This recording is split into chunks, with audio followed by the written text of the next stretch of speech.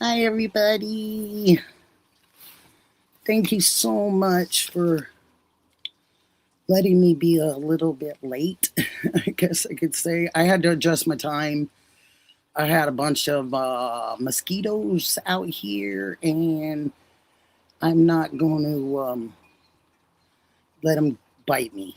So I had to spray and do some things to get it all kind of ready. Because, yeah, I was like, I want to be outside, but I don't want to get all bit up. So sorry about that, you guys. Oh, thank you, honey, Melly. I took a shower. I always say that whenever somebody in my life always says something, gives me a compliment about my hair or something. I always tell them, "Oh, good. I finally took a shower and you noticed." Oh, so Sikorsky, hi. Carol Burton, hi, sweetheart. Julie Bug, good to see you guys. I hope. Miss Barney, hi. They are giving me a $5 off coupon. Ain't that special? Oh my gosh. Photo Chronicle, hi, honey. I'm not sure what they're getting you $5 off for. But if you don't think that's right, then it's probably not, honey. Hi, Angel Eyes. Hi, sweetheart. Nice to see you. Nice to see everybody. Well, as much as I can see you. Dee Dee, shout out to my girl Dee Dee.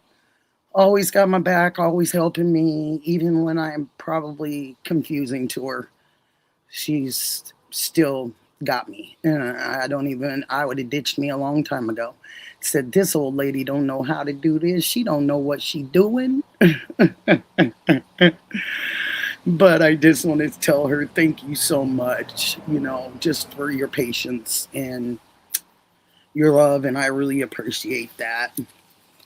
So today we're going to have a really good evening, and it's beautiful here in Portland. I didn't want to be inside.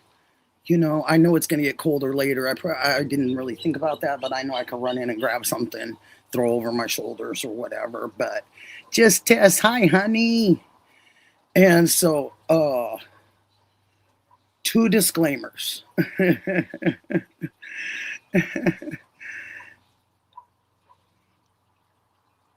NICKIE'S, Moten, hi, honey. I hope I said that right. Oh, you're new? Oh, welcome, sweetheart. Welcome. Glad to have you. 2567, hi, honey. So, let's see. I got two disclaimers. So I put out a couple shorts last night, really late, or this morning, I guess, early, and then I did one a little while ago. And two disclaimers.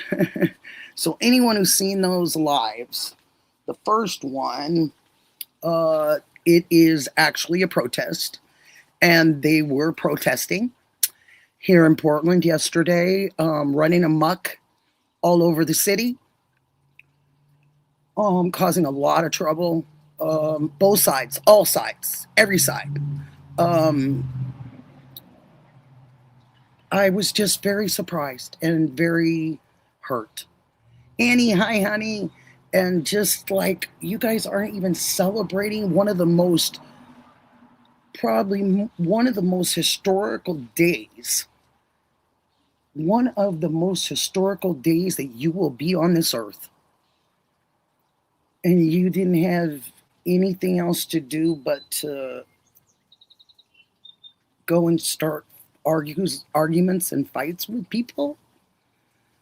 I'm telling you what, I was born here, and I'm telling you, every time I look around, I just get more saddened and saddened.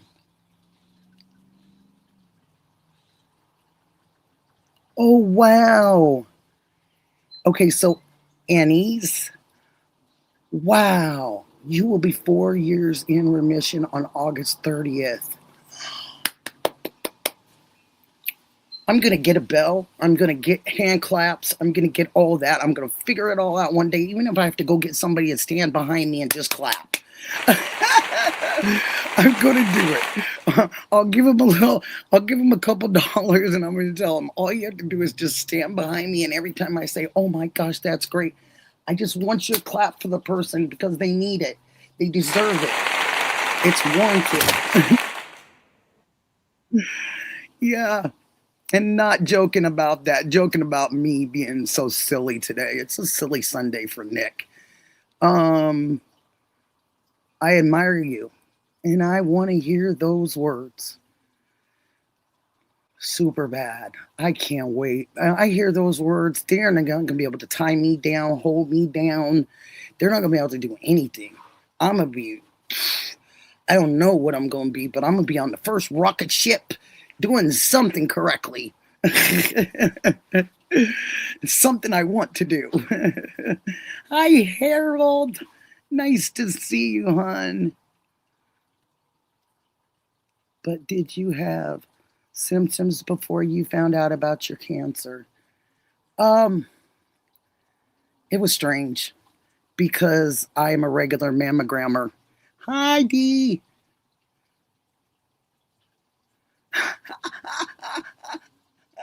No, I'm not going to throw you on the stage anymore. I learned my lesson on that. You had to talk with me. I get it. I never know, and you never know, and you just are there for us. So I'm not going to do that to you. Promise. Um, I found out pretty close to the day that I had my mammogram, but I go every year. I'm one of the people that pushed my friends to go if they were over 40. Go get checked. Oh, thank you. And allegedly, in my opinion, I like that. Oh, I'm sorry, allegedly. Yeah, there was a lot of bugs out here, and I do not want to get bit up, but I wanted to be outside with you. So I had to take care of the area. Biscuits and gravy, one of my favorite names. I love that. You're 25. Wow. Wow, biscuits and gravy. That's cool. That's really cool.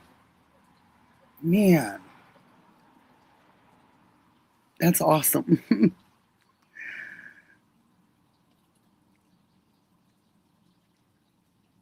You probably should go again, Miss Barney. Not telling you what to do, of course. But I would like to see everybody do that. So what it is I had a lump on my left side.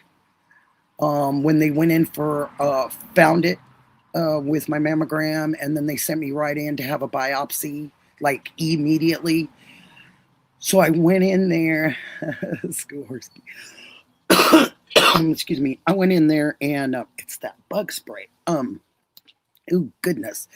I went in there and he took a sample, and then he found some other areas, because they have a person in there running a machine, to check the pictures while the person is doing the biopsy.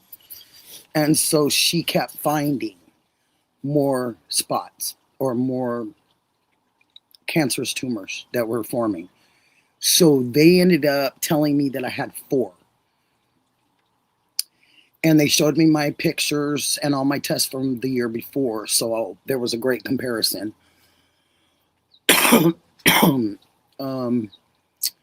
They planned surgery for me in about 20 days. I went and saw a oncologist surgeon and or surgical oncologist, sorry. And she's wonderful. Dr. Zachariah. And she's wonderful. And she took some more tests. She said she wanted to go quick on it. She did a couple more tests, and by the time she got in there were 7. So in 20 days, Harold, 3 more had grown. So they were going pretty nuts in me, and they were coming for me. And they found 2 in my lymph nodes under my left arm. That's why sometimes I make faces when I lift my left arm up and stuff, because They don't feel, once they remove those, FYI, a little medical information, I guess, there's open areas. Not open areas outside our body, but open areas inside our body, because they don't have anything to fill them with. So if anyone's ever had problems with their lymph nodes or things like that, you tend to have a serious problem with, like, under your arm. Hi, Chris. And lifting it and doing those kind of things, So you just kind of gain strength again, and just try to keep going. And then radiation and chemo, hormone therapy, and I have 2.5 more years of therapy until I can hear those words with start with an R. So I'm just praying, praying, and praying, and hoping for the best, because I'm not ready to go. So, at least I don't think I am. So, hi, you guys. I wrote out a little thing a couple things I wanted to say. Disclaimer first.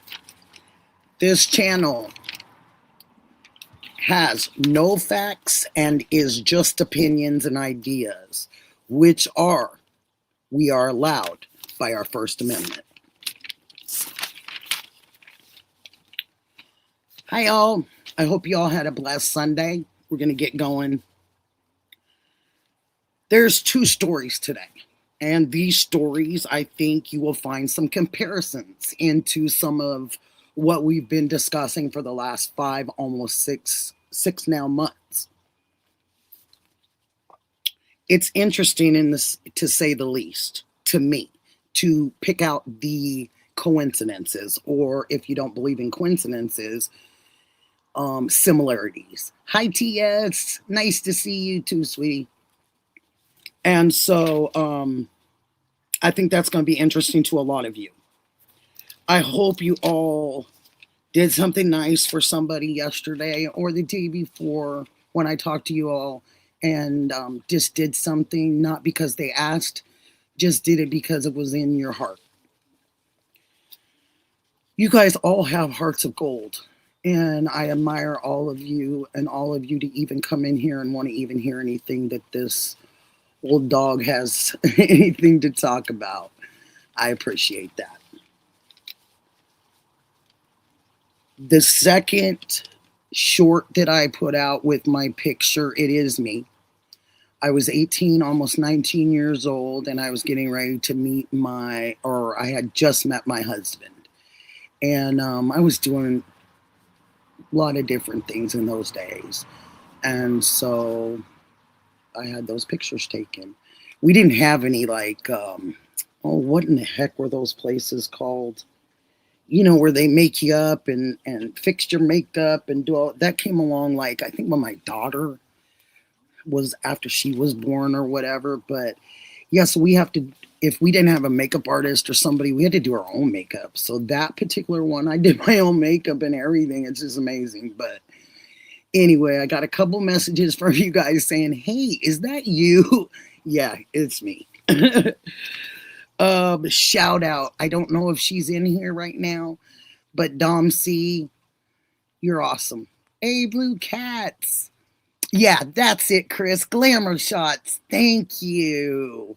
Yes, glamour shots. And so, shout out to Dom C. It was wonderful. I never had this really happen to me. I can't remember the last time, because I'm not a huge Amazon. Sorry, Amazon. My family works for you. I'm not like a huge, I would rather still go in the stores. I'm still one of those people. And I want to see it and feel it and look at it and make sure it's the right size. And so I haven't really gotten into a lot of that. And so Dom C, out of nowhere, sent me 2 gifts off of my Amazon, my gifts on Amazon. And it just showed up on, was it day before 4th of July? No, it showed up yesterday, I believe, or maybe Friday. But it was so cool. I was just like, man, I don't ever get gifts in the mail except for my mom, from my mom, maybe sometimes. It was so nice. So I just wanted to give her a shout out because I thought she didn't have to do that, you know? And it was cool for her to do that. You know, that was just really cool.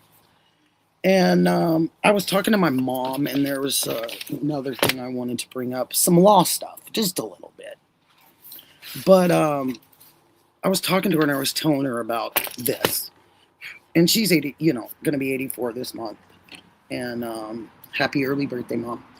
And I don't even think she's coming on here yet. I'm hoping she does because I'm starting to like tell her where it is and all her little friends. And so I'm hoping the old lady gang of Las Vegas will come on down to my channel. But anyway, talking to Mom, I was telling her about some of the folks, that I absolutely adore in here. And I've been telling her about different plights of people and just stuff that I know. And she said, you give the Constitution? And I was telling her, yeah, Mom, hi, Mr. Rooster. I said, yeah, Mom, I give some of the Constitution. I give them a little bit, usually just 2 of them every time. And she said, oh my gosh. She goes, that is so great, Nicolette. She has to call me Nicolette. And I said, thanks, Mom. And she said, are you going to keep doing that? And I said, well, until I run out of constitutions, or amendments and things, I guess I will. And she said, well, I want you to tell them one thing from me. And I said, okay, what am I telling them, Mom? And she said, I want you to tell them about judges. And I said, what about judges, Mom? And she said, how much I love to judge. And I said, Mom, I've talked about them. They know that I'm a judge's daughter, or they know a judge raised me. Yes. And she said, well, good. She said, what else do you talk about with him? And I said how smart he was, how he did everything for everybody, and half the time he didn't charge. Is that what you're talking about, Mom? And she goes, yeah, I want them to know that he gave a lot of himself. And I said, I'm pretty sure I've said that, Mom. She's going to tell me, though. So I said, I'm pretty sure I've kind of covered that. And she said, okay, I want you to do one more thing. And I said, all right. She said, I want you to give them the law about judges and judges' families.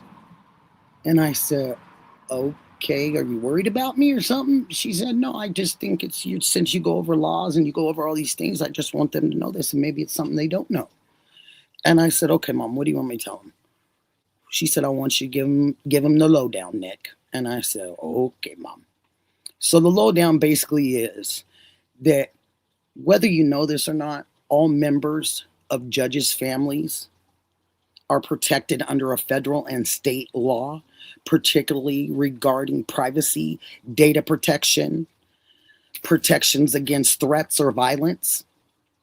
Many states have enacted similar legislation to shield the info of state and local judges and families.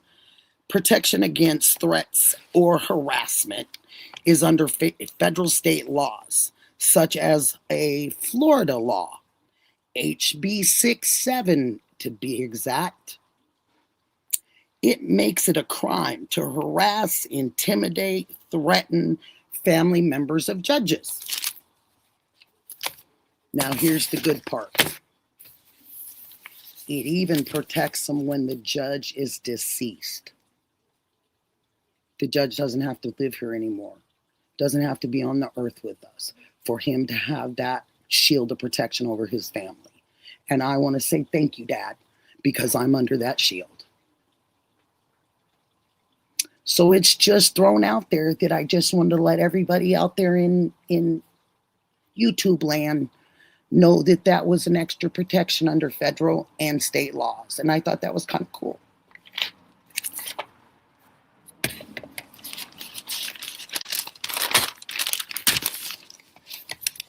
So, getting started. And I am going to have a panel tonight, too.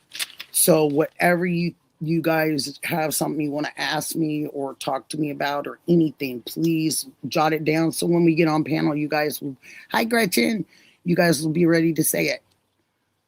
Seems like you've lately been eating what I wish I was eating. So, I was just like vicariously going to live through your dinner tonight. Hello. Every time I look at something Sikorsky said, it just absolutely either makes me smile or just cracks me up. Literally cracks me up. So, hello everyone, and on to, let's see, I think I just want to say that I think I just want to say respect others' opinions in here. I know that you probably already read that and clicked the button, but you want to respect other opinions, even if it's not your opinion. And so that's kind of what I want to say about that part. Moving along, we are going to our first story. And this is going to be quite interesting. And if you guys, like I said, get whatever you want, get whatever you're going to snack on, you might want to get a little piece of paper and a pen or a pencil and just maybe write a few things down. It might interest you. Both of these stories are kind of interesting. And it kind of feeds the fact of, like I said, what we've been discussing for all these months. There is some familiarities, you know? Hi, EC. So we have, let's see, we're going to start this right here. Friends and former colleagues of TV anchor Jody Hoisentraut was a TV anchor they gathered this weekend to mark 31 years since her abduction.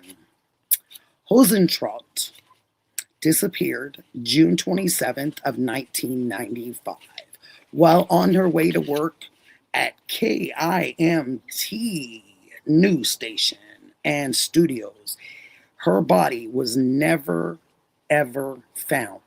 No arrests had ever been made. So Jody Sue Hoisentraut, born June 5th of 1968, was a TV news anchor who worked for KIMT in Mason City, Iowa. In the early mornings of June 27th, 1995, a colleague called her at home when she failed to arrive for work. Hoisentraut answered the call and said she had overslept and was right on her way. Signs of a struggle outside her apartment near her car led investigators to believe she had been abducted. Despite extensive investigations, no definitive clues of her disappearance were found, and she was declared legally unalived in 2001 of June. Investigators interviewed at least 3 neighbors in her apartment complex. They all heard screams.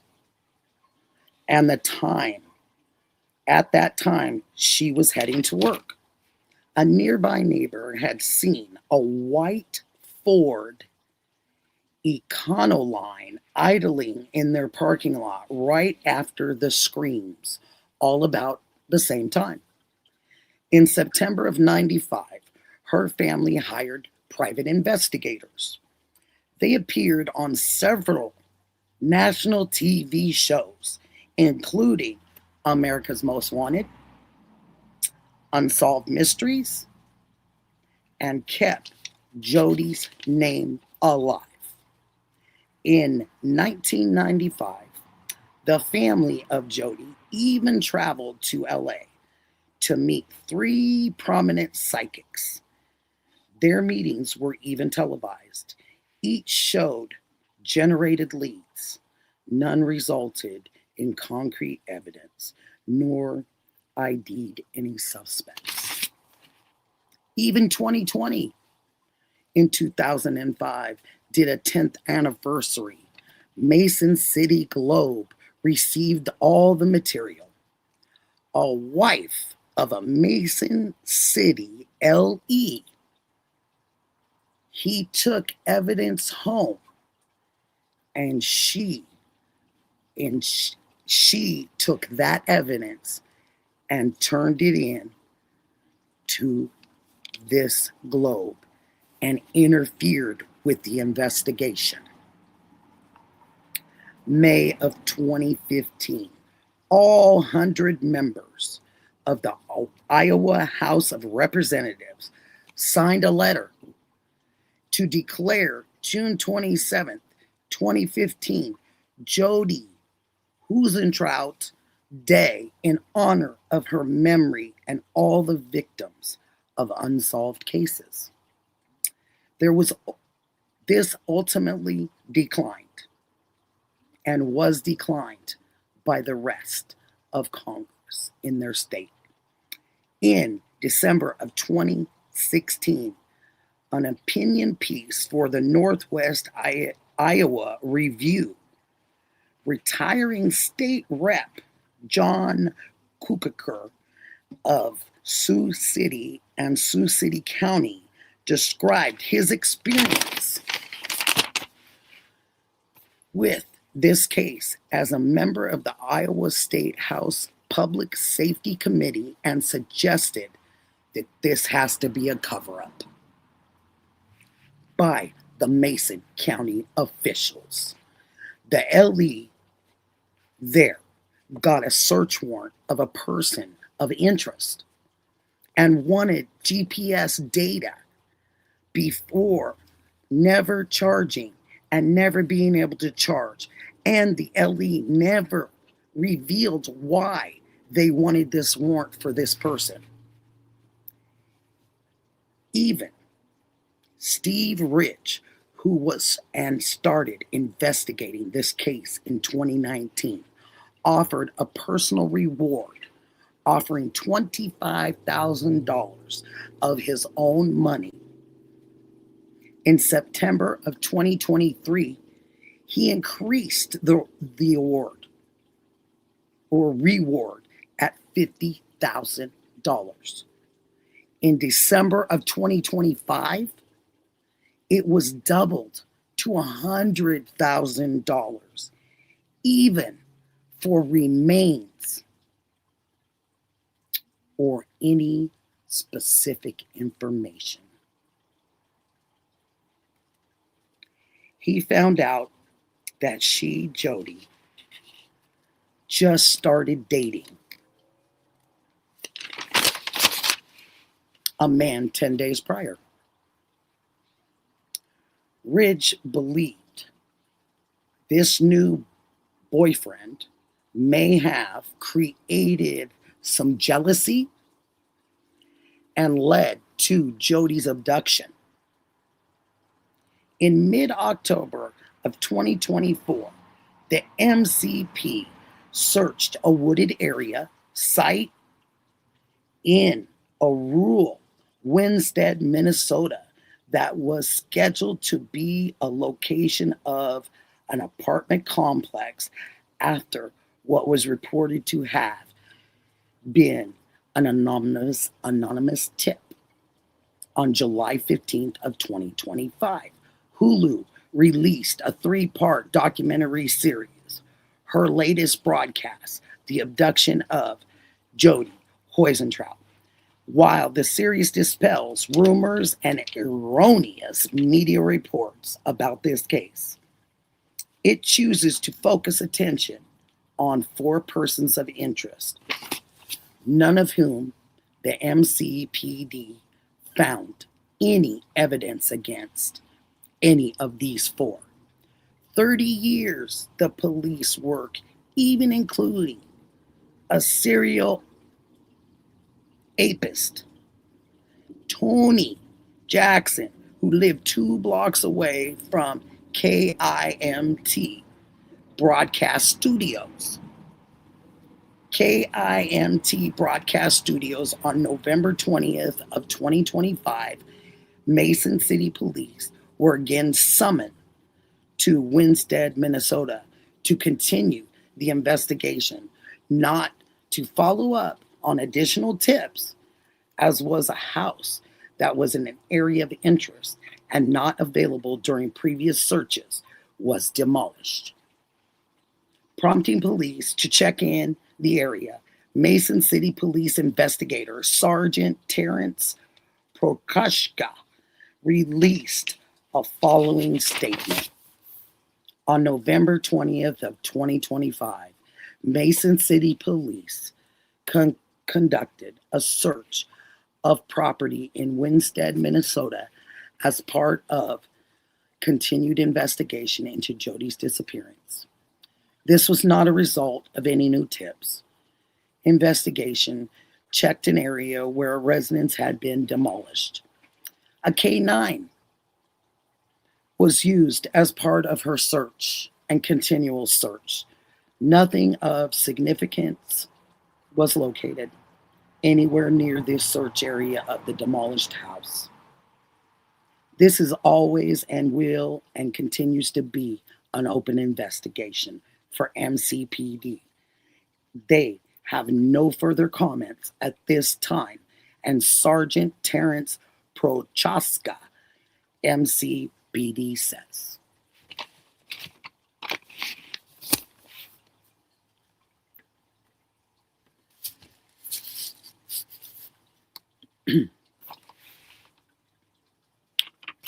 Pretty interesting, if I do say so myself. This story's been out for a while. What I found interesting about the story, not similar but somewhat to what we've been talking about, that she was a news anchor. She had just started a new so-called relationship. They pointed the finger at people, got warrants, arrested them, held them, but never ever charged them and never told the public or any of their colleagues why they did searches, why they did search warrants, why they did search warrants for people that never got charged, just became a person of interest, and then they went on and never explained why or how or anything. Hi, Mustang. That's probably number 3 for me. The abduction is definitely a number 4. Those arrests, very similar to just arresting people and holding them for supposedly being suspects of some sort, but never being charged and never really following up either with public, with news, or with anybody at all in why they even had or detained these people, or why they even asked for search warrants when nothing was ever proven.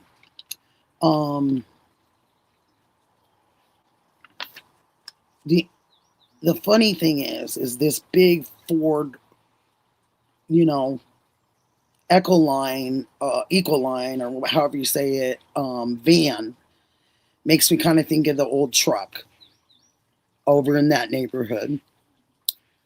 The screams definitely make me think about the screams that we heard that night. That was very, very interesting.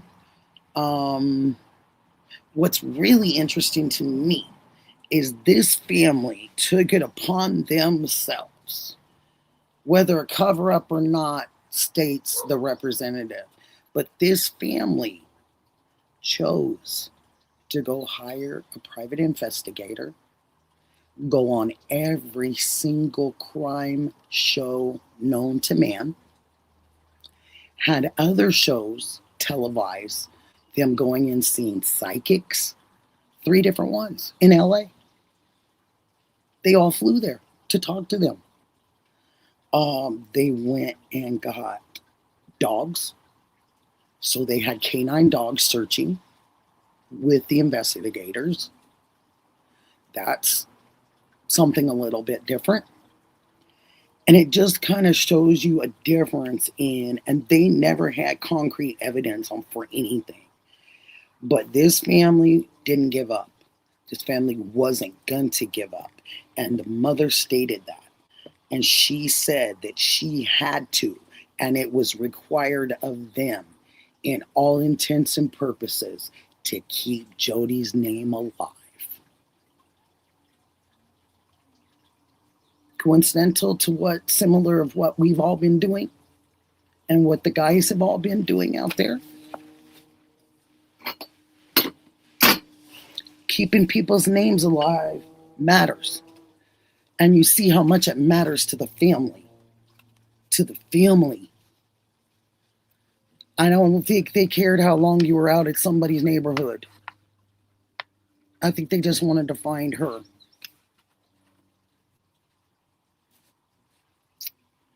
I admired this family for never giving up. I think it's wonderful that they had a celebration even. It's a shame that it's 31 years.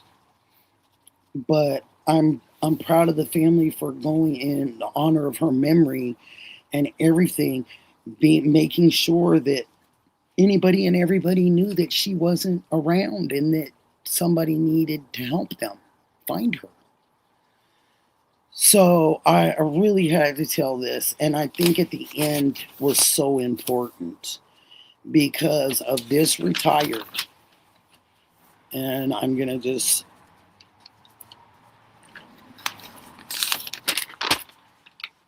so important that this representative, this state representative of Iowa, that retires, even tells the family and the news that he feels there is a cover-up. Wow. How come we don't have anybody like this gentleman? How come we don't have anybody in our people that we put in office to have some kind of integrity? Because a lot of people in office have children. I'm assuming maybe some don't, but I bet a lot do. And if it was them in their shoes, you can see by just their caring ability of even wanting to give a day to people that are missing. I mean, to me, Iowa, you tried to do it in the right way. Unfortunately, you got pushback from LE again. I'm not understanding why LE plays a bigger precedence than our government. Our government is government officials that we elect. Yes, sheriffs are officials too, that they get elected. But I'm talking about anybody that's in a higher ranking office, which is government officials. It just seems to me somebody would step up. Somebody would say something. No, somebody wouldn't say something. Wish I had a job like that. I'd say something about every single person. I'd probably be in trouble all the time. I'd probably have people wanting to hurt me, but I wouldn't keep it to myself. I wouldn't, because I care too much about other people. I care too much about other people's pain and agony. I couldn't hold that. And if I had any kind of control or power in a state or a federal government, oh my gosh, you can bet your bottom dollar I would be going to everybody and anybody that left their office door open and didn't slam it on me. Seriously, I would. You'd rather be here. Mustang, you're so sweet. Oh, you're so sweet, honey. That's so kind of you. And I just really appreciate you guys. And I appreciate you guys even kind of checking and listening to kind of the things that I was in some of these stories. I keep trying to find stories that little bits and pieces of them kind of blend in with what we've been trying to find and what we've been reading and looking at and watching and hearing and all of that, you know. I'm from Iowa, and her story is brought up often, and people advocate for her all the time. I love that, biscuits and gravy. I love that.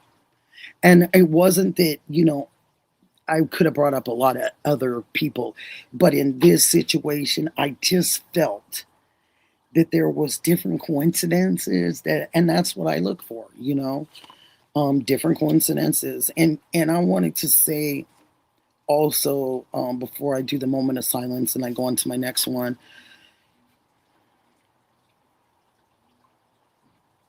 I think that TMZ is upset. I think Harvey Levin is upset. And I was checking out some things and the Two Angry Men, and I was kind of doing some more research a little bit. And Harvey has a law degree, and it just seems to me that having a degree in something is great, and if you utilize it or you don't, doesn't it's either neither here nor there. So I think that he felt or feels that those ransom letters that he received are true. And I think that it's making him a little upset that the FBI has come out and said what they have said, that they feel that there's a possibility that it's not. Hi, Jason. Nice to see you, honey. Hi, Lexi. Nice to see you.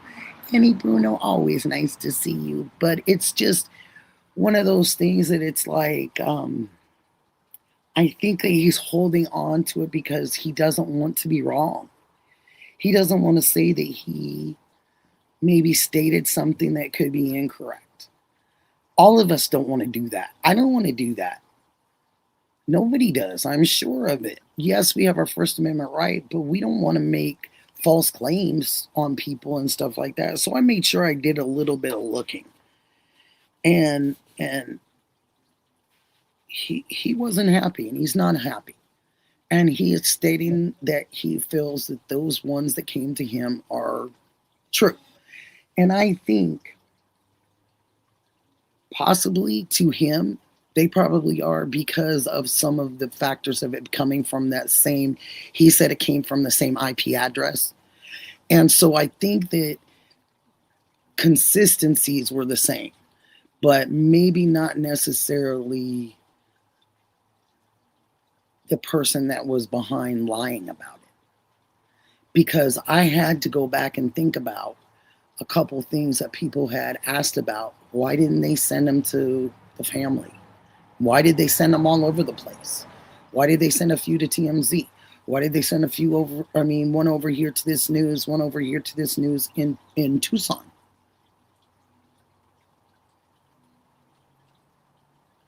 Wonder why. Is it to make us all look in all those directions again? Kind of like the porch person? I was just thinking about it, and I was just thinking that it's very, and I wrote it down, this is a very tricky crime or tricky situation. When I get into this other story, and there's probably some of you that know the other story too, that's going to show you that both are possible. And there's been a lot of talk that maybe there's a secret hiding place,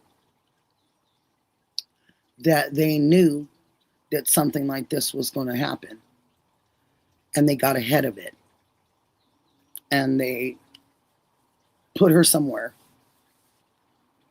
These are people's ideas. I'm not saying they're mine. I'm saying that these have been coming across the board, reading them, and people saying them, and I'm just repeating them.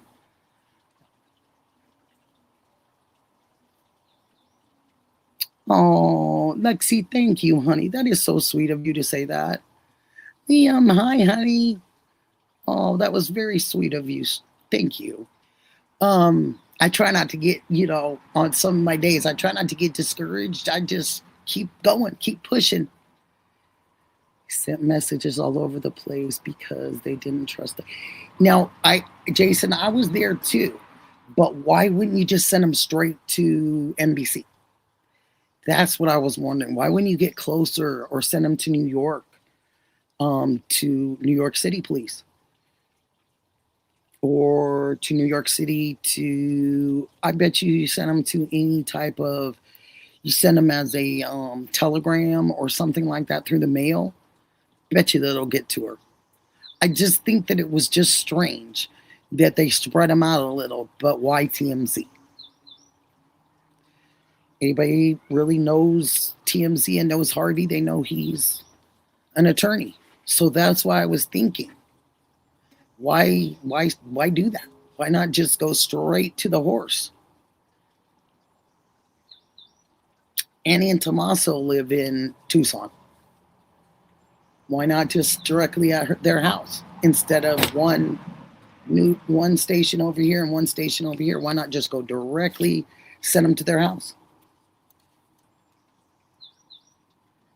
Oh, Margot Grizzly. Hi, honey. Oh, wow. Thank you. That is really kind of you. Yeah, it was definitely strange, Jason. It was definitely strange. And I just think that this was like a magic trick. You guys look over there, and then we're gonna go that way. You know what I mean? It really seems to be very, very strange. And then to have reporters, I'm going to say reporters, streamers, reporters, journalists, all of that, for them to have this hoiky arrest deal with a toe on the street. And that's juice. That's really, you're really looking. If this guy could call a cover up, as he's going out out of the representative seat. Mayhem is part of all of us, and it's not just about money. It's about creating chaos, and they're certainly doing. Yes, Jason, well said. Hey, Gabby. Wait, Gab, 91. Hi, honey. And you're right. I feel that way. But I feel that it's a vanishing act of some sort. And Blue Cats, I just love you in here. You just crack me up. You keep it light and keep it, because sometimes it gets a little, with crime, it can get like that, So why didn't the family hire a private investigator, like we were told, for the $500,000? That's number one that comes with that other case. Why didn't Savannah, why didn't she go on different shows like an Unsolved Mysteries or a CNN, just the largest platforms that are crime based? Why didn't you do that? But you did a few. You did one at your mom's. You did one on a sidewalk, right? Or a walkway or a garden where you sat down. You did that one. I believe you did two in a house, right? Because you did a second one in the house because you were sitting on a couch. Then you did the story with Hoda. You guys can correct me at any point in time. I've been watching it since day one, and I've seen a lot and heard a lot. So if I get something wrong, let me know. And I believe that I'm correct about those. So that's 4. Am I counting it right? 4 times. 4 times. But FOIAs and information comes back that you were one that absolutely wanted to make sure that your mom's name was out there, or you wanted to, Jason says, protect your brand.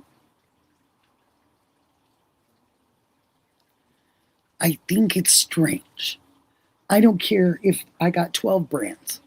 I don't care if I'm the biggest thing for Nike. Can't be me. It can't be me. I'll go to the mat for my family. Truly. Hi, honey. Hi, Aspen. Oh, Aspen. Nice to see you, honey. I read that Lauren spoke with the family and they wanted the memorial removed because they didn't want Nancy's house to become a tourist place. Yeah, hold that thought. I did not hear that. I know that Lauren was looking, Gab. I know Lauren was looking for the memorial and she was willing to go in people's trash cans. So I'm not sure where that one came from, honey.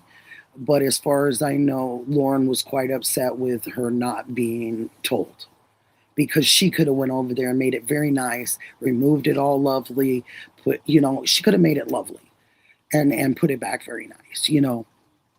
Thank you, Melly. And it was, she was upset. So she was willing to go in a trash can and look. She put flowers out there too. Gab. She put flowers out there herself and was driving by at, I wish Juanita was on here, but I think 3 or 4 o'clock in the morning. And you guys can correct me on that. I think 3 or 4 o'clock in the morning and her flowers were gone. She posted it today on her Facebook. Well, then it's new. If she posted it today, then I didn't see it or hear about it. So it's got to be new. You said it was today. One day I'm going to look back and realize that none of us were really sure of what.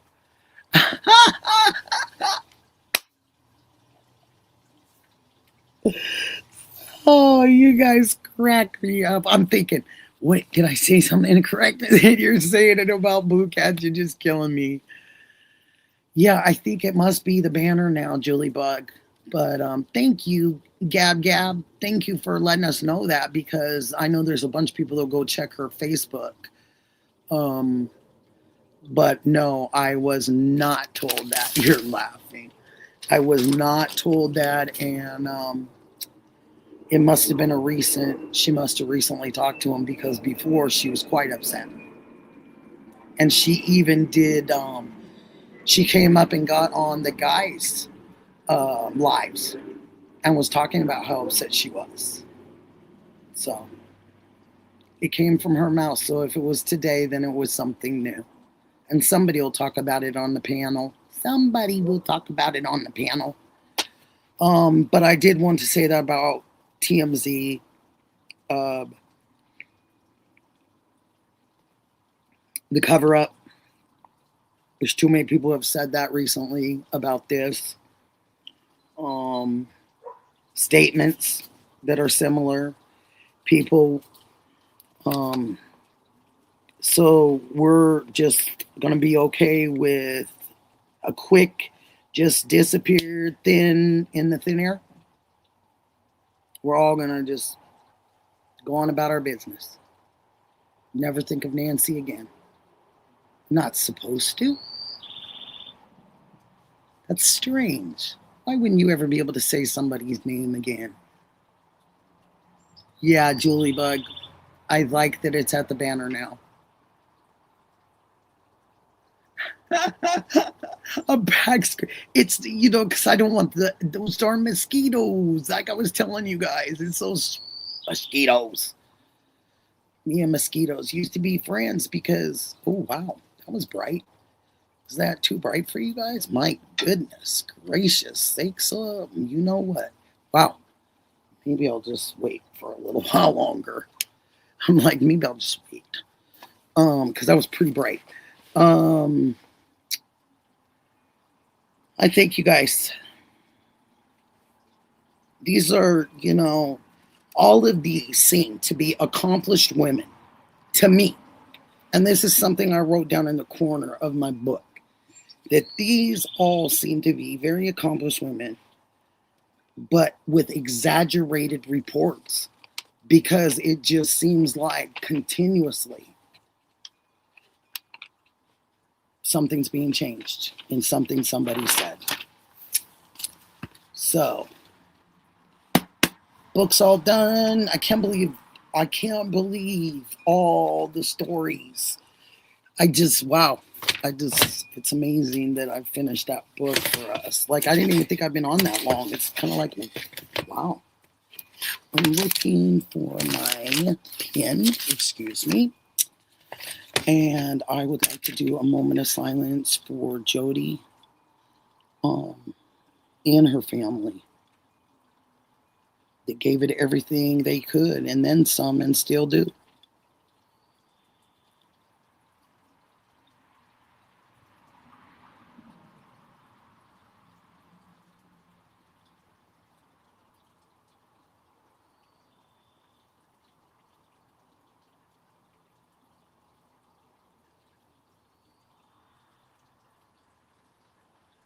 Thanks, guys. Thank you. Appreciate all of you so much. So we're going to keep going. We're going to keep it pushing. I hope you guys can hear me okay. If I need to turn anything up, you can. These straps are absolutely driving me crazy. I'm so sorry. Dana, hi, honey.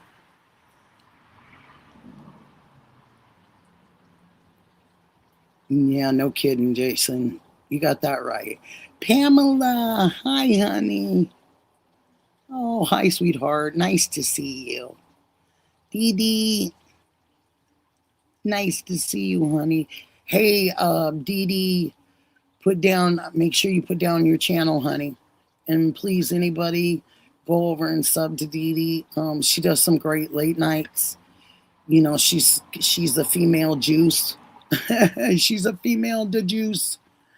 And she's good at that. You know, she has to be up sometimes, and she can do the late nights a lot of times. So you guys make sure that you go over and sub her. So when she does go on late and you're up, go join her, please. Please like and subscribe. I appreciate every single one of you, and I thank you all so much for being here with me. So we're going to go on to our next, and I hope you guys are all ready for this. Oh, let's see. Dave Lopez, hi, honey. Nice to see you, and thank you. I pray for peace, too, all the time. I would love more peace in the world for people, because then they'd really be able to, you know, get who they are without interference from negativity in the world, you know? Thank you. Thank you, Mustang, for doing that. Ladybugs, hi, honey. Okay, so we're ready for our second one. Here we go. I want to make sure I say hello to everyone. Amen to you too, Dave. Thank you so much.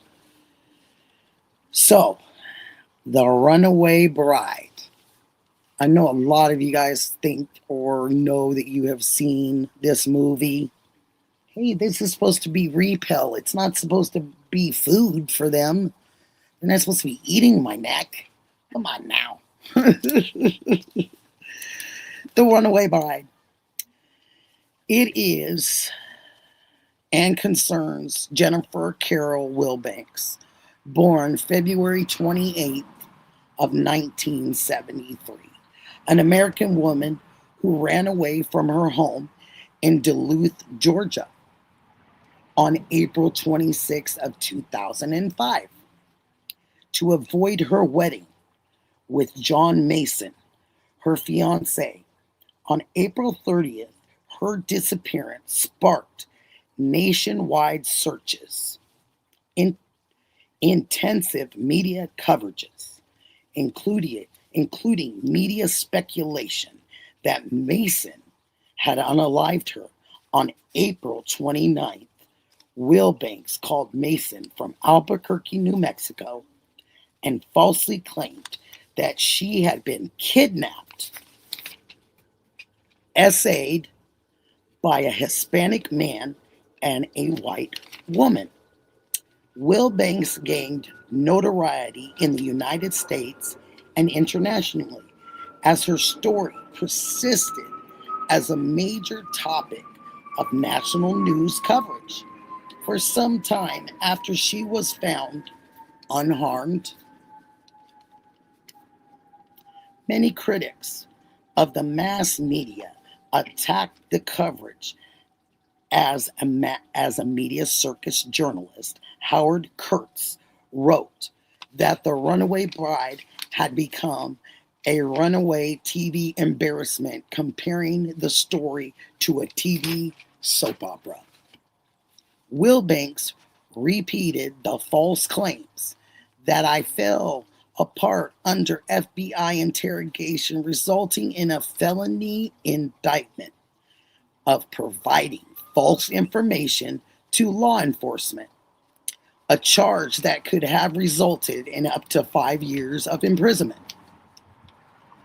On June 2nd of 2005, she pleaded no contest to this charge. As part of her plea bargain, she was sentenced to 2 years of probation, 120 hours of community service. She was also ordered to pay $2,250 in restitution to the Gwinnett County Sheriff's Department as part of the plea bargain. A misdemeanor charge of filing a false police report was dismissed.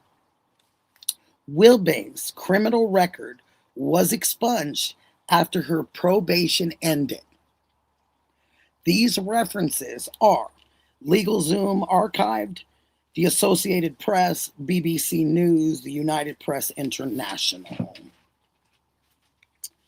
There's also been a movie that's made, also probably a lot of you know, The Runaway Bride with Julia Roberts and different people in it. I think they've had a few of these different kinds of movies. The point to that is the falsified complaints, that they do hold weight. They do carry weight. They do have laws, and there is laws put in place that this is the reason why everybody in their world doesn't just pick up the phone and call 911 at their leisure, because they don't like the looks of somebody and they don't want to see them there. Same situation. Falsified complaints. So whenever do these falsified complaints ever come to the law? Sorry, they're doing it again. Hold on. So far, so good with this. I don't know why they're barking. I think I heard a coyote a few minutes ago, so it could be something like that. Yeah, it's probably a coyote. Sorry about that, you guys. If need be, I'll go inside if it gets so bad. Marley, come here, honey. Come here, sweetheart. Come here. Don't worry about that. So I want to also say that I cannot say enough that if you don't want to marry somebody, don't marry them. Just say it's not going to work out. You know, I was married for 32 years. If you don't want to be married to somebody, all you have to simply do, I don't care if everything's been paid for.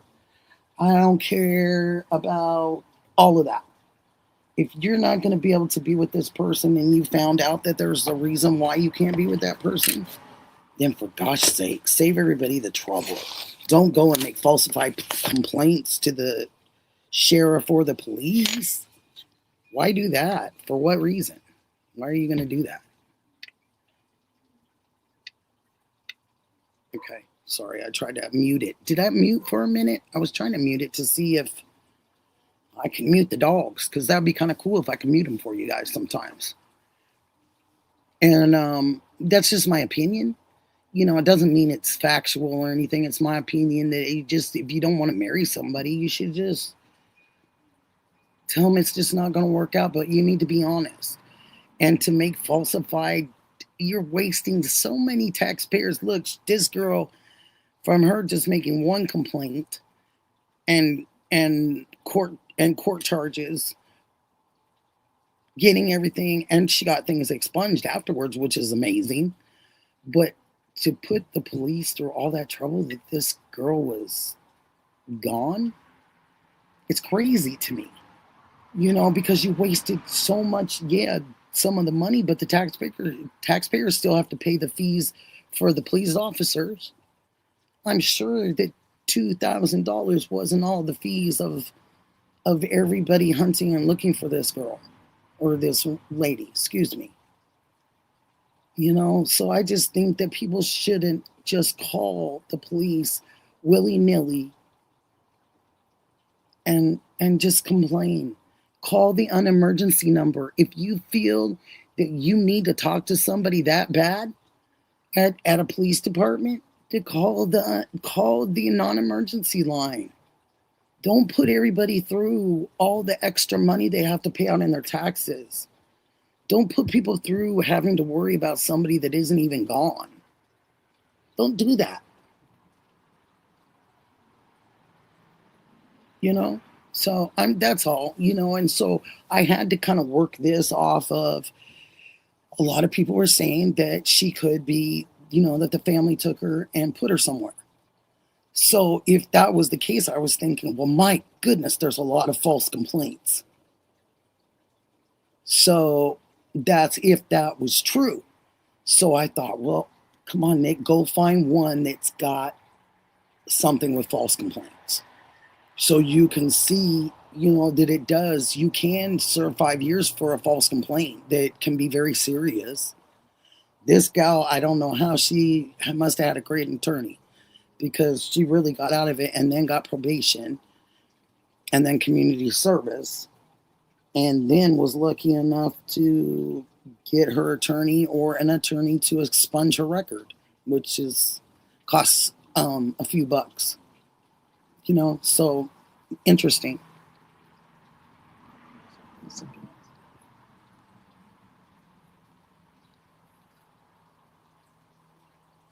Coyote burgers, really?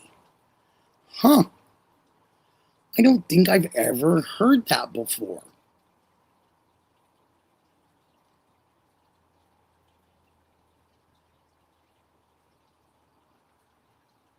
If she got hurt, I'm gonna get upset. I hope she didn't get hurt. I know she was gonna go out yesterday.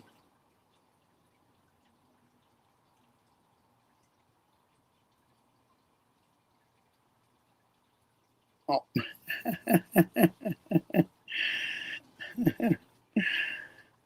She's so cute. I'm glad she's gonna be great with that jujitsu.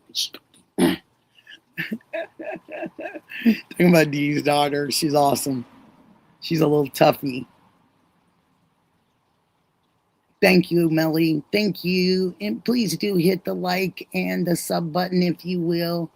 It doesn't cost anything. It's just a push on your phone or your laptop or your computer. And I just really appreciate you guys for being in here. And I hope I gave some good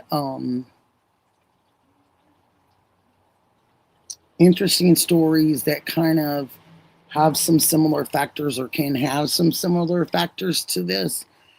And I hope that you guys appreciated that a little bit, you know. I try to do that every, you know, so on some I get, you know, with the kids and stuff. If I find that, I will do that. There is a couple big kids ones I want to do. They're kind of big cases. So it's going to be, take me a while to get them all the information together and put together and done. And that'll be a little while. So, but when I get those done, those are going to be great. Information wise, you know. I am Personality expert. I would like to be able to just use my YouTube as reading the body language of people. Yes. I love that. Ladybugs. That's so cool. And yeah, my brother's like that too. He and I told him one day he was dancing. We were dancing. This is when we were young. And there was music. We were at a wedding or something. And he starts dancing. And he said, come on, dance. And so I start dancing with him. And I'm like, how can you hear it? You know, because I'm so much younger than, how can you hear it? And he says, I can't hear it. I can feel it. So that's what Ladybugs is talking about. She might be looking, she could look at you, but she can read you other ways. Because when we've heard this before growing up, when we have different losses, our sensitivities become stronger in other areas, which is absolutely 100% the fact. Okay, let me get my pen. Okay.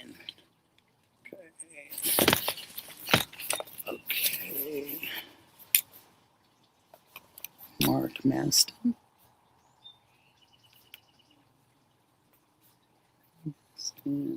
Oh, of Hope. I love that name. Isn't there a Hope, New York, too, or something? Am I wrong about that, Julie? Or who said that to me about Mark Maston? I wanted to know if there was also a Hope, New York. I thought there was a Hope, New York. I know there's Hopewell, but I thought there was a Hope, New York. Maybe it's another state. Maybe it's New Jersey or something I'm thinking of. I thought it was back east, a little bit, or, thereabouts, I thought for sure. Okay,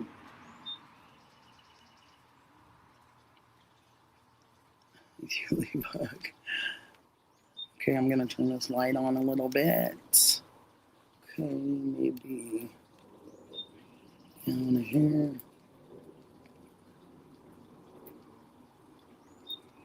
Yeah, I think that's all right. That's a little bit better. Now I can see a little bit better too. There's a Hopewell, Virginia. No fooling. You know what I noticed too? That a lot of our states, we have the same even streets. Some of our street names and the cities, I've noticed that a little bit. Sorry. I feel like a bug got me in the back of the head or something. My bad.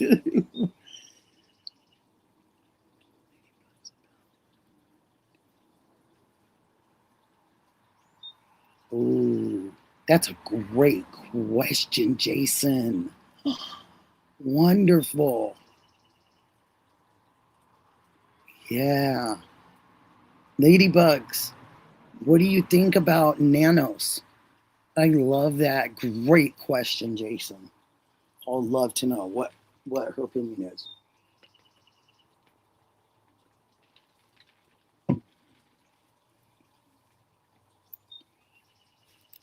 Let me see. Maybe she didn't see it. Oh, here she is. Hear about the firework explosion in China. In Chino, California.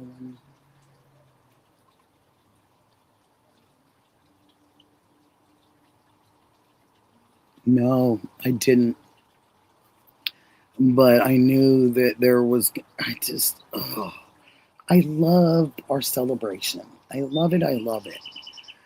But nowadays, I don't love the explosions. I don't love that. I don't love people's houses being burnt down. I don't love it. I just don't know. You know what I mean? I don't know. I think us adults have turned the celebration into something that it hasn't been for many years.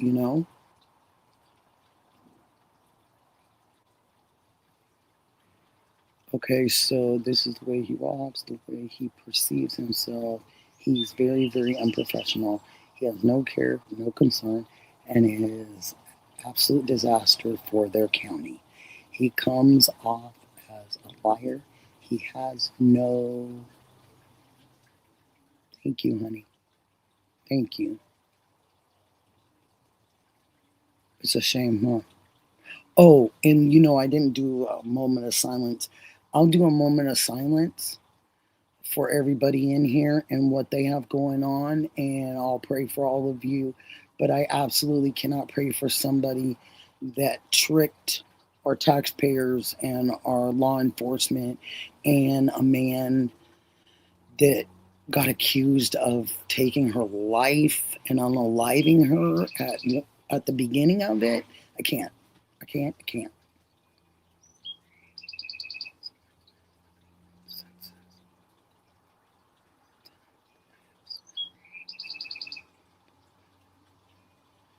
Yep.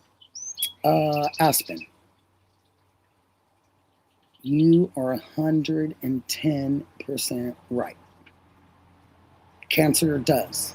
It has a, it does. I don't know how to describe it, but cancer does have its own smell. And that's no fooling. And I'm not trying to be funny.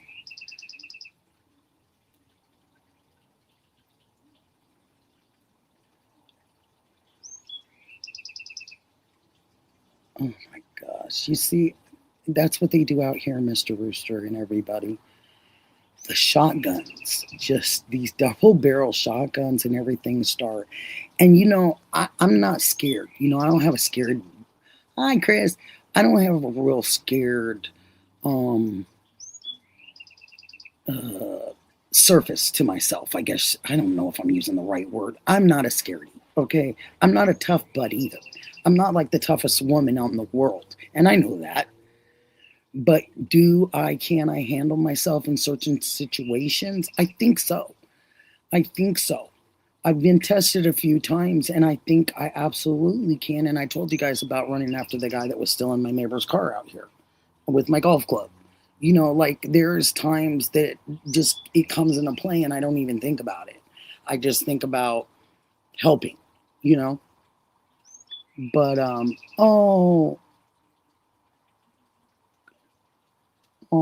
God bless you, just Tess. God bless you, honey, and sleep well. And I can't wait to see you next time. And it's definitely one of those things. But with cancer, and Krista said it, it does. Now I don't. Like I've asked, my family and stuff, and my son's like, "Nope, you good, mom." And I said, "Okay," but guess when I wasn't good? I wasn't good during radiation. I wasn't good during chemo. I wasn't good. Those are not good experiences for anyone. And you can think about this if you want to, or you can throw it out of your mind. But I had third-degree burns after radiation. And that's pretty painful and pretty does something to a person, especially a female like me that's used to smelling good and at least looking halfway decent. I mean, I have my rough days too. Don't get me wrong, where I don't want to comb my hair, you know what I mean, or whatever. But it's just the smell of it. When you can smell yourself, other people can smell you, and it's sad. But with third-degree burns, what are you gonna do? All you can do is you lay in bed, because you're going through everything at that moment in the highest level, in the highest forms, and I did radiation 5 days a week, 5 weeks straight until my first break. That's not fun for anybody, you guys, and I don't wish it upon anybody. And today I woke up with a little, sore tooth, but it's these teeth, they're gone. They're just hanging in there for me. The top ones are great, but the bottom ones, radiation. So it messes you up. And it's not necessarily the cancer that does it, it's them trying to save your life that does it. Um, Marva Graham, yes. I can't imagine. And I'm just thankful that I'm through that part of it. And I'm just trying to, thank you, sweetie. And I'm just trying to get the best of me back, the very best of me. And I want her to stay, and I want the world to experience the best of me. All that little, have an attitude for this or have an attitude for that, when you realize that your days absolutely could be numbered with no intents and purposes. Like you are, I mean, we're numbered anyway. We're numbered when we come here and arrive in this beautiful land, and we have a date for when we go, and but I'm not trying to change my date. I'm just trying to make sure I can be here longer, because I don't think my date is anytime soon. But that's my opinion. Ladybugs, yes, honey, both. Wow, this is the only year so far you haven't really had that. Wow. Chris has been going through it too. Yep. You can't understand, Chris. You can empathize. You definitely can empathize. I tell people that all the time. Yeah, we do. We're gonna win. We have to. I can't. I refuse anything else. I refuse the other. And if attitude and being a little tough, it's that thing, a little tough, helps you out, then so be it. That's me. It's sad when sharing health issues and people don't take you seriously. I face it all the time. Yes. And it's sad when people, I'm laughing because this has happened to me so many times in my life. But it's also different when people ask you, "Good evening, Melissa," ask you what's wrong with you. Because they can't see the scars or everything's hidden. That's another thing too. When they ask you, "Can I ask you what's wrong with you?" And they did a lot in like the cannabis community to me and stuff, because I worked so hard, and they knew I was a patient, but they didn't know why. And so people would be curious, and they'd ask. And they didn't ask forever, though, that's for sure. I just ended up, proving myself, and didn't really matter what I had, because I was just me, and I wasn't defined by my illness, and I can't be defined now by it. I have to be defined by Nikki, and if I'm good or not. I started asking, "Do you really want to know?" Yeah, that's a really good response, Aspen. Unfortunately, and you do get tired of it, and you do say stuff like that, and it's not necessarily because things like cancer stay strong. Thank you, honey. I sure will. Thanks, Miss Barney. But I think that it's just one of those things. The worst thing for me is to live over and over every day. Yep, it can. And you just really, hi, Mar. Mar, oh my gosh, do I have to say the whole thing? Oh my gosh, that is so funny. I can't believe that.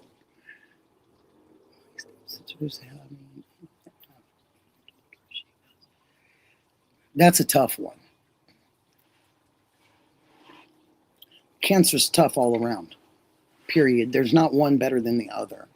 But that darn brain cancer, I lost my mother-in-law, my husband's mother, to that. And real tough. Hi, Renee. Real tough. That's real tough. Real tough. And so I just feel like I'm in a good position. You know, um, I'm getting stronger all the time. I'm doing more and more all the time. I'm trying not to wear myself out though, and I have done that a few times to where I'm so exhausted I feel like I'm gonna sleep for a couple days. Because I tend to like forget that I'm on medicine. Or I want to forget I'm on medicine, I guess. But then in actuality, it's supposed to be doing good things. So, what's really funny to me, not probably to you guys, but to me, I ended up getting melanoma too at the same time. So I got melanoma on my nose and I got breast cancer. Isn't that so weird? And so I had to go two different places, of course, and with the breast cancer because of it being metastatic. But yeah, it ended up being on my face, actually right up here. And I had to have surgery, and there's a little tiny bit of a little scar and stuff, but not much at all. But yeah, isn't that, it's kind of crazy, but absolutely 100% true. So, needless to say, I think the world just likes practicing its illnesses on me, and then it wants to see if I can come back and survive from it. Oh gosh, the spoon theory for some people. Yep, it's true. Oh, so I didn't even look over to see what really was happening. I just said hello to everyone. I hope I haven't missed anybody out there because I do like saying hello to you personally. I think it's right now because I like this and I can keep up with everybody. But if it gets faster and faster, it'll be harder for me. Oh, oh, gotcha. I am not diabetic. Thank you. I was borderline for like 2 hot seconds, but then my doctor worked with me on controlling it with the sugars and with what I'm putting in my body and just that kind of stuff. And I eat like you guys know, I eat like a bird. It's part of part of the cancer. They want you to be on the smaller side because the less the cancer has to come back and feeds on the sugars and the fat. You're type 2, Chris, you can totally get off that. You can totally do it because that's what they were pushing me for type 2. And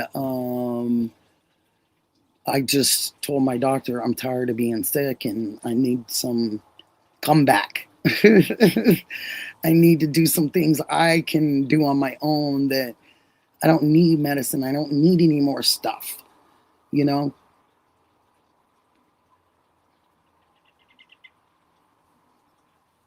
You want Melly? I wanted to fight for Diana over on Vivi's chat, but she wants me to stay here out of the drama. I am behaving. She is always looking out for me. Oh my gosh. Who's Vivi's? You mean VEE? You mean that Vivi? Oh, thank you, Aspen. Please, somebody, Cats, please go help her. Please. I'm all right over here. All these people, we're good. We love each other. We're good over here. Nobody's gonna come over and mess with us. Melly got it, and I got it. I got her back. You know what I mean? So yeah, please go over and help Dee Dee. I don't like that. What? Why? Why do people want to fight? Why do people want to fight good people? Why? Can you tell me why, you guys? Tell me why. Why?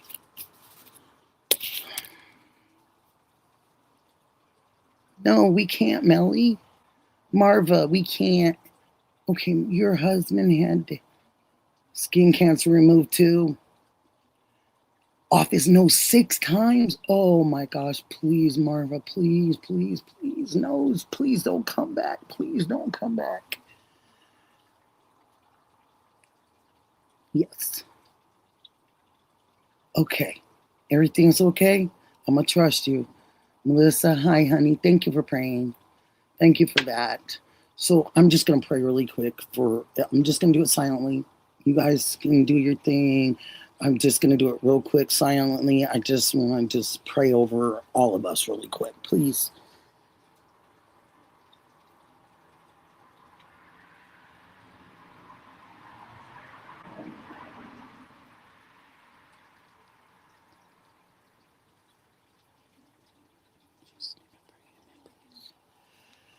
Okay. The end time, it feels like it's sad. I don't want to think that. I don't want to think that. I'm going to think. Renee, I know. I keep thinking that we're going to keep sticking up for each other and we're going to keep doing something good. Now, I will report to you guys on that thing that I put on my shorts, that they were doing all that counter activity yesterday.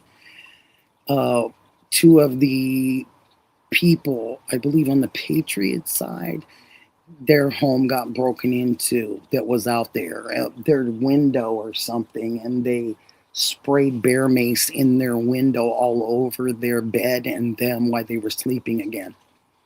This is like happened a few times to this particular person.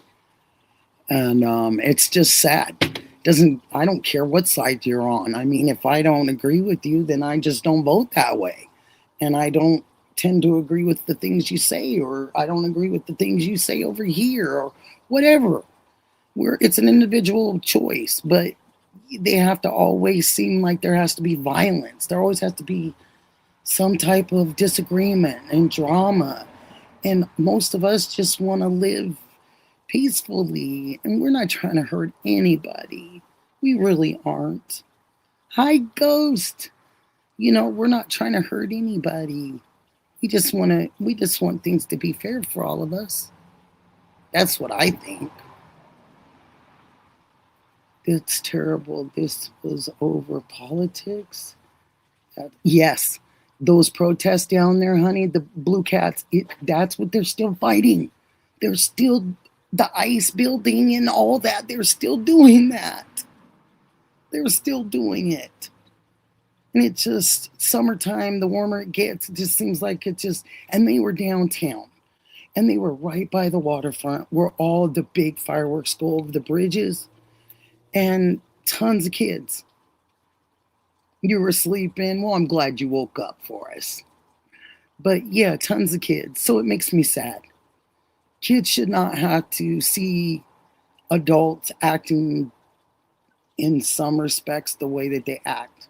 Not expressing the First Amendment, ever that. But I mean treating people and calling names, and that is what I mean. Should never come to that. You should always be able to sit down at a table and not agree on this, that, or the other thing and still be able to eat together. And I think I told you guys this once. Well, you guys knew I went down there, or I went over here by my place to take my sign because I had saw that they were taking those nooses down there.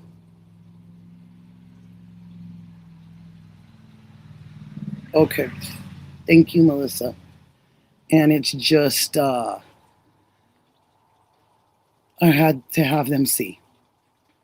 And boy, they get really rowdy. And it makes you very sad. And it can get very violent. And where is that happening? In Portland, Oregon, where I was born and raised. And with great manners and great respect for people and my elders, and these people, I don't understand. We've dropped so many balls when it comes to parenting. It's just absolutely breaks my heart sometimes. Mr. Rooster, you're not talking to yourself. Never talking to yourself. But yeah, so I've done my soapbox pretty good, I think, you know. What are you talking about? Oh, she got your back always.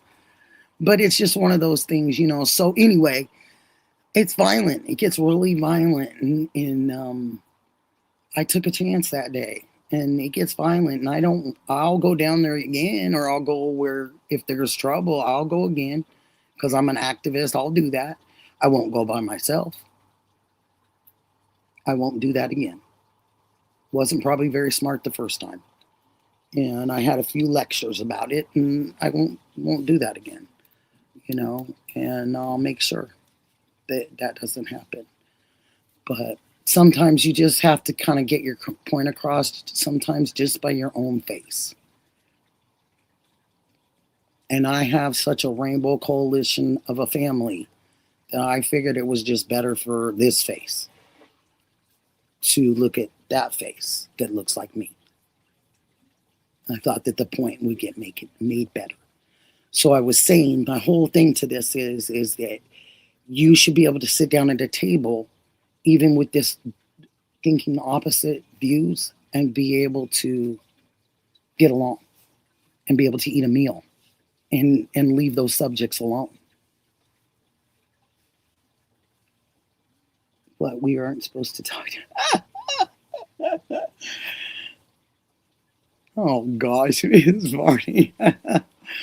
Oh, you're so funny. No, people don't look at you like that. But it's definitely sad that you get outside and you act different. And you should act the same both times. I tell people all the time in the past, I've told them, you see me on a Saturday and you see me on that next Friday coming up to that Saturday, I should be the exact same person that you saw on that Saturday.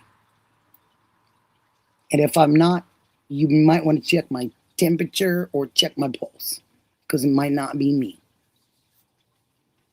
That's who people are. That's who people truly are, you know? Okay, so I am going to pull this microphone off, and because I don't want to wear my headset, and I want you guys to just be able to. Oh, Melly, thank you for putting that out. Ixnay on the don't put a cash out. I think we talked about it before. That cash app, I don't even. Bleh, not dealing with it. Not dealing with it at all. It's just, yeah, I don't know. They supposedly sent me a card. We'll see.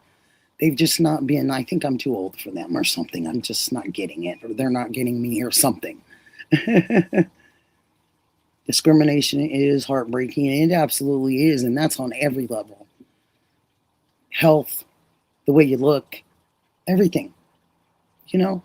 But I told these people, and most of you guys know this about me, that I am a medical patient, and that I want to give myself every chance to live with everything. And so I definitely passed out doobies, and I wanted them to share them, and I wanted them to be able to, if nothing else, have a conversation that's not an argument. Because that's what you can do the best over those, and you can do the best over food.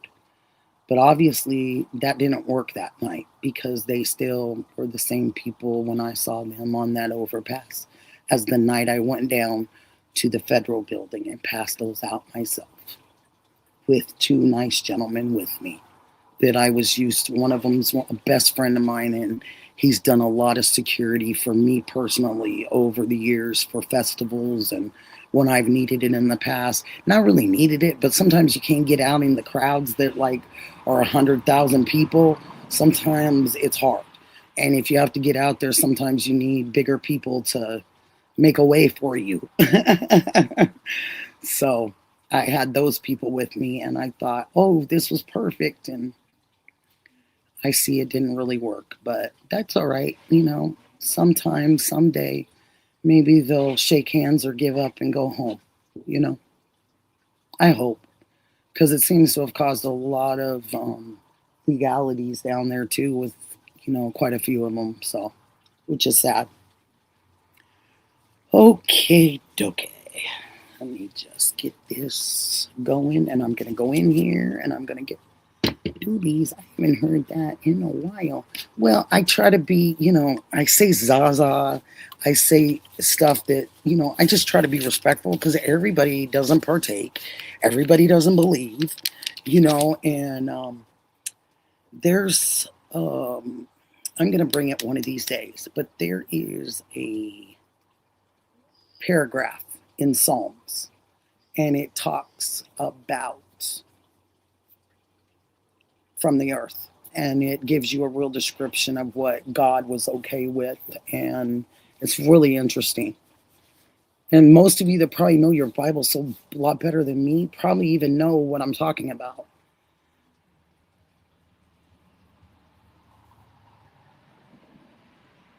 Yeah, Jason, I just I don't get it. I never lived my life to to run away, from anything or anybody, or never did anything to feel like I had to do that.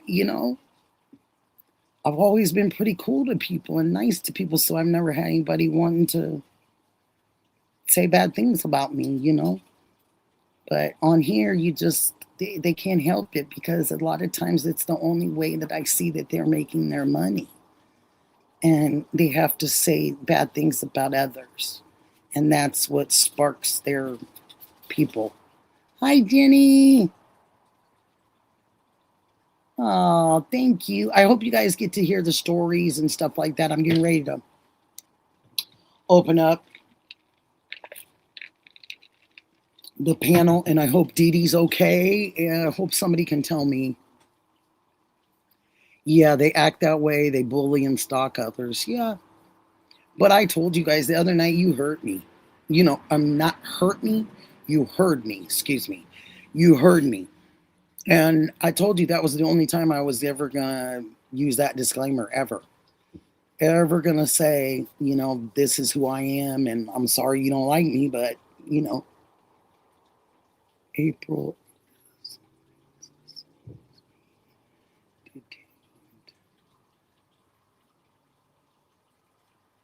Good. Okay, April.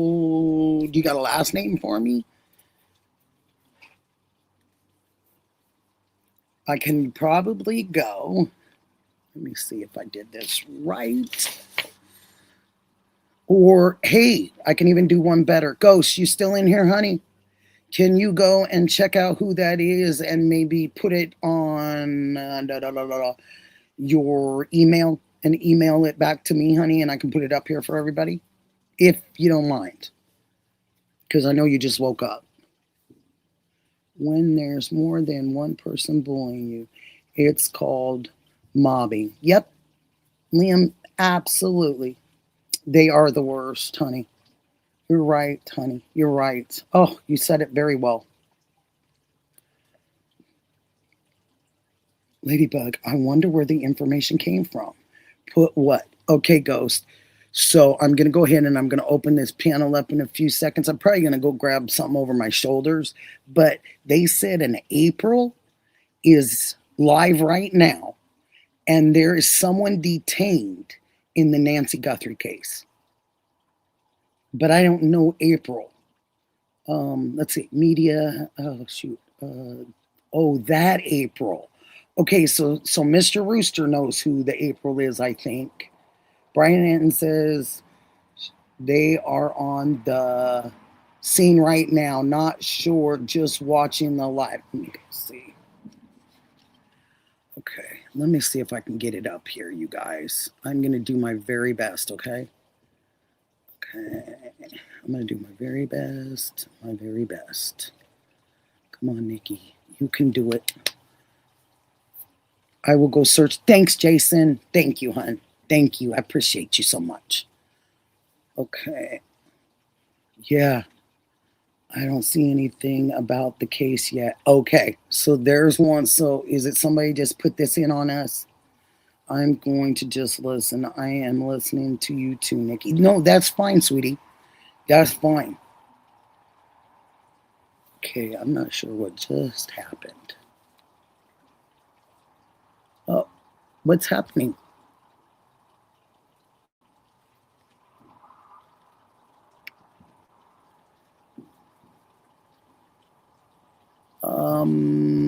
No, I'd like to go back to my StreamYard, please. Yeah, that scared me. That really scared me. Oh, she took it down? Hmm? So now, okay, so Brian N's out there. So I guess it's now everybody's allowed to go back out? I'm so confused. And it doesn't take much, I guess. It just shut off as I got on. So okay, Ladybugs is gonna check and see real quick. Okay. Why did this just happen? I don't know. Just went live. She just went live again? Who said this? Chris, I'm with you, babe. I'm trying to figure it out, honey. Hey, Mel. Oh, hi, Mel. Brian in Utah for Tyler Robinson tomorrow. Okay, so he's in Utah. So what did that person just say that for here? So why did she take it down? Saturn's lady. Hi. Isn't that weird? So somebody came in here and said, oh, they just have somebody, they may very well have somebody detained. Sorry, I was just cleaning it, you guys. They might have somebody detained, but attention getter. Okay, gotcha. Gotcha, Saturn's lady. I love your name too, by the way. Apologize ahead of time. Don't you do that. Don't you do that. If it was you, Ladybug, don't you apologize, because you wouldn't try to tell us if you didn't think it was true. So no, I'm not going to accept your apology. You didn't do that. Hi, Saturn's lady. Yeah, don't you even worry about that, Ladybugs. You just come right back in here and don't even sweat it. A couple of people go look and see, but not a big deal. Not a big deal at all. You're not one of those people. You don't do that to us. You're part of the group and you always want to make it better. So, yeah. So don't you even think that. Mr. Rooster. Puma's mom. Hi, sweetheart. You were getting over a case of. Oh, honey, I'm so sorry to hear that, Puma's mom. I'm so sorry. I have had some friends that have had it, and I am so sorry. I'm so sorry, honey. I know it's very painful. I've heard. She showed a post several minutes ago, but took it down after 6 minutes.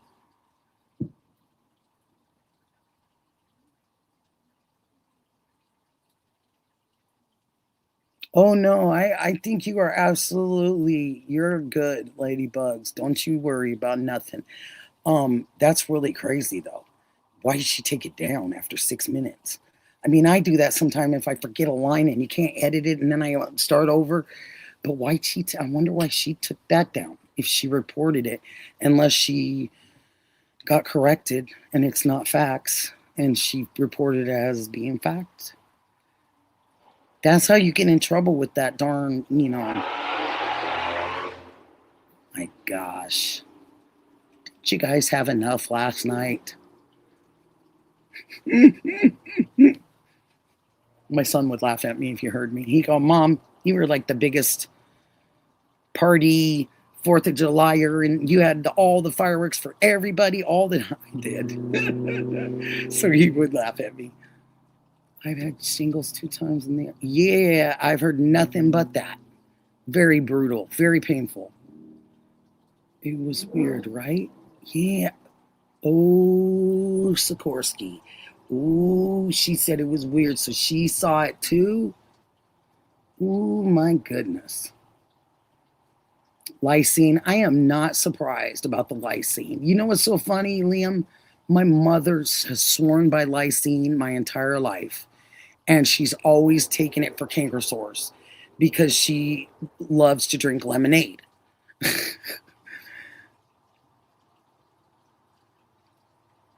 Wow. Yep. I guess maybe she wanted to fool everybody tonight and do a little jokey joke on all of us. Okay, let me go out here. I'm going to try to share and what I'm going to do tonight, you guys, because everybody wants to hear everybody and I'm missing some people when they're up here. I'm going to try to do two more besides myself and I'll just try to rotate the best I can. Okay. No, thank you. Yeah, you aren't an idiot. What are you talking about? Don't you say ever that. I say it. Don't you say it. April Davis. Thank you. Because I wanted her name. Thank you so much for saying April Davis. Does she say is she a, YouTuber? Is she a streamer? Is she what is she? Or is it just a channel? Or does she claim, my doctor told me to get this shingles? I did because of my friends getting it. It scared the dickens out of me. Excuse me. She's AP. She's AP. EMT123. Thank you, honey. She's a PI? Gotcha. Private investigator in Arizona? So I wonder why, if she's a private investigator, why she would put out false information. Huh. Goes even touch him. It will. Hi, Inspired. Hi, Inspired Michelle. Hi, sweetheart. I'm just going to put this. I'm trying to think, should I do the panel address? I'm going to put the panel address. Oh, Chris, her name is April Davis, PI. I'm giving that to Chris so he knows. Yeah, isn't that a weird deal?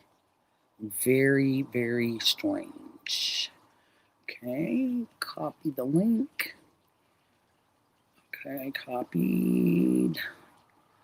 Okay, supposedly I copied it. Let me do it, make sure. Okay.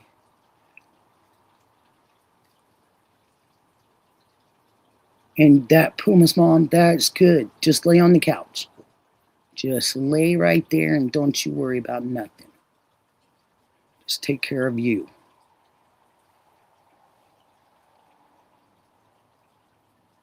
There you go. Right there, right there. Did I get it? Oh, good. I'm like, where did the StreamYard go? Okay. So, Inspired autoimmune nightmare. Yep. Oh gosh, you guys. I am so sorry to hear that. Like truly sorry. Oh. Is she drinking? LOL. Mr. Rooster, you are just hilarious to me. PI should know to check her sources. Miss Barney, you know it. Great, great fact. Okay, there it is. You guys see me? There it is. Okay. Courtney? You are. Let's see. Who is going to come up here? Who's going to be my victim? Nikki, thank you for the kind words. You're a sweetheart. Thank you. Oh, Puma's mom, no problem. That's just being a human. My goodness, I'm sorry you have that. And if I wouldn't know if I didn't know people that had it. My goodness, I'm sorry about that. Hi. You, Jaworski. Hi. She is not a PI. Oh, I'm thinking it's her CH253H. She does not have a channel. Sorry about that. I'm getting you. Okay, there's Miss Barney. Okay, how's everybody doing? Everybody can hear everything great? I can hear. What about Miss Barney? Miss Barney, is that you?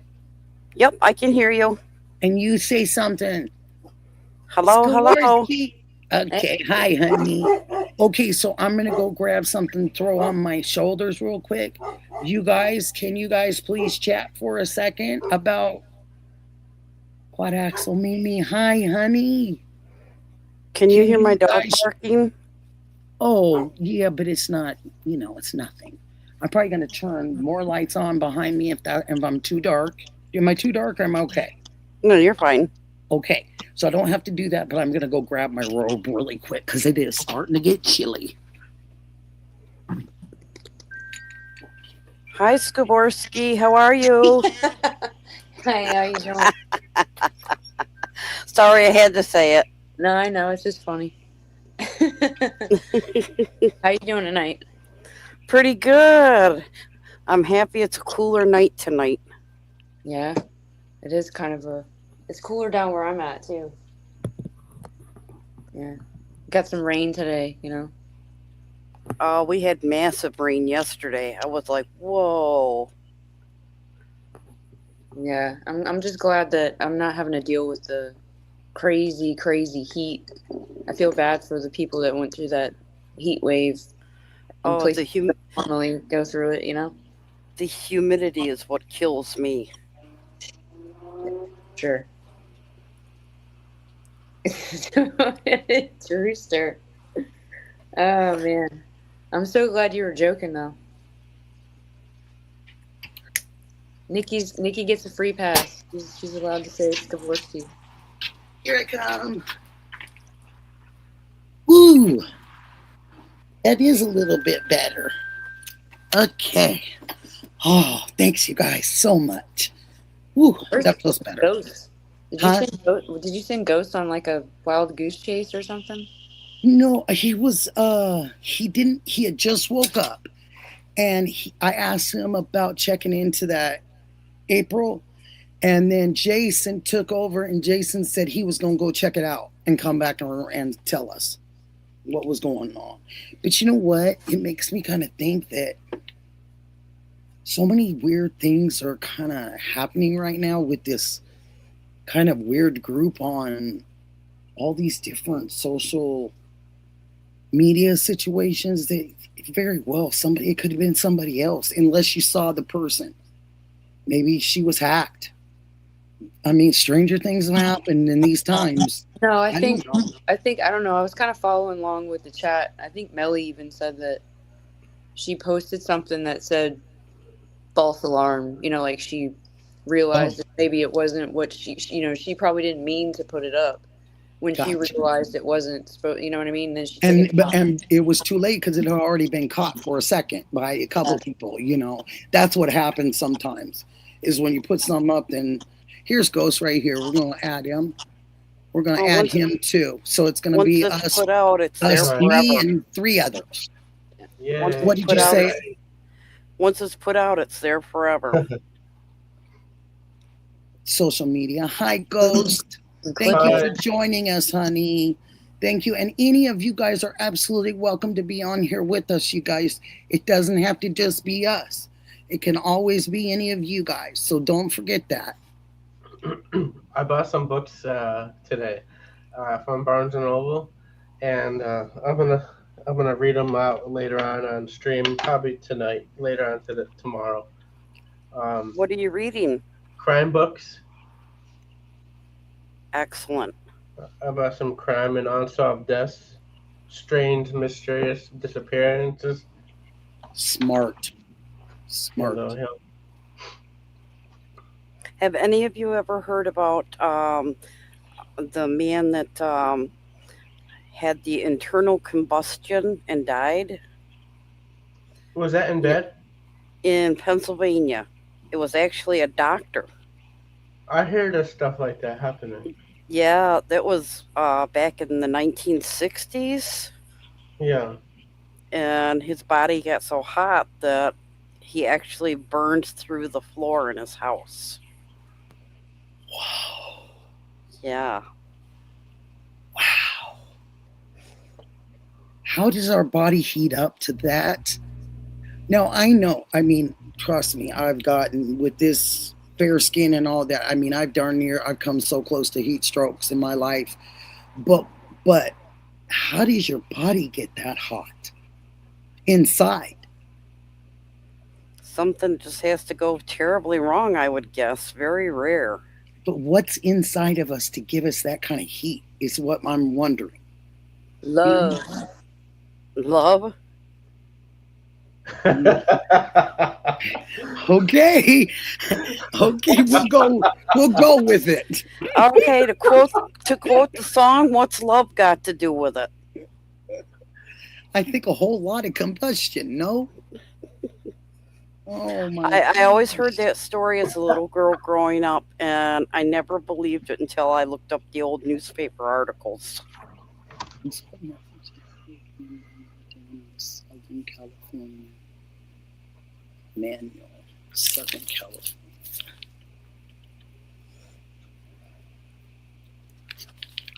Thank you. I will look and read that. Look into that. It's rare, but it has happened. Yeah. Status lady, I know it has, but I was just thinking, like in my mind, like what in our bodies is that can get that hot, Yeah. Yes, our hearts. It happened in Coudersport, Pennsylvania. Wow. That's a trip. Your thermostat is broken. I'm so glad you guys have such great humor. And Puma's mom, I'm so glad you have that humor, honey. Oh, when I lose my sense of humor, it's time for me to go. Yes. Well, she's got the shingles, so there was a real Oh. painful. Yeah, so that's why I was thinking. Oh. Yeah. I test negative prior to going through the lupus. That's another one. I know so many people with it. And Crohn's. I'm just absolutely wow. And it's probably because I know so many with ailment, because I've worked with so many patients over the years, with in cannabis itself. So that's probably why I'm so familiar with it, One of my children has colitis. Oh, now that too.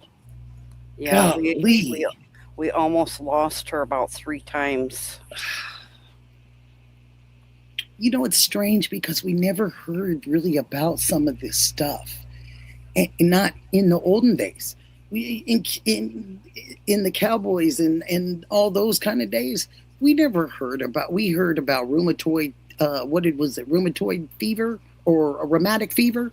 I guess it was rheumatic fever, or something like that. But we never heard about all these because of our food being so different now and what we take in our bodies and stuff. We never knew she had it until she gave birth to her first child, and it was so bad that she couldn't take care of her baby when they were going to release her from the hospital. So I said, well, then you and baby need to come home where I can take care of both of you. So I spent probably the first 6 or 8 months of the baby's life stepping in, because all she could do was lay in bed. So whenever I'd take water to her and try to get her to drink or eat, I would put the baby between her legs on the bed so that he could at least be with her and she could be with him. But other than that, she couldn't take care of herself.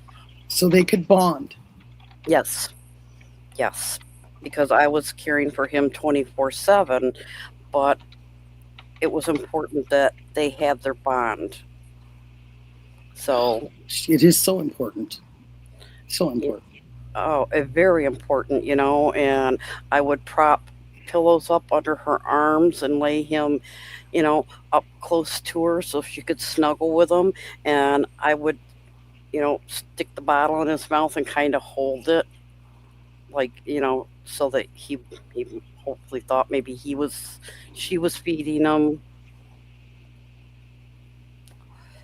I think it was wonderful that you were there and you were able to even do that, and try to provide that for them. I think that's really cool. It's really cool. It's amazing what you do when you need to. There, when it comes to family, there's no question. You get resilient. I would do anything for my family, anything. And I endlessly get the phone calls, hey, Mom, yep, you don't have to tell me, just say I need you and I'll be there. You can explain it later. Yep. That's the kind of mom I am. You don't have to tell me anything. All you have to do is say, Mom, I need you. Yep. And I'm out the door. It goes for any of my nieces and nephews, and it doesn't matter. I love you. I'm whatever I can do to possibly, be supportive in whatever, I will do it. Gotta do what you gotta do. Yep. And I did some really interesting. So I'm going to tell this funny story, since we need to lighten. We're going to lighten the load just a little bit. You guys ready? So my nephews, let's see, one nephew and two of his best friends from high school decided to get an apartment together after they graduated. Well, they got an apartment right by the high school. So they were like living in the apartment complex, pretty much the closest one to their high school. So they decided to invite some people over the next year at prom time, because they knew a lot of the underclassmen that were under them. So they decided to go ahead and invite these kids over from prom. Well, let's just say that I got a phone call, I guess about 11:30 at night. And they said, Aunt Nikki, we need you, and we need you now. And I thought, oh my gosh, something is wrong with one of them. Let me get over there. So I jumped in the car. My husband said to me, where are you going? I said, I don't know. Something's with the boys. If it's bad, I'll call you. So I left and I got over there. It probably took me 15 minutes, maybe 10, 15 minutes in Las Vegas. It was on the other side.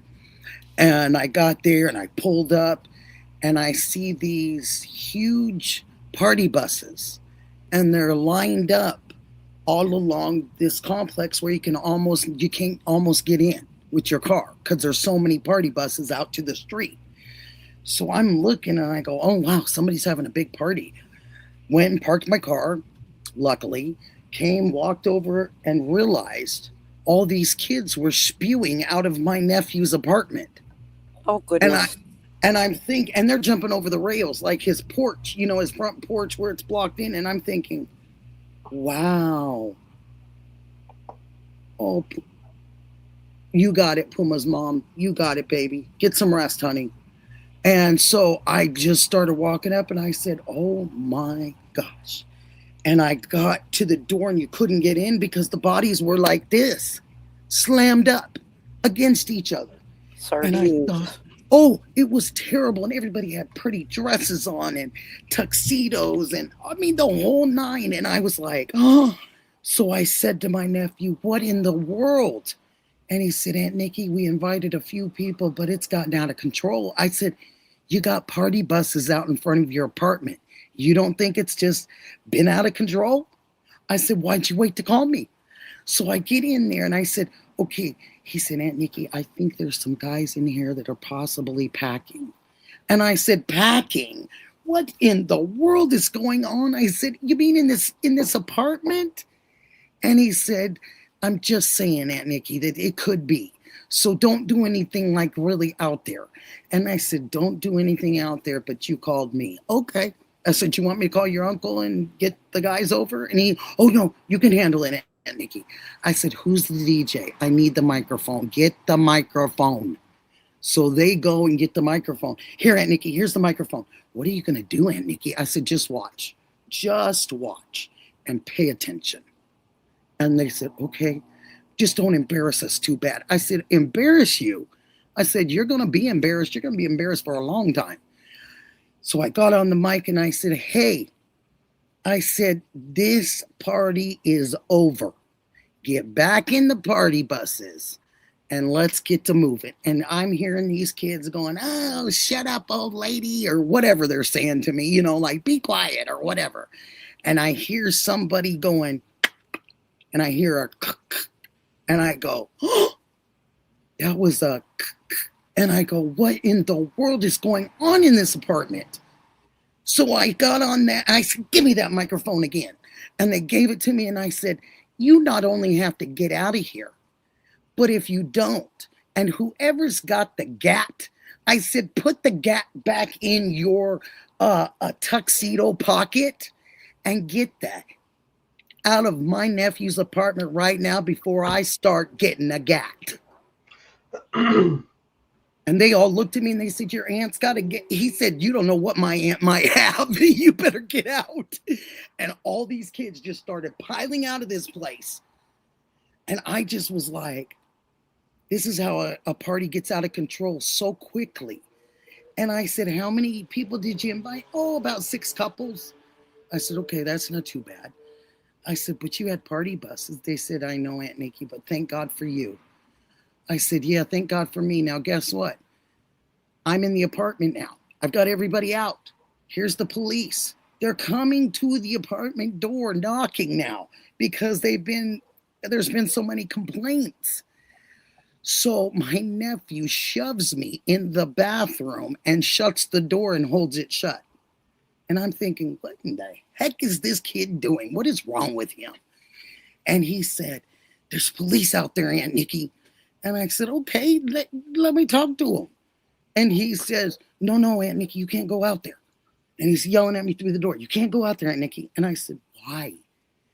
He said, because there's somebody that's underage in here. And we have a whole lot of bottles. And I don't want them to think that you had something to do with that. And I said to him, wow, I never knew you thought that quickly. I said, then why did you think that quickly when you invited all these kids over? He said, I don't know, Aunt Nikki, but I just don't want you to get in trouble for helping us. So sure enough, I'm in the bathroom just waiting like this. And he opens the door and he said, they're gone now, Aunt Nikki. And I said, okay. I said, are we ever going to do this again? He said, no, and you're going to tell somebody, aren't you? I said, possibly. I said, live with that. Live with me telling your mom, your uncles, just live with it for a while. I said, and I'll be back over to get a favor in the future. And that was how I left it. And I just left them. But I mean, I don't even know how many kids were in there. There had to be over 150. They were everywhere. I mean, everywhere. And I had never experienced that in my life. But I thought to myself, you can shut down a party. You can shut down a bar. You can shut down a party, Nick. So I did, but I had to threaten them that I had something too. An old aunt coming in. And my other nephews were there because that's where the party was. So I had 3 total nephews in that building at that time. It was crazy. Crazy. But yeah, I've done some interesting things in my life. Helping others. There's no links that I won't go to. So that just kind of goes to show you guys, I'm a diehard. I'm a writer. Yeah, it was a party, Julie Bug. It was a party. I had never seen so many fancy dresses crammed in one apartment in my life. Never, ever saw that. Oh, I'm a dog. I'm a dog mom. You're so funny. Yeah, I mean, I guess it would have been funnier like maybe all those years ago. It was probably a little more hysterical because there's the little attributes that I could throw in there that I remembered. And I know they said some smart things, my nephews to me. But I do remember, don't embarrass us, please. And I thought, you guys have a lot of nerve. I said, I'm the one that you call and you don't want me to embarrass you. I was like, what do you think I'm going to say to your friends? Yeah, it was definitely crazy. It was definitely crazy. Okay, so we don't have any information on April. That's over, right? The April thing, you guys, she's the PI, that's off. She pulled that back, so there's nothing out there, right? I don't see nothing. Okay, honey. Thank you. Thank you so much. Okay, so here's some questions. Pretty simplified tonight. So between some of the stories tonight that I did, and in this case that we've all been watching and paying attention to, why do you think that the amount of coverage isn't coming from the family and the amount of coverage isn't on these other public broadcasts where they can go international if need be? Why do you think that is? Why do you think that that case in all these months has only had four different things with Savannah? Four different They probably have a body. just say again, honey. Sorry. They might have her body. Okay. What do you think, sweetie? To be honest with you, I think that I don't think they have her body. I think that somebody like PR wise or something has told them not to say anything, or told her not to say anything. As far as the other ones go, I don't know.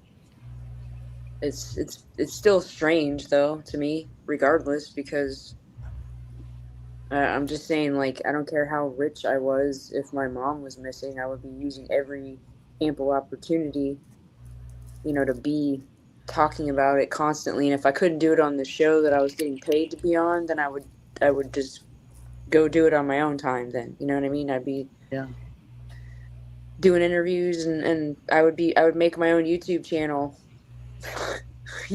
Like, you're so smart. That is so genius. I mean, even I would do Facebook, what Ashley Banfield. I would pull an Ashley Banfield, and I would get a Starlink, and I would go everywhere.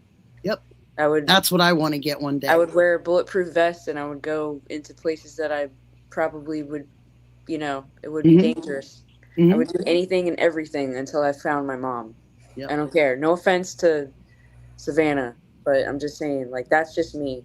I don't have my mom anymore, but if I had the opportunity that I had to go look for her because I knew there was a possibility that she was still somewhere and she wasn't where she was supposed to be, no matter whether that's, you know what I mean, where she's supposed to be in the most sacred way. Either way, you don't have her. They don't have her. I feel like if they had her, they would just go ahead and say they had her, and they would just let this be cold, They would. I don't know. It's very strange. The whole thing, Miss Barney?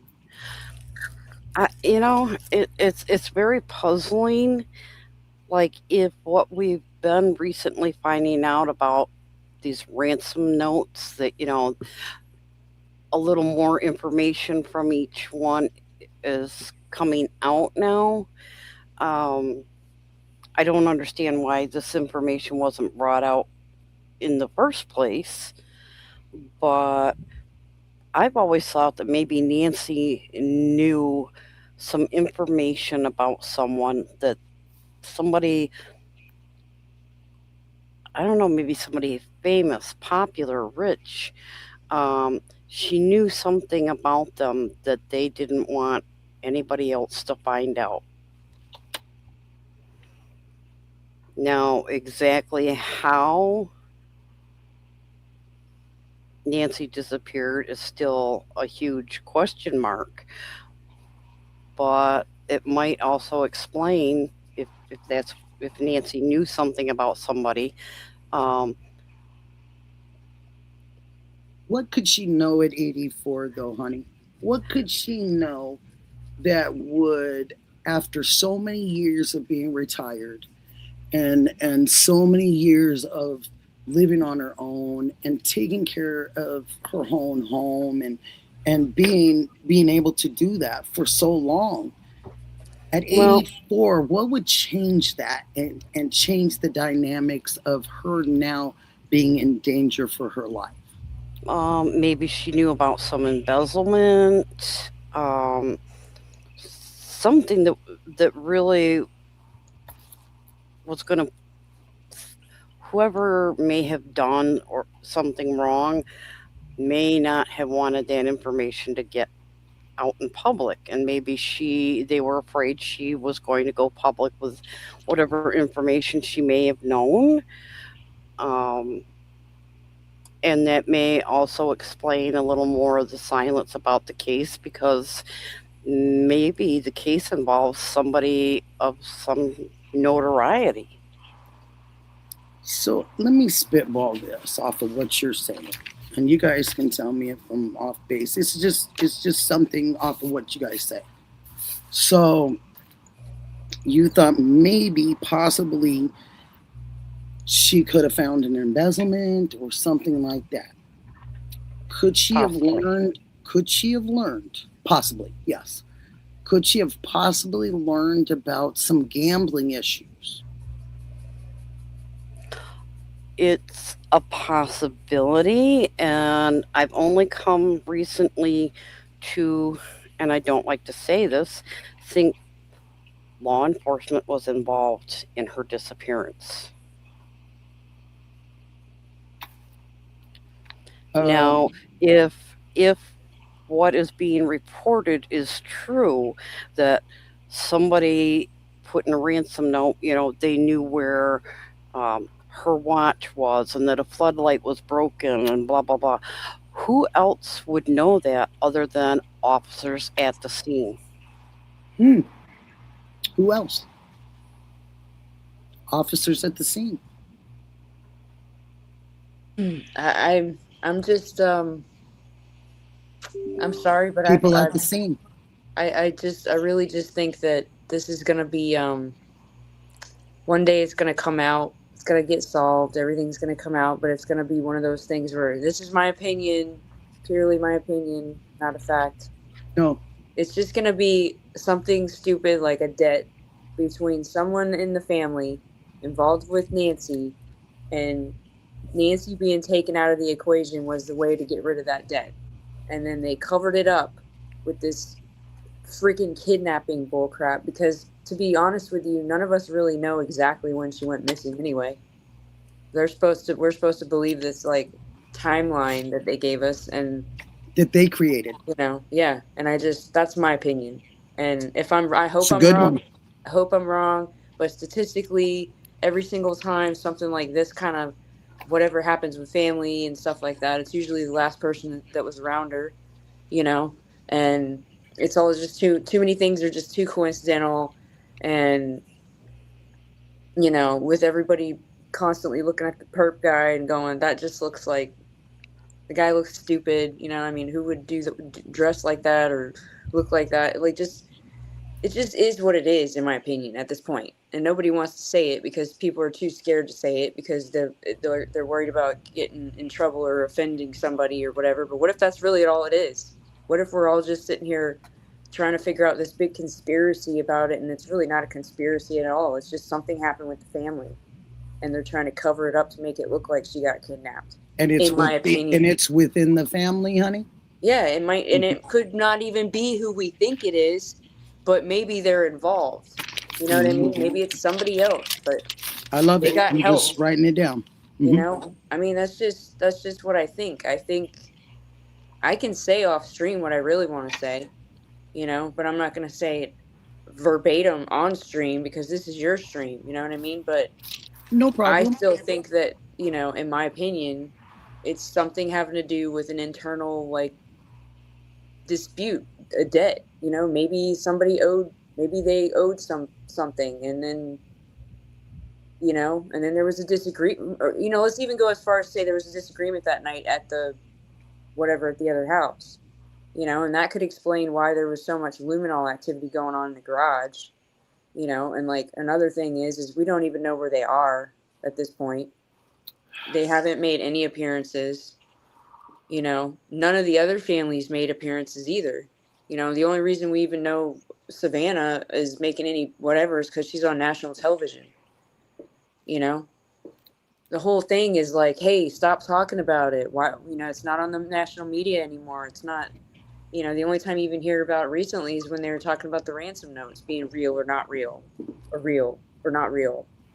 Yeah, they can't make up their minds. Yeah, exactly. And it's a shame because, like I was reading before, this family wanted so much done. Great theory, though. Wanted so much done. Oh, good night, Brenda. Nice to see you, sweetheart. I just didn't get a chance to say hi. Marcy, hi, honey.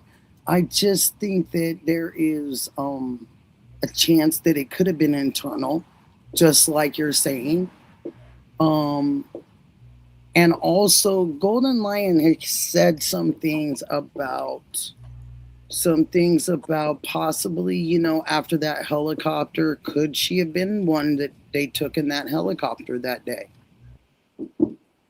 Again, even though I just said what I said, we could go on like a whole other thing too, like I would like to believe my number one favorite thing would be if she's in like the Caribbean somewhere, or she's in Costa Rica and she's living it up, and they made it look like she got kidnapped when really she's alive, and they're just trying to commit insurance fraud and they're gonna split it. Like, and she's just gonna live it up, and they just really want us to stop paying attention to it. Wouldn't that be amazing? Wouldn't that be so the they best could just go on outcome about ever? their business? Yeah. Wouldn't that just be awesome? Like, Mhm. I mean, we would all be upset and mad, but a lot of us would be like, I wouldn't. I'd be so grateful that she okay, was at least still she's around. alive. Yeah. But Yeah. there would still be a lot of people upset. You got to admit, because a lot of people have been worried.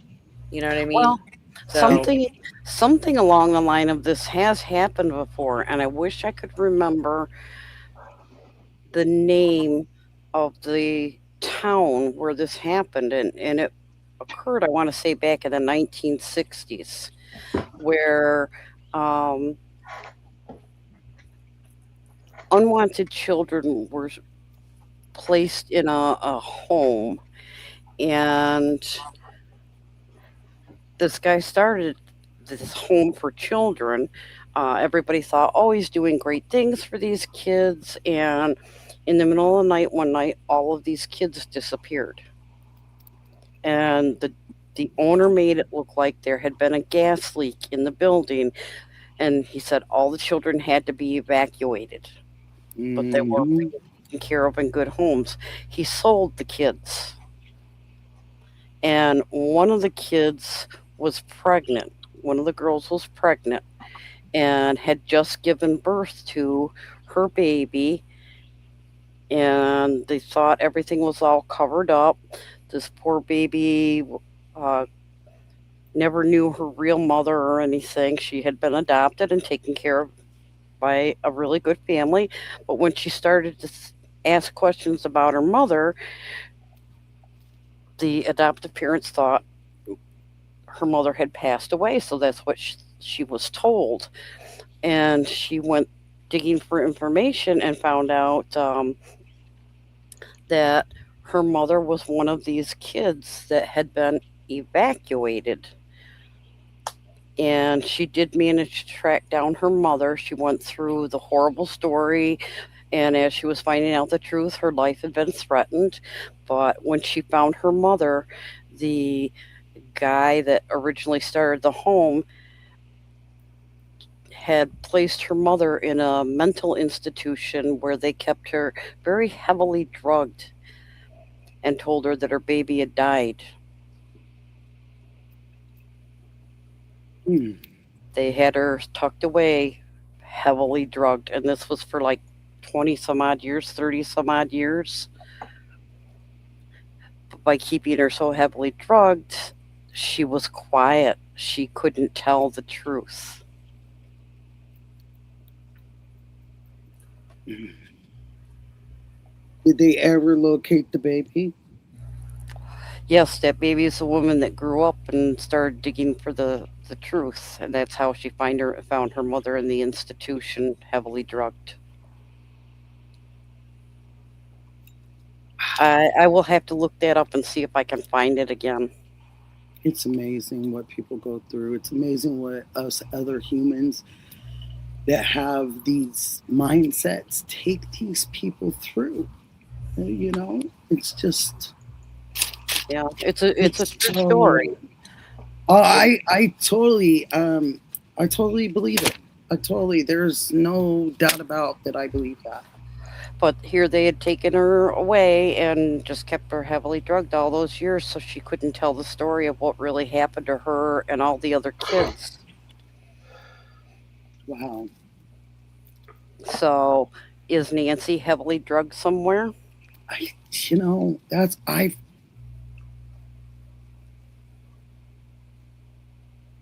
Just a thought. I try to think outside of the box a little bit. It's always good to do that.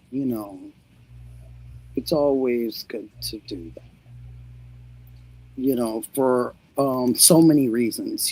Because if you stay inside the box, a lot of times you have to step out, because inside the box you only see it the way that you see it inside the box. But when you're outside the box, you can look inside and see it very clear. Well, we do not think like criminals. No.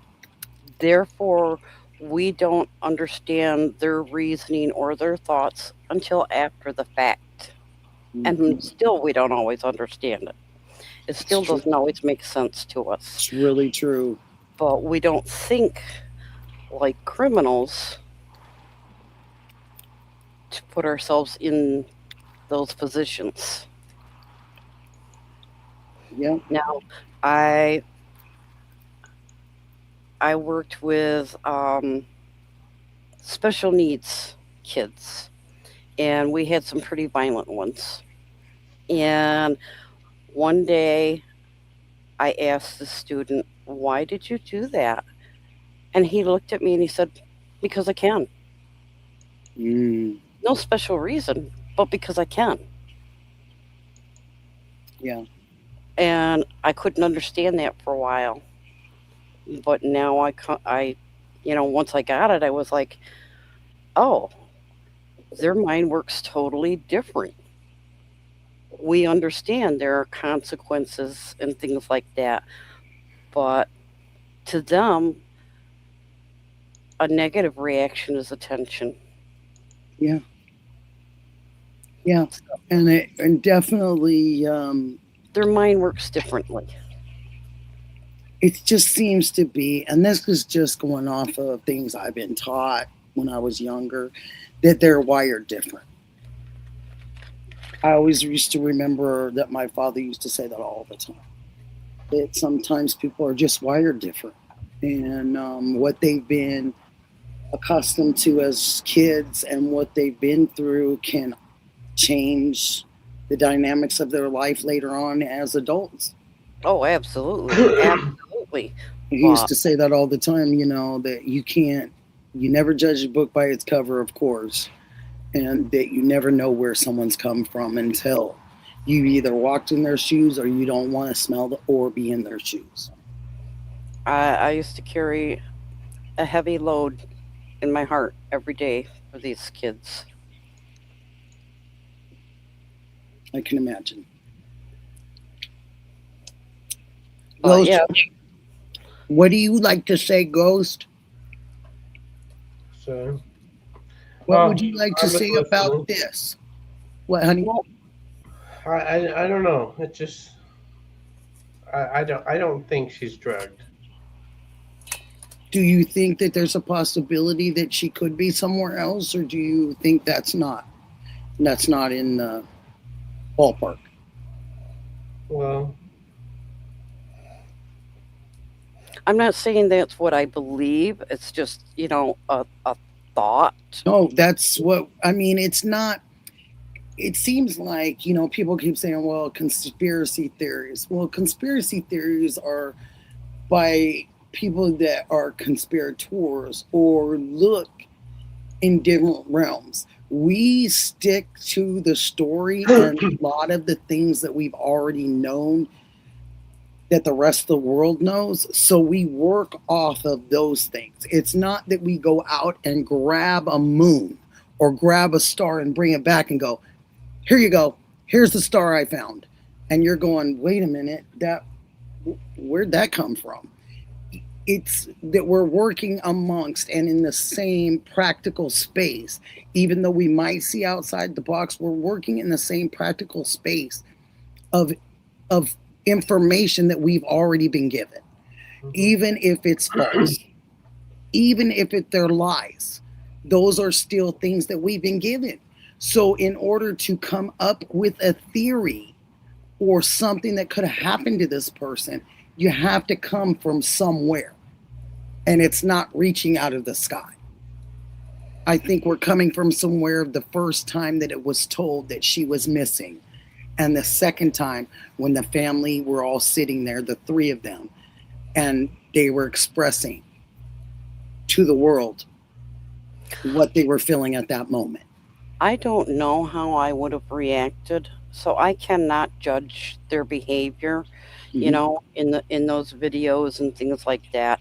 I I can't imagine. Could you think it could have been like, I want to Ghost to jump in here? Could you think that it could be a gambling debt?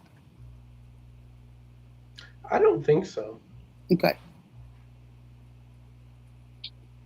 Because they're saying that possibly maybe um, they saw something else or were told something else, and that's why the family is doing what the family is doing. Of course, I they think it are. has connections with Savannah. I don't think Savannah Guthrie is actually a suspect, but I think it's revenge of what, like maybe a case that she's done with a white collar, and it's a get back. And you think it might be I mean, it's a A possibility it could be a revenge. get back, right? Mm-hmm. Oh, you Mm-hmm. did this to me, so this is what I'm going to do to you. Yeah, yeah. And do you think that her brother, because of his military background, Ghost, and I'm going to go off of what you're saying, and if anybody would like to come up here, you're certainly welcome. All of you are welcome. Any of you are welcome. But off of what you're saying, I mean, it kind of looks as if he told her that it was her fault, maybe even without facts. How would Cameron feel that or know it? Somebody's jumping on their reception a little bit. I'm not sure who.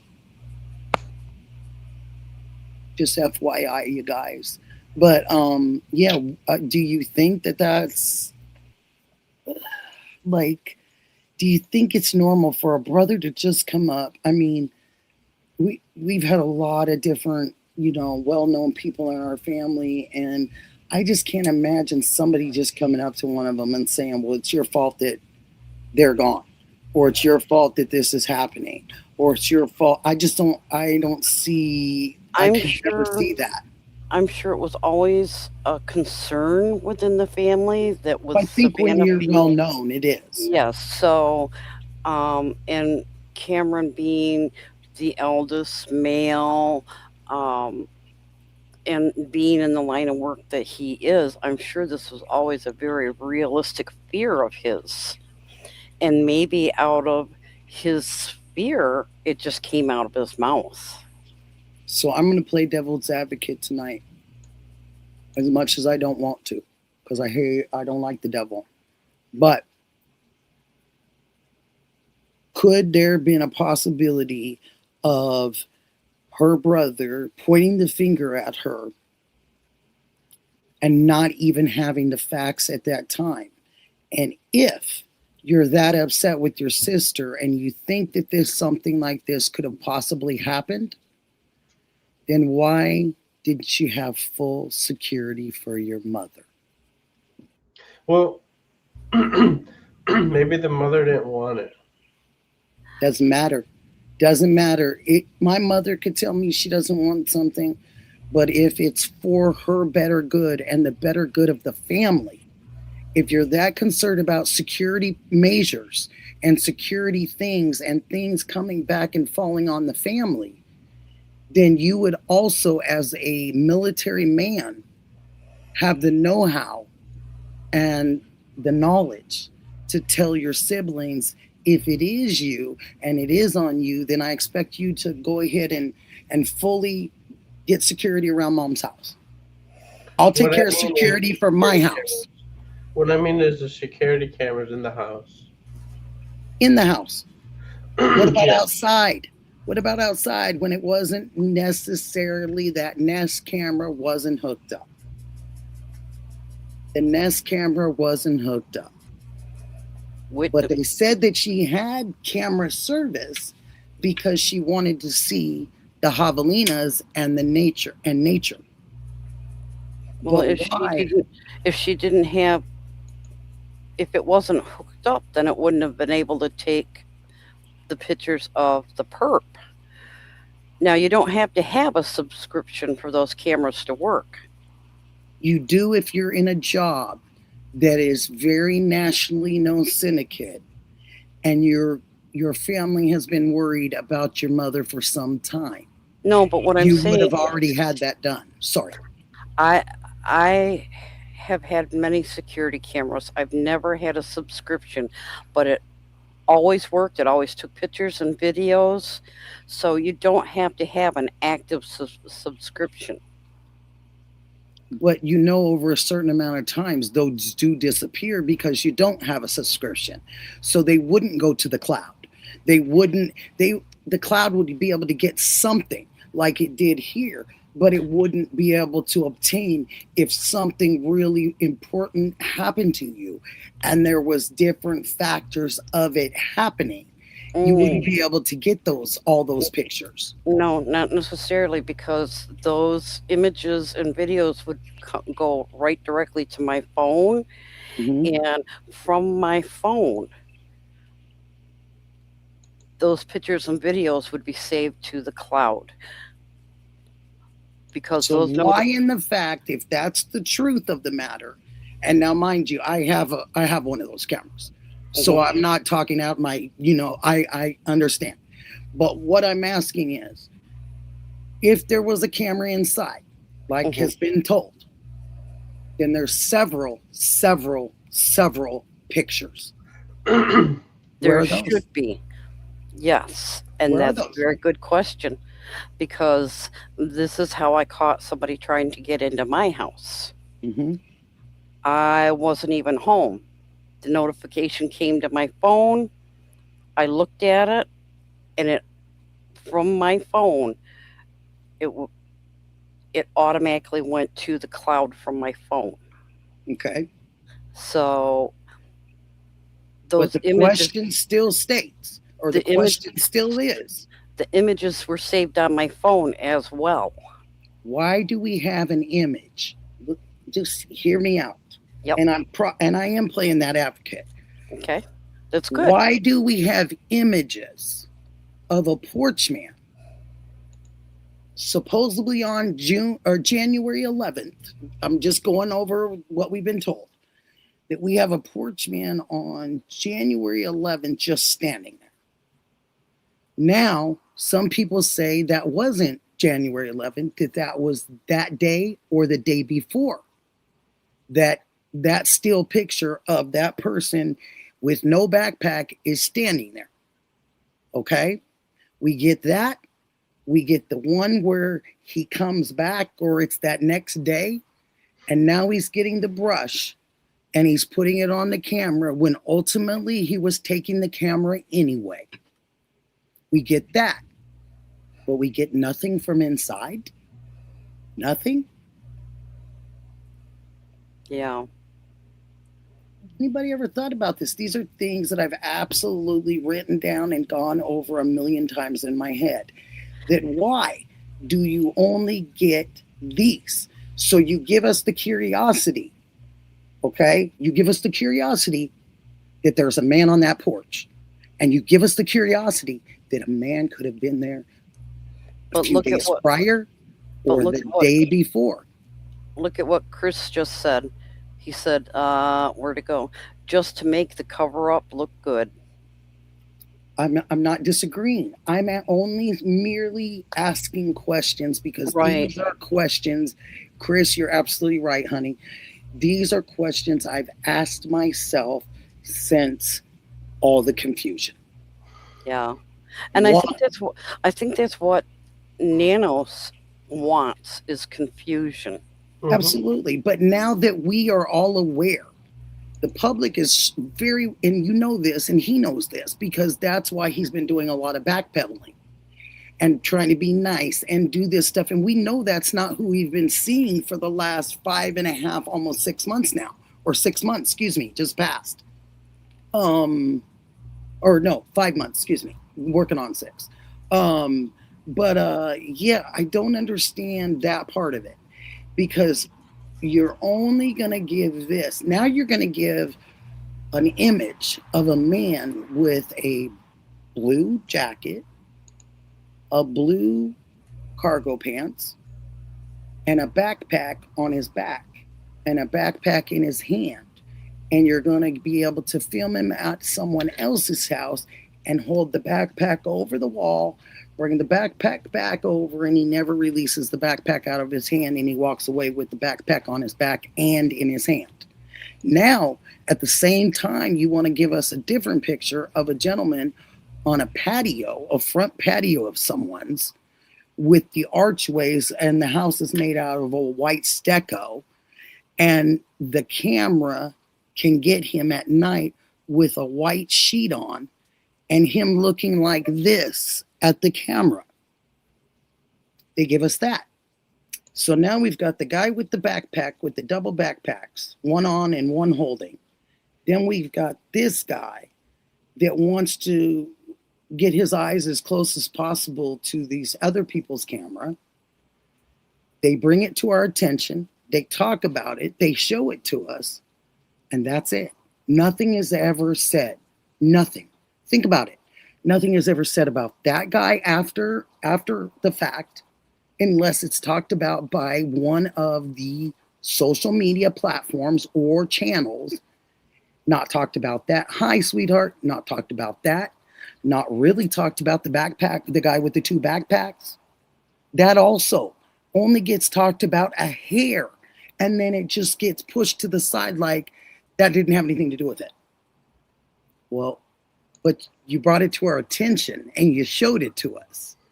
So if it didn't have anything to do with it, or you didn't think it had something to do with it, then why show it to us? I'm sure there's been a lot of people in people's driveways or turned people's cameras on for various reasons over these few months.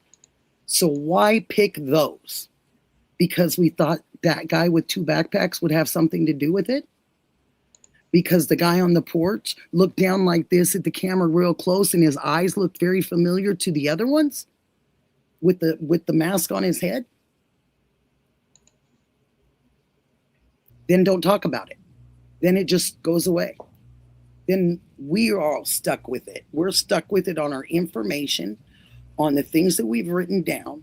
If we've kept any kind of track of this case at all, those are written down. But those are just by the wayside. They don't ever get poo-pooed away. They never say, no, that doesn't have anything to do with it.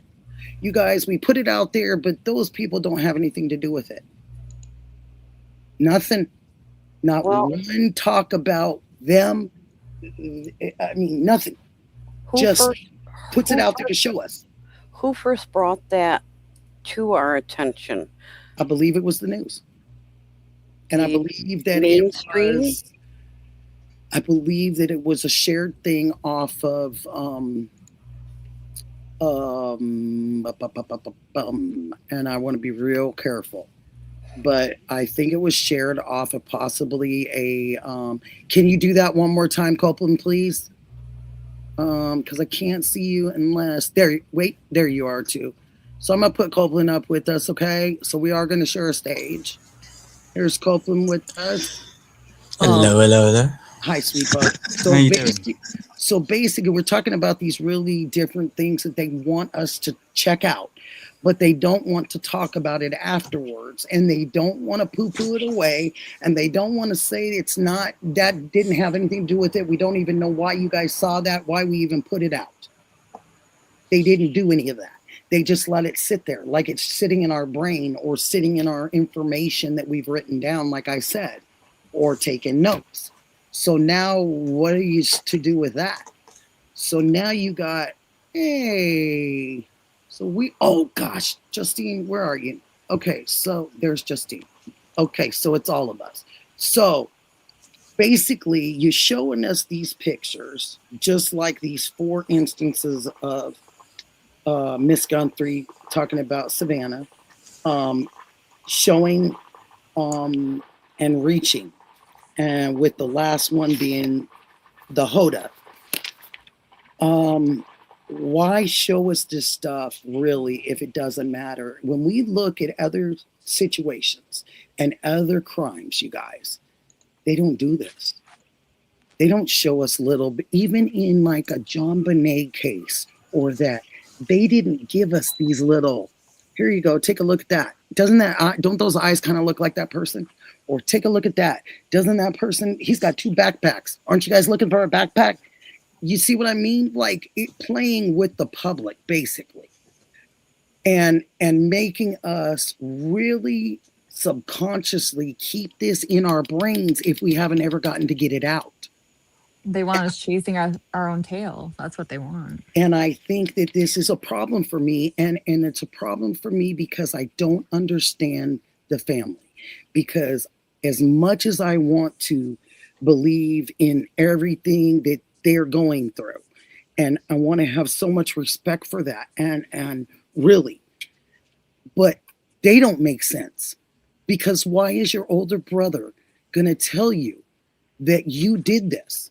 That this is a cause because of you, but you didn't have the proper security system for a mother that means so much to you guys. And she didn't have security put in place for her mother being the big figure she is. That's a problem for me. My mother is very stubborn. There's no ifs, ands, buts, or maybes about it. Anybody that knows her knows it's the truth, and everybody tells her all the time, you know. She didn't want security cameras. Still does not have them to this day. And whether any of us are famous or not, we're still highly concerned for her safety. She's in her 80s and lives alone out in the boonies. Great target. Let me ask you something. Do any of you check on her daily, or does she have anyone daily? Yes. We know for a fact that Nancy didn't have daily. Because if she had daily, she would have never took an Uber over to her son-in-law and her daughter's. But I'm thinking from, like I said, my mother's point of view. Okay. Like I said, very stubborn. She will not drive at night either. My mom doesn't either. Because it's too hard for her to see. Now, she wouldn't, if we were getting ready for a family get-together or something, and no one was ready at the moment she wanted to leave her house, then she would be like, well, then fine, I'm going to call an Uber. And that's what she would have done. She wouldn't have. Nancy didn't. She's not an Uber rider. My mother's not either. If my mother called an Uber for something, boy, oh boy, I'm calling 12 of the neighbors that are all around here, and I'm asking why. I'm asking why. If I can't get her to answer me, I'm asking everybody around her. It's an abnormal thing. It wasn't a common thing for her to jump in an Uber. It wasn't. The family stated that. It wasn't a normal thing. And for my mom to do it, I would question it also. If the cars that I know that she has rides at night in aren't available, there would be a problem. I would think something is really wrong. Because that's not her normal walk of life. That's not what she normally does. Someone would be there to pick her up. My mom has a driver, all of that. So if we didn't know those things, I would have a problem with it. And I don't mean a professional driver. I mean someone that is a caregiver that drives mom. But why? I question why we haven't heard anything from the Uber driver or the Uber driver's company stating, yes, we were dispatched to pick her up. Yes, we did pick her up. You don't have to give the name of the driver, but just say, yes, we were dispatched. We did pick her up. We took her to, wherever at blah, blah, blah time, and just leave it at that. Why can't the Uber company at least make that? Do you want me to answer it for you, sweetie? Sure. So what we do know about this Uber driver, and I know I got Justine here, she can correct me if I'm wrong, but what I do know about this Uber driver is they don't want the attention. They didn't want to be noticed. They don't want their name out there. And they already showed a video of her in the Uber car because they videotape. Yes. Who did when? This was, gosh, it's been a couple months since this was talked about and brought out.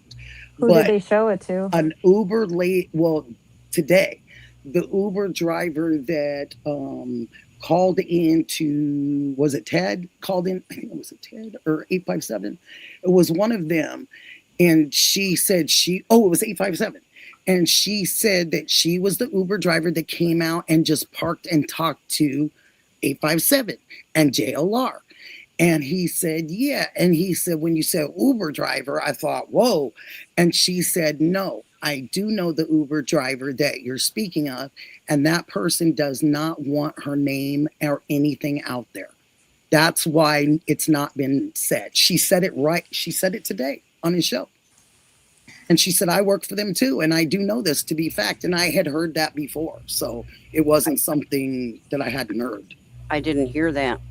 It was on 857's today. She called in and he talked to her. She might have even been on the actual on his panel too. Might have been on the panel. But she talked about it and she just said, please tell JLR I kept my word. And she said, I keep my eyes and ears open out there for all of you guys. And she said, I pay attention and everything's open and I am paying attention to everything around me and my surroundings. So did she verify that that company had indeed picked Nancy up?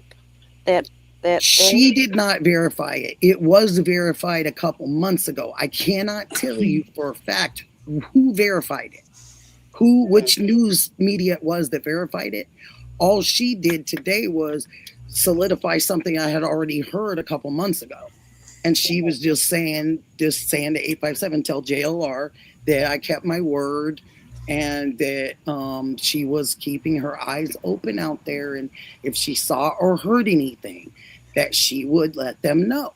So what you're trying to say is that if the Uber video was, and it happened, right? Basically, they knew exactly what she was wearing and they sent a soul searching for nothing. Mm-hmm. Good. Yeah. Glad to hear it. Because this was, and I don't want to say, if I say a news thing, I'm just guessing. Because this was definitely reported on a show. I'm trying to think if it was like an Ashley show or one of those, when they were doing a lot of reporting early on. This was a couple months. This was probably in March. Probably end of March, beginning of April, you guys, is probably as close as I can get. And I think that it was also reported, I think, in a statement by Ellie, possibly. And that's just a 50-50-er. But if there's some digging to do, I'm giving you at least a time frame, maybe. I hope. But see, this is where Nanos should be able to step up and say, we have verified through. Yes, he did. And I want to say, I'm not Oh, sure, he but did. I think he did. I'm just like, oh, Nikki, Mm. I don't know. Like, I'm sitting here looking, I'm seeing him. And I want to say that somebody, he either confirmed it was somebody. Was it Brian Enton when he got in there to interview him that day? Because that was right around the end of March time, or, right in that vicinity time, I think. Well, I do remember Nano saying her family verified that that's how she arrived at their house was an Yes, Uber. but then I think he said we've talked to Uber and we've gotten to see the recording. I almost. Wow, I wish we could find that. Is it Ashley? Who is it? I'm going to be digging now because I'm going to go and look. I bet if any of you guys got Chat GPT and you put in something like the times, how many times was the Uber talked about in the Nancy Guthrie case? Was it ever confirmed about a video or something to that effect? Because it could have been another lie too, Yeah, that's why I say, It could have been another lie. like, Very possibly. I mean, I'm a human, and I got a lot of things going on in my life, so I try to get as best as I can. But that Right. one I did not write down. I did not write it down. That's being honest. Well, it Yeah, doesn't make sense, does it? It doesn't make sense at all that if there was one, that they on purpose didn't disclose what she was wearing for people Yeah. to look on their cameras for. That makes no I think fucking they sense did, but I whatsoever. think it was just to them. If what was said is true, and not a falsified statement that I'm repeating, that if it was true, Copeland, that LE knows what she was wearing because supposedly they had seen the recording. And like I said, that could be totally off base, but I know that I stayed on top of the Uber thing a few times. And because I wanted to know, because I was under the impression, I was one of the people that was under the impression that she got in the Uber driver because she found something that she didn't like. And she didn't want to call them because she didn't want them not to answer the phone. And she wanted to confront them. Older moms like my mom, 84, Nancy's age, she's like that. She's going to be 84 this month, but she's like that. She wants to talk to us like this. I got your Uber details. There we go. Thank you, baby. What is it? Am I right or wrong? And did I tell another lie, off of theirs or? Babe, there is so much information out there. Do not ever say that you are wrong or that you're misreporting anything. We're humans. This was early on. So, okay. Yeah. So you've told me that. So I'm thinking I might be wrong. No. So I just want to say I put it in here just so you guys have the context. I said, was Uber video confirmed in Nancy Guthrie case and who confirmed they spoke with the person or have seen the video? Okay. Wonderful. So it says, yes, based on what publicly is reported, the existence of the Uber video has been confirmed, but the video itself has not been released, which we know. Okay. The people who have publicly stated that investigators obtained and reviewed the video include, obviously, the investigative team. So FBI, Pima County, investigative reporter Dave Mack that I did hear it. Yeah, on Crime Stories with Nancy Grace, Mack said that Nancy, investigators told not him, Ashley. but that it was seen and there was quote unquote nothing of substance. So what else? There's more, but whatever. So it says the current public record is that it occurred, that the investigators interviewed the Uber driver, investigators received and reviewed the video. Reportedly, nothing suspicious was observed, but the footage has not been released, and no publicly identified journalist or family member has confirmed that they've viewed the video. So just law I'm enforcement. Exactly. So I'll just leave it there. You know my opinion on that. So no, totally. And I'm sorry, I didn't mean to get everybody in a thing, but it was something that it seemed like it needed to be talked about. You know, Right. fine. Law enforcement, this is where Nanos or the public relations person needs to step up and make that public statement, yes, ma'am. not reported by a reporter that they can write anything they want. They can say anything they want. We've already seen that happen. They have. And it's been somebody like me that has a bunch of different health things. I have written down so much stuff, tried to keep track, tried to keep on top of who said what. But I didn't do it in March and I didn't do it in February because I didn't think that this case was going to go like this. I thought that there was going to be a something solved by now with my naive thinking, you know. We were all hoping, for the best, and that this could be solved right away. Yeah. We did not expect this, no. But this is why Pima County needs to start making public statements. They truly and not lies. Something that is factual for the public. Every single case that I've seen probably since, I can watch TV has given statements that have been in some respect, maybe not what the public has wanted to hear, but some type of a fact of some sort. Or kill the rumor mill. Yeah, exactly. So true. And if anybody wants to come up here, you guys are certainly welcome. We can rotate. It's not a problem. Yep, not a problem. I love you guys. I just know now we've got you and Copeland up here. I'd love to hear you guys for a few minutes. Oh, sorry. What you guys think and where you're at with things. Well, and I did send that little message, by the way. Sorry, I did send that little message. I doubt that I even seen, honey. Nah, he's not doing it. We gave up. He's scared. But thank you. Yeah, I was a little late with it, but I tried. Oh, you're good. Thank you. Yeah, do you want to tell them where we are with it? Oh, God. Well, take a breath. You're good. Yeah. So obviously with what you just said, it's like release something, so we're not chasing our tails. That's precisely why we're not going to hear anything. They want that.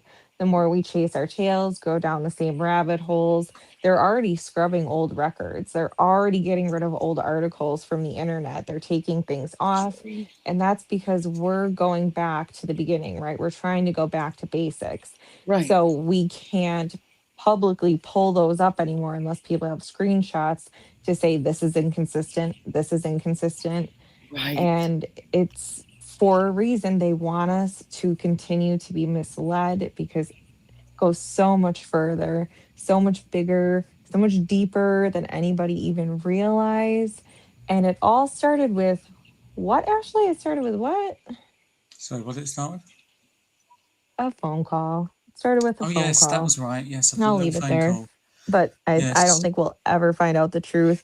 Maybe the truth, case starts not the with truth. The phone call. Not the truth. It ends with the phone call. There will be nothing Ashley, your turn. out of this case. It starts with the phone call. No, let me get this right, Copeland. It starts with the phone call and it ends with the phone call. Yep. Is that what you're saying? Yep. Ashley, did you fall asleep? Yes. Nothing's going to be. So the stuff that we've gotten in between, honey, is just things that, oh my gosh, they're still doing fireworks. I know I live in the country, but for gosh sakes, my animals are tired. And there's so many horses right here. Oh, sorry, you guys. I just heard the big boom and I was like, oh, sorry. So can you not make? No, you're fine. I don't know what's going on with his audio right now. I can hear you great. Well, that's good. Yeah, so I don't know if it ended with a phone call, but it definitely started with one. And I honestly think that the reason that the family is so off. The reason we're scrutinizing their behavior is because it is abnormal. Because they're not really asking for their mom. I think they know what happened to her, or they know where she is, or they know who took her. I think everything after that has just been cover up after cover up after cover up. And unfortunately, we can sit and speculate as to the why and why they would cover it up. I don't know if we'll ever know. Mm-hmm. I just don't. Is he back now? You're great. We have Good ghost. well, I've had them for a while. I have records like the Wi-Fi and the Bluetooth and phone records that pinged around Nancy's house and 2 other significant locations in the case that just lead me back to the original suspicion that this did not happen on the first. And I think we're That's gonna what I'm do a saying live about on it that. tomorrow. Yeah. It didn't. And that guy standing there, whoever you think that is, that's just standing there. That wasn't, I don't believe that they're giving us the proper dates. I don't believe that that was January 11th. I don't believe that that was the day before. All the different dates that they've told us, I just don't believe that. I believe that they're setting these timelines and we're supposed to just accept them, you know? Exactly. It's just a shame because I have seen so many cases, and along with all of you, we've seen so many cases over our lives. And even the people that have been guilty have went out and done these huge vigils and huge searches, and they've been on them, even if they haven't wanted to be, of course. They still are playing the part until all the evidence comes in and they get in trouble and get caught. Right. And I think, unfortunately, with the John Bonet, like you said, with the John Bonet case, if what I feel is correct and the people I feel are involved versus not involved is correct, the government has set up Annie and Tommaso to be the John and Patsy of this case. The fall guys. And I think they always will be. And that is terrible. That's terrible. And it's terrible of her sister if what I believe to be true is true. Mm-hmm. So because it's going to be just like OJ and all that stuff. You're not going to believe them. You're not going to believe that they didn't have anything to do with it. You're not going to believe that their hands aren't dirty somewhere. You're just not going to, the public's not going to believe it. Even if she was to come out and get on her show and say, my sister and brother-in-law didn't have anything to do with this, the people are still going to believe what they believe inside of themselves. Yeah. And do I believe that a multi-million-dollar woman in the public eye who has unlimited resources, not only because of her status, but because of her circles, because of her friends, because of her husband's ties to the government, you're telling me you have not found this woman? Bullshit. Nope. Not going to believe it. Nope. And why does our president of, no disrespect, President, because I don't want to be one of those people for any of the presidents, but why did you come on and say that you thought they were close to? Why did you get involved? Yeah, why did you come out and say something? Yeah. Why did you do that? You don't do that for other cases. Why did you get involved? Why did you have the public think? The ones that pay attention to you, President, why did you do that? Why did you add your 2 cents in there if we're 6 months later? And you said they were on top of it. Or, in your words, they were there. They were right there to getting somebody. Why does he claim he's a doctor? And yeah, and why? Why would you do that? I've never seen you get involved in a lot of other. There's a lot of missing people out there. There's a lot of people that are in unscrupulous situations, but you chose to say something on this because I think someone told you that they were close to something. You had to be told that. Well, I don't know if anybody here follows Dan Bongino. Mm-hmm. I know who he is. Mm-hmm. Okay. he came out recently and said that You're talking about the one that's head of the ICE and all that, right? Or was? he was part of the FBI, Mhm. and he said they asked him to come back, and he said he would for 1 year, which he Yes. did. But now he's come back onto his channel, and he did say a bit about the FBI and some house cleaning and some documents that have been found.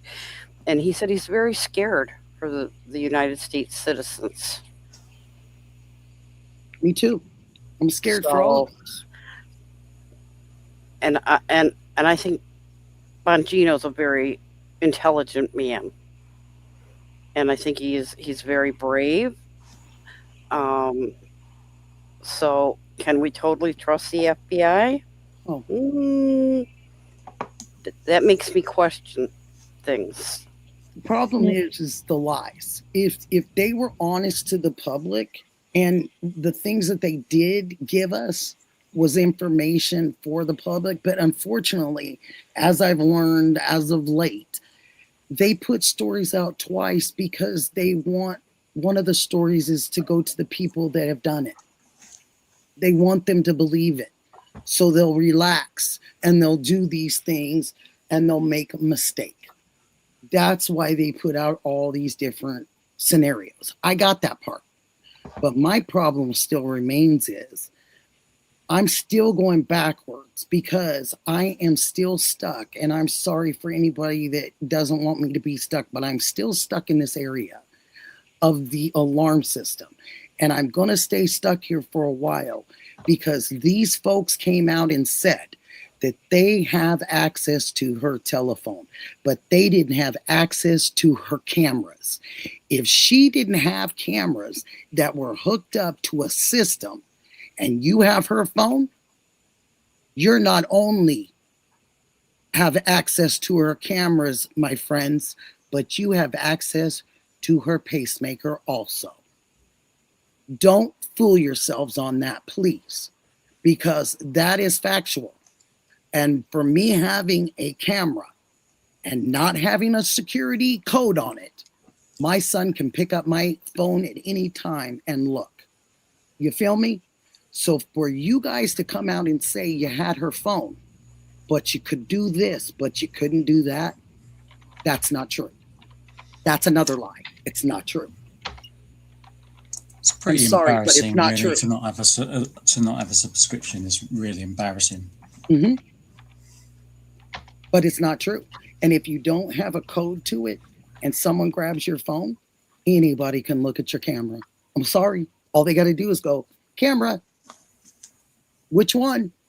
Front, backs, garage. I mean, come on.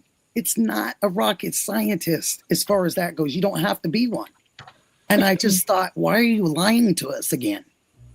That's why the inside bothers me so bad. Because if you were able to get the outside pictures and you got us a couple and motion walking up to the camera, the Nest camera, then why in the world couldn't you show us something from inside? You can, but you're holding it.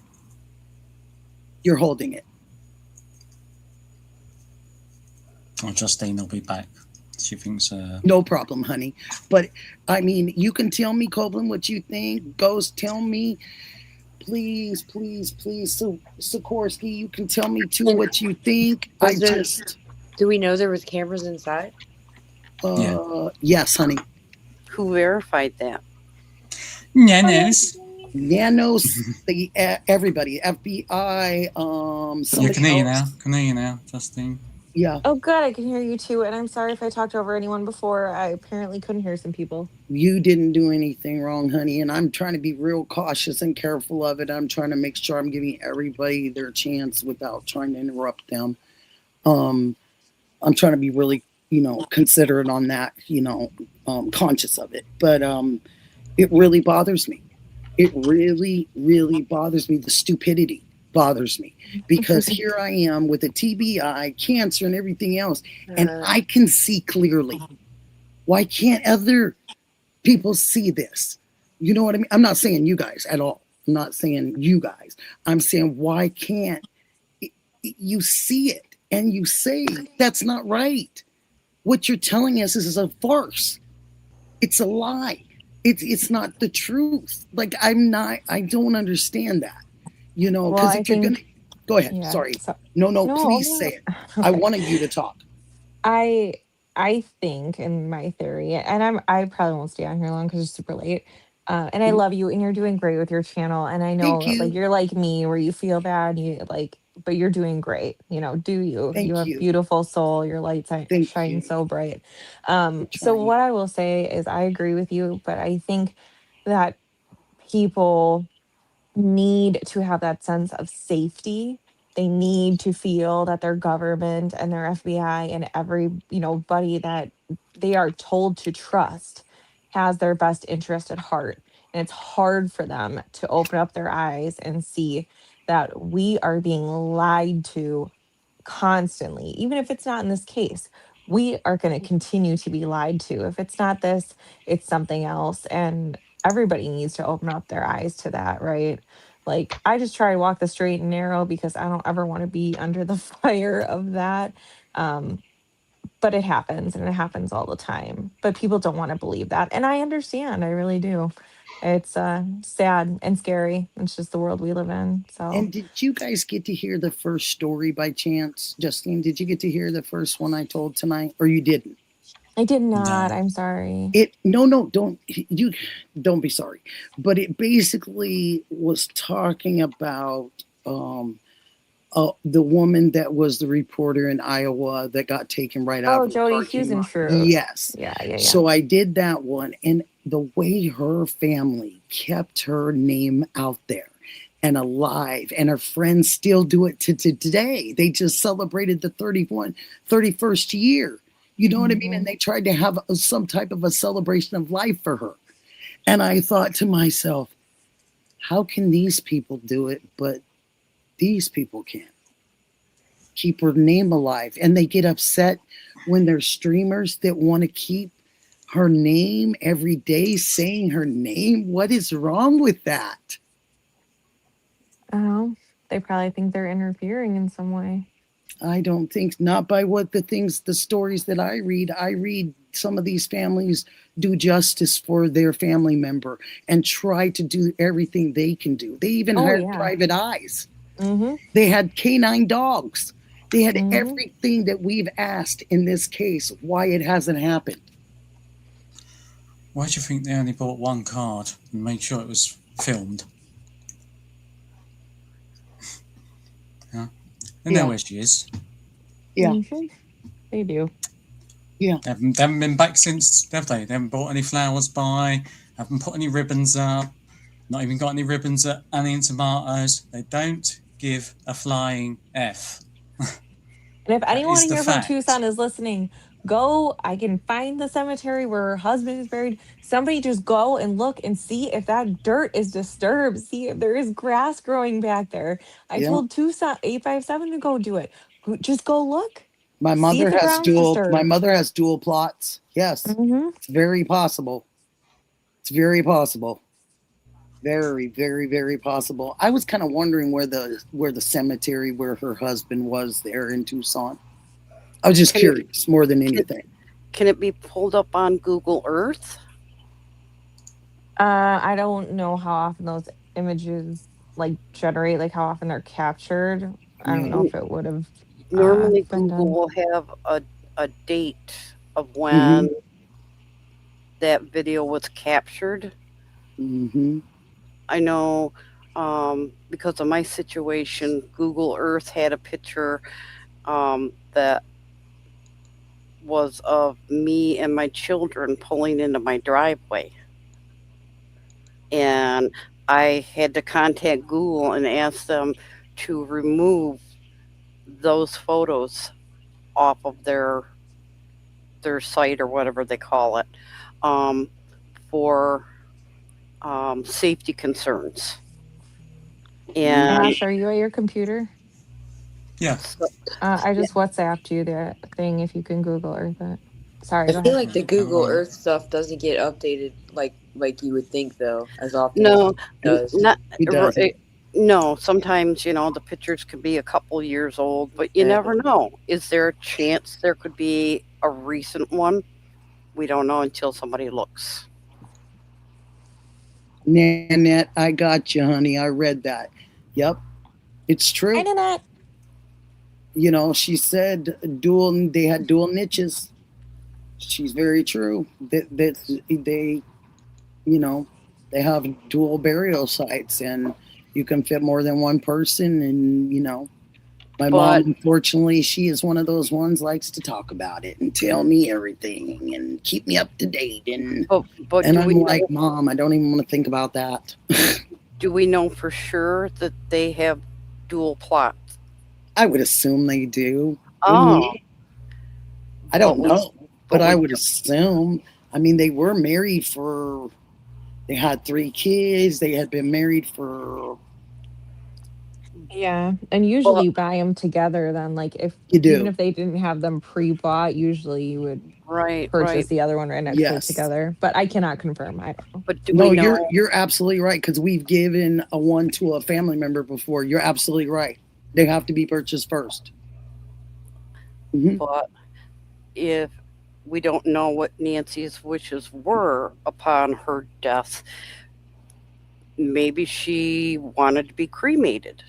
If the family had possession of her remains, and she wanted to be cremated, we're not going to find a fresh mark in the cemetery. Right. Well, that's why I wanted him to go look. You're absolutely just to right. see. We don't know. Yeah. Mm-hmm. I would. I mean, if it's easy for him to do that, Yeah. Just out of curiosity, it would be interesting to see if there was any dirt disturbed. Because you definitely know the difference when somebody is just. I mean, I can go to the cemetery, put something down on one of my families, and I can definitely look around the cemetery and know where they put, unfortunately, new people. Yep. Fresh, lush, like, yep. You can tell. And so that's why I was like, that is very interesting, though, that you do say that.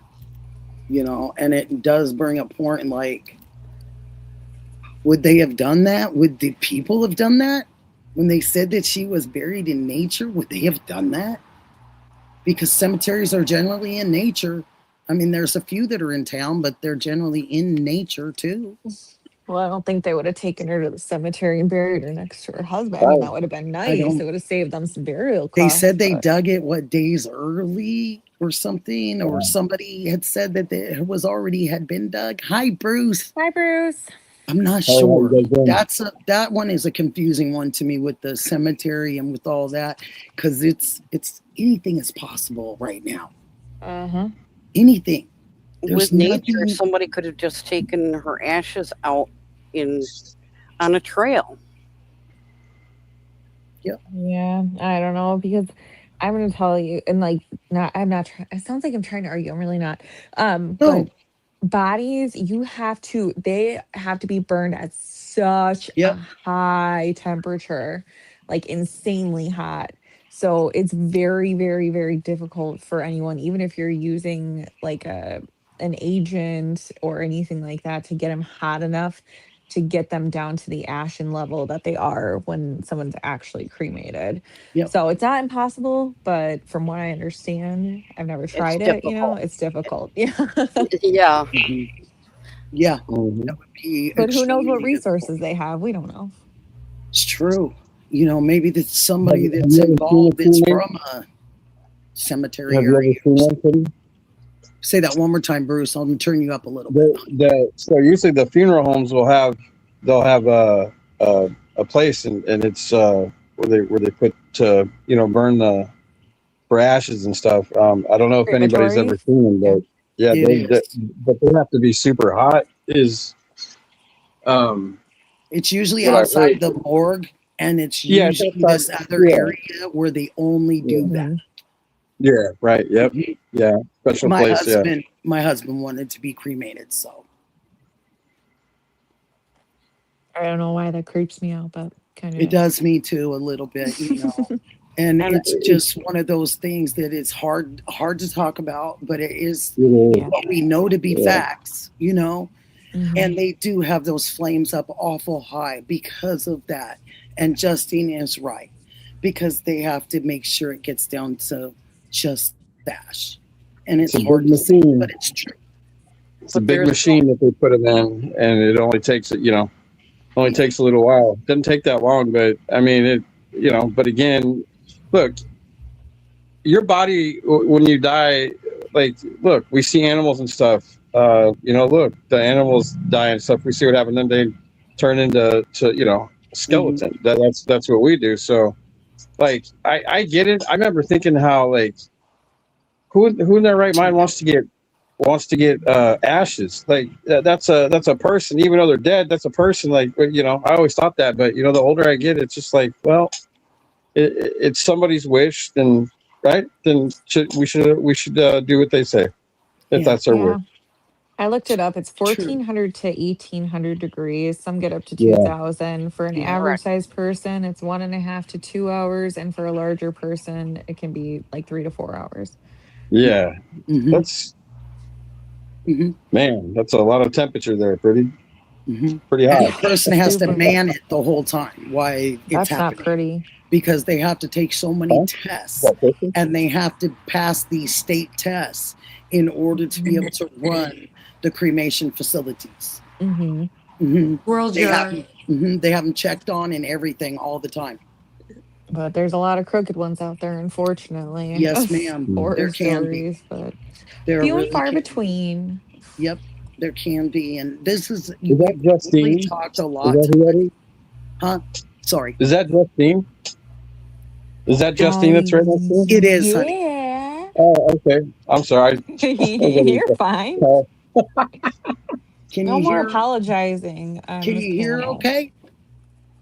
Yeah. Okay, so Lauren.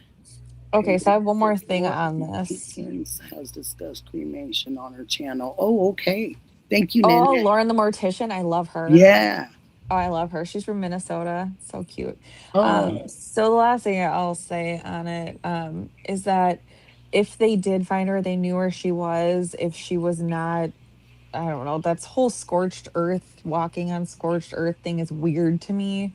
It is part of the Bible. It's like a Bible verse. But anyways, if she was just found somewhere, or they did know where she was, bodies deteriorate very quickly. So it's not like they're going to go preserve her. You know, they would want to get her buried quickly. So I would assume that they, you know, if they were going to do it, they put her there.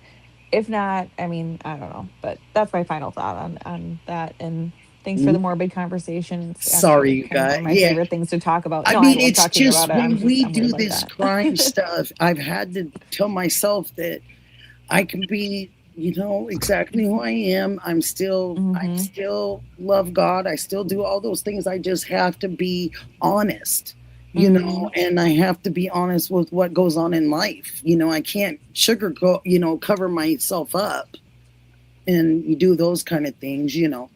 You can't walk the path of truth and of acting, you know, if you're not acting truthful, you know, truthful. Yeah. You can't just say that you're a truthful person and then you're walking, you know, everybody sees you and stuff. And then when they don't see you, you're walking and doing the dirty work and doing stuff you shouldn't be doing. So that's the problem is, I don't know. I love God just like everybody else does, you know. We've all, like, I've made mistakes, whatever. I mean, it's what it is, you know. I'm not perfect. I never will be perfect. You know, it's just what it is. But I would much rather be honest with somebody. Don't sugarcoat it. Why would I do that? Like, if I started sugarcoating stuff with you, then I'm condoning your behavior. Like, how would I? Okay, look, I was an alcoholic and a drug addict for years. Okay, I saw Jelly Roll last night, Bruce. That's awesome. Did? You saw Jelly Roll? That's awesome. Yeah.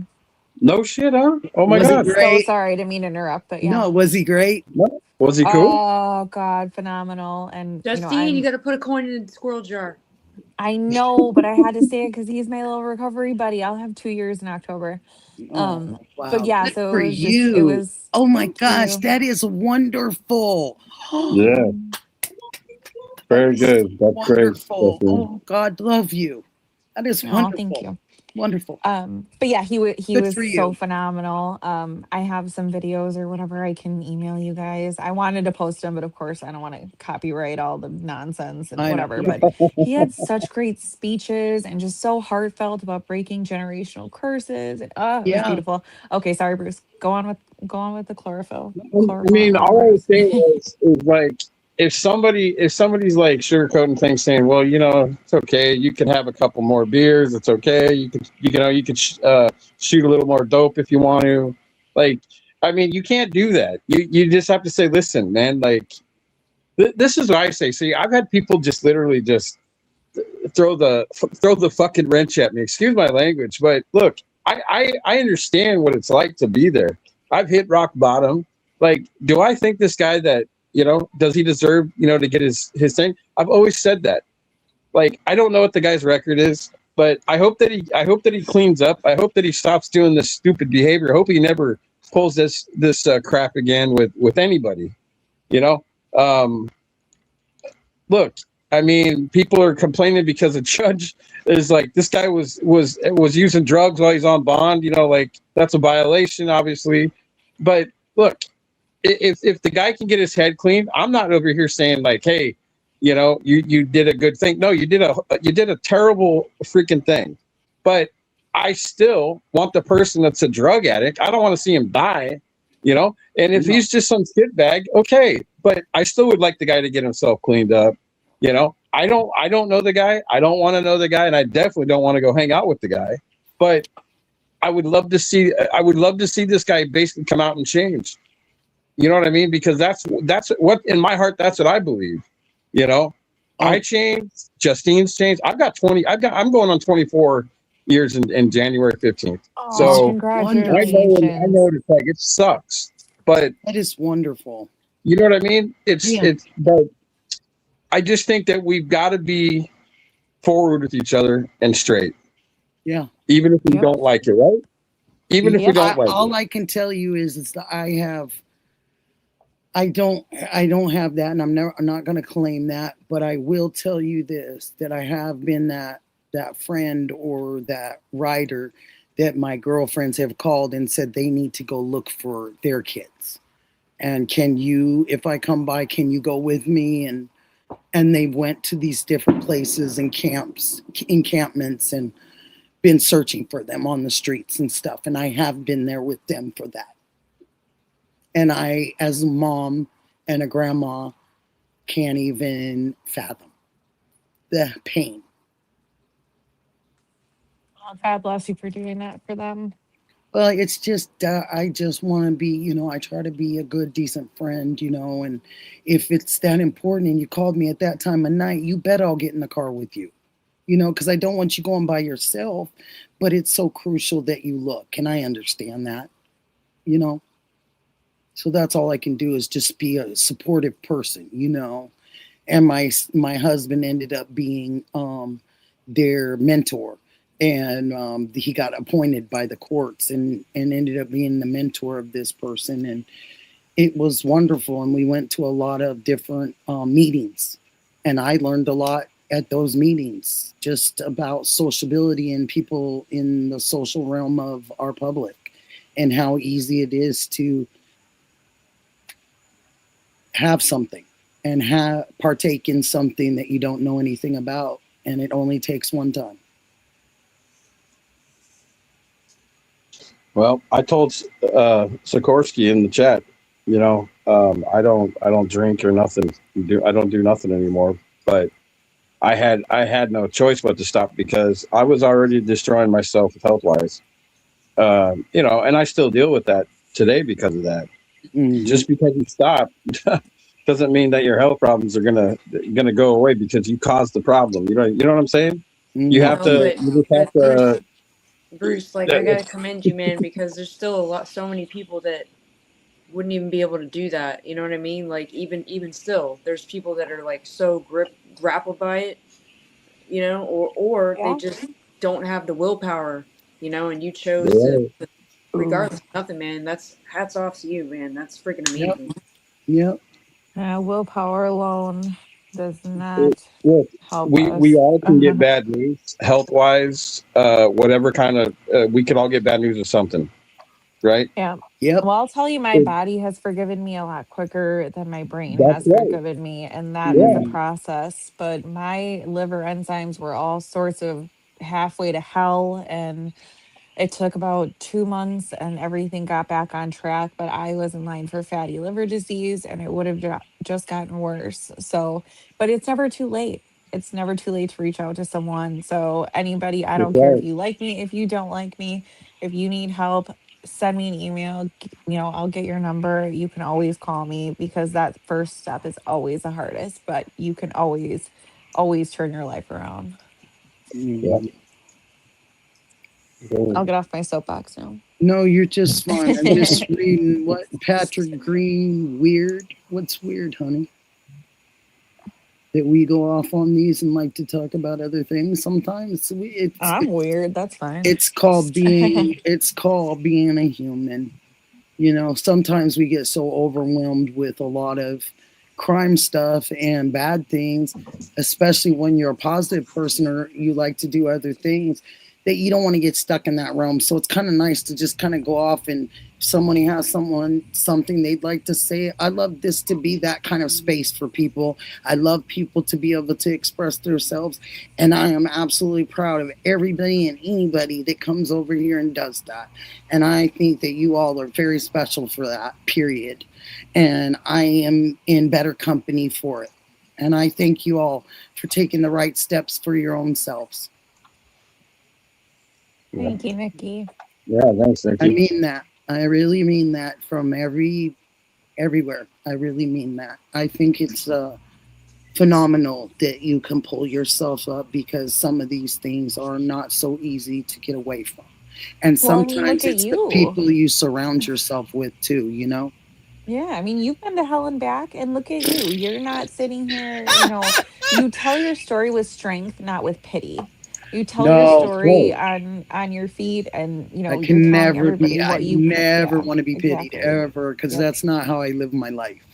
exactly. But Mm-mm. you're Nope. doing a great Yeah, thing, and that's I right. love your story. So, I just Yeah, know that my husband needs to be proud of me, and I need to he make is. him proud that he left the strong gal behind that he thinks he left behind. I'm sure you're making him Oh, proud he's every proud of day. you. He I sees hope so. you. He's proud of you. He's Yeah, proud of you. I hope so. You know, but I'm a work in progress. My gosh, every single day I get up, I'm like, oh yeah, Nikki, make sure you're grateful for being up here today. You know, like I'm human. I get up and I can go in the bathroom and start getting myself going, and then I didn't thank anyone for me being here, you know? So I go back and then I start my day back over, and I say, Nick, what are you happy for? What are you grateful for? You're grateful to be here. So you need to make sure that you always say that. Even when you forget, go Attitude of back. gratitude. That's right. You just have to. You just have to. You Hmm. have to be grateful. And I think I might have missed your other comment, Nikki, for making this a space for all of us. It has to be. There's not enough spaces out there for that. I've watched long enough, and I've Hmm. seen that there's not enough spaces that just kind of, they'll let you like maybe get one or two things out, but then they're ready to. There's 5 people in the background, so we're gonna have to move you out. You know what I mean? And you can't blame them for that because they're trying to move everybody along. You know, you Yep. were I think already it's good. you I were think it's a already good thing there. that you can have a space like that. See, we had these back when we had when COVID and stuff was going, and it was just whatever you talked about. It wasn't just always just about the crime stuff, or we might go off and talk about something, a little bit of sports for a little bit, but it wasn't just Fine with like me. you take a break from it from a little bit, like You maybe a half have hour, to. and you go back to an hour, whatever. You But just like have to you got rest your to. mind. So It's already Skaworski. Did I say it right? Sikorsky. Civ. Skaworski. Or Sorky. Swarovski crystals. Either Saworski. way. Did I do it good that time?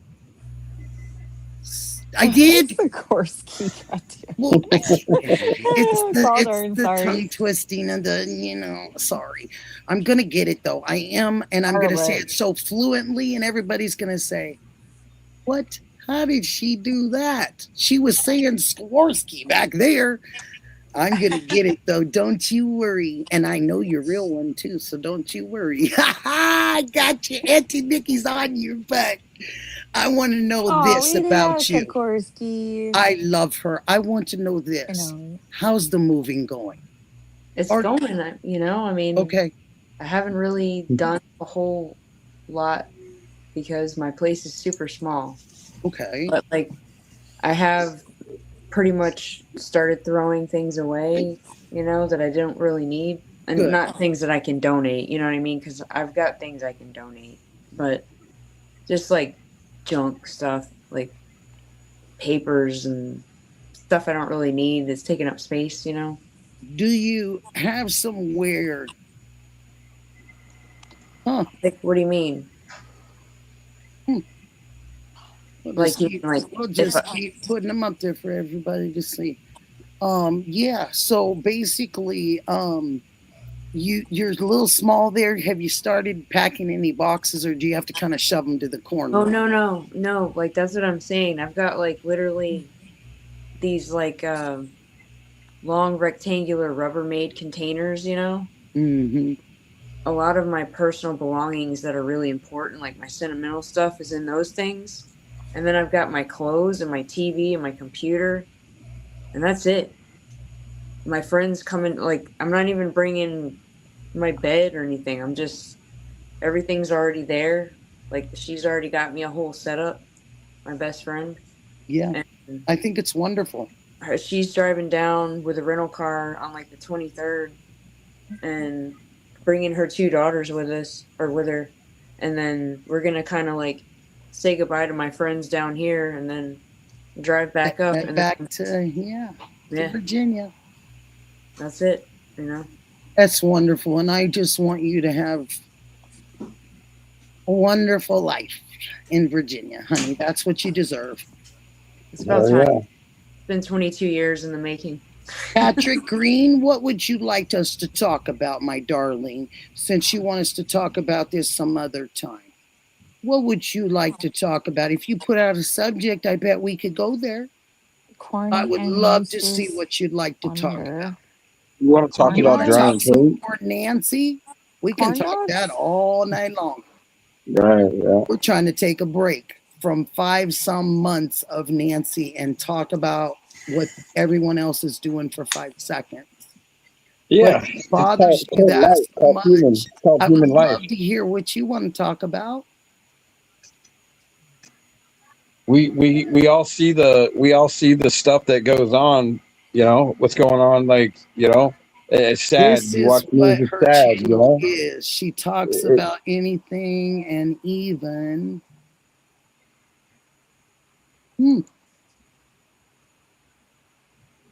All right. Well, okay. I don't know. I think it's funny. I got a question for you. I'm just like, you go to other people's channels to criticize. Make your own. Or get your ass up here and talk about what you want to talk about. Don't be a keyboard warrior. Ain't nobody got time for that. Let's talk about something else. Oh, goodness. All I can do is pray for all and every one of you. Oh, all right. Well, with that, before I get anybody or myself in trouble, because this mouth will keep going, ask the course. It just gets worse from here. But I'm going to go to bed. It's like 1:30 You can talk about whatever you want to talk about. And I appreciate you in Copeland. I appreciate you giving us some of the information. I appreciate you just bringing it over here. And I want to thank you for that. Of course. And tomorrow we're going to go over much respect. Internet and data logs. So come on over tomorrow. We'll have you up. And I know Lisa. Lisa. All conversate, but all right. I love you guys. Love you, Sikorsky. Love you, Bruce. See you later. Ghost Pikachu. I don't know if you talk, but I love you too. And thank you, Copeland. Whoever thank the other see you later. See you later. Okay, thank you for doing what you could do for this situation. Inspired Michelle. And you. Yeah. Okay, bye guys. Bye. Rocks. Bye, Michelle. Oh, Destiny rocks for sure, man. She really is such a person. wonderful soul. And good people, and we like good people over here, and that's what we try to get. So me and Justine are gonna do a like a collaborative kind of show sometime soon. We're working on an episode about Kurt Cobain. It's gonna be pretty And interesting. you guys got my last little bit about it, right? Because I remember I did Kurt Cobain. Oh, you did? Yeah, because he's Northwest kid, and I've been to his house, and my husband and I went and sat on the bench for I don't know how many hours. And when we did this whole thing, we did Jimi Hendrix too. We did a whole tour of places he wanted to go before he passed. That was in the Northwest, so I drove him there. That's cool. And the last thing was, and you guys work off of this last thing. There is a Utah detective that's retired. And he got some great information on Kurt Cobain case, and he presented it to the police, and that's about where we're at with it. And he's a retired Utah detective. Yeah. Wow. I mean, he's got some good information. I think it would be cool. Like, I mean, we talked to like Justine. I think maybe it'd be cool to have you come too. Like maybe we could just do like a whole thing or whatever. But like, I love it. Me and her been talking about this for a while, and I've been trying to compile. Grunge would not be grunge in the Northwest if it wasn't for Nirvana. Sorry, but there wouldn't be grunge. It wouldn't have done its thing in Seattle and the Northwest and down to Cali and on through. It would not. Well, you look at the grunge, and then you also look at like my favorite. Like I love Nirvana, but my favorite and what I grew up as listening to was stuff like the Beach Boys. Jimi Hendrix is my favorite, but I remember I'd go fishing with my dad all the time. My dad was listening to all this old stuff that he grew up with, and I was like, I started learning it, and then all of a sudden, like my dad got me a little tape cassette, and my first tape cassette was the Beach Boys, and then my dad ended up getting me like a Hendrix tape or something couple years later. But if it wasn't for Kurt Cobain and his band, the Northwest wouldn't have been anything like there would it have was. been there wouldn't have been a category for grunge. The thing about Nirvana is, and everybody can agree to this, is when Smells Like Teen Spirit came out. Like, it's not even my I love so many Nirvana songs, and Smells Like Teen Spirit is probably one of my least favorite songs because it's just super like overplayed. But when that album, when Nevermind came out, all music that was on like MTV and all that stuff, like let's face it, like all the hair bands, Guns N' Roses, like Poison, like all those guys, like all of a sudden it was like yes. What is it? Mud Honey or something like that is Mud Honey. Yeah, it changed. It like opened. It like kicked open the door for like all, the commercial side of it. I think it would be a great topic for you guys, and I definitely know that there can be some more coverage on it, and I definitely know there's more details to it that can be emerged and talked about. Nikki, I've been since I was like 14.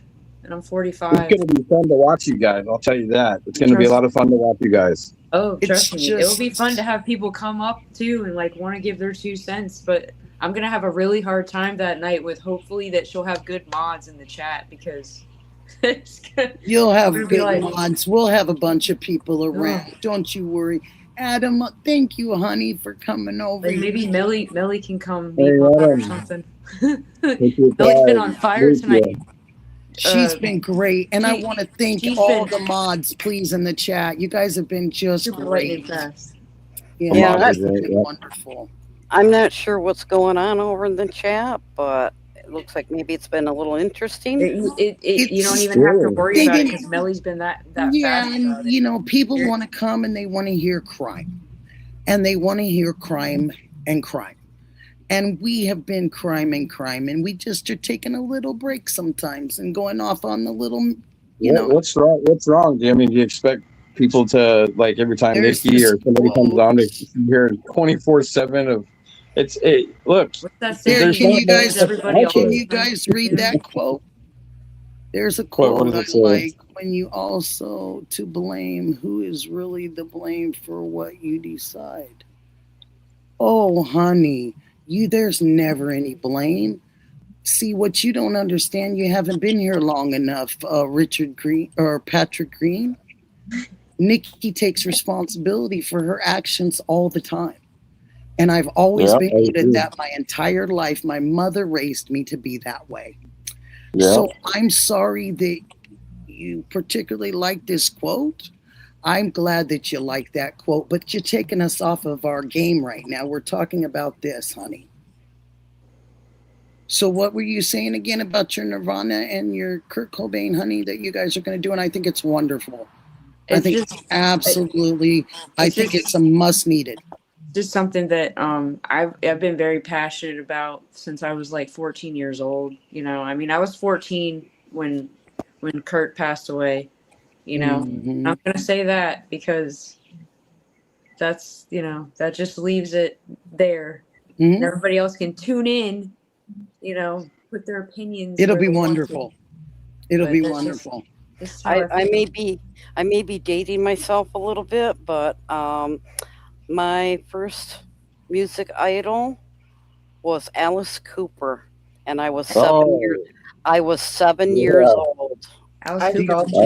Have you seen Alice in concert? I have. How many times have you gone? A couple times to see him? I got to see him once, and like I said, he was my first idol. I've always loved his music. Just, I don't know, just one of those things that I got hooked into. I've been listening to him since I was 7 years old, and I always went to concerts. Black Sabbath, Ozzy, you know, Rainbow Riot, the Scorpions, U2, a well-rounded Three Dog Night. Can I tell you something great? Oh man, you're talking about the old dance. And well, I'm going to tell her something about Alice. Alice he has tattoo eye makeup.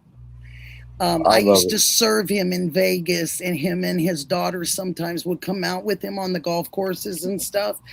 And he was the nicest man, like super nice, super nice man. Well, I had golf with him for his birthday.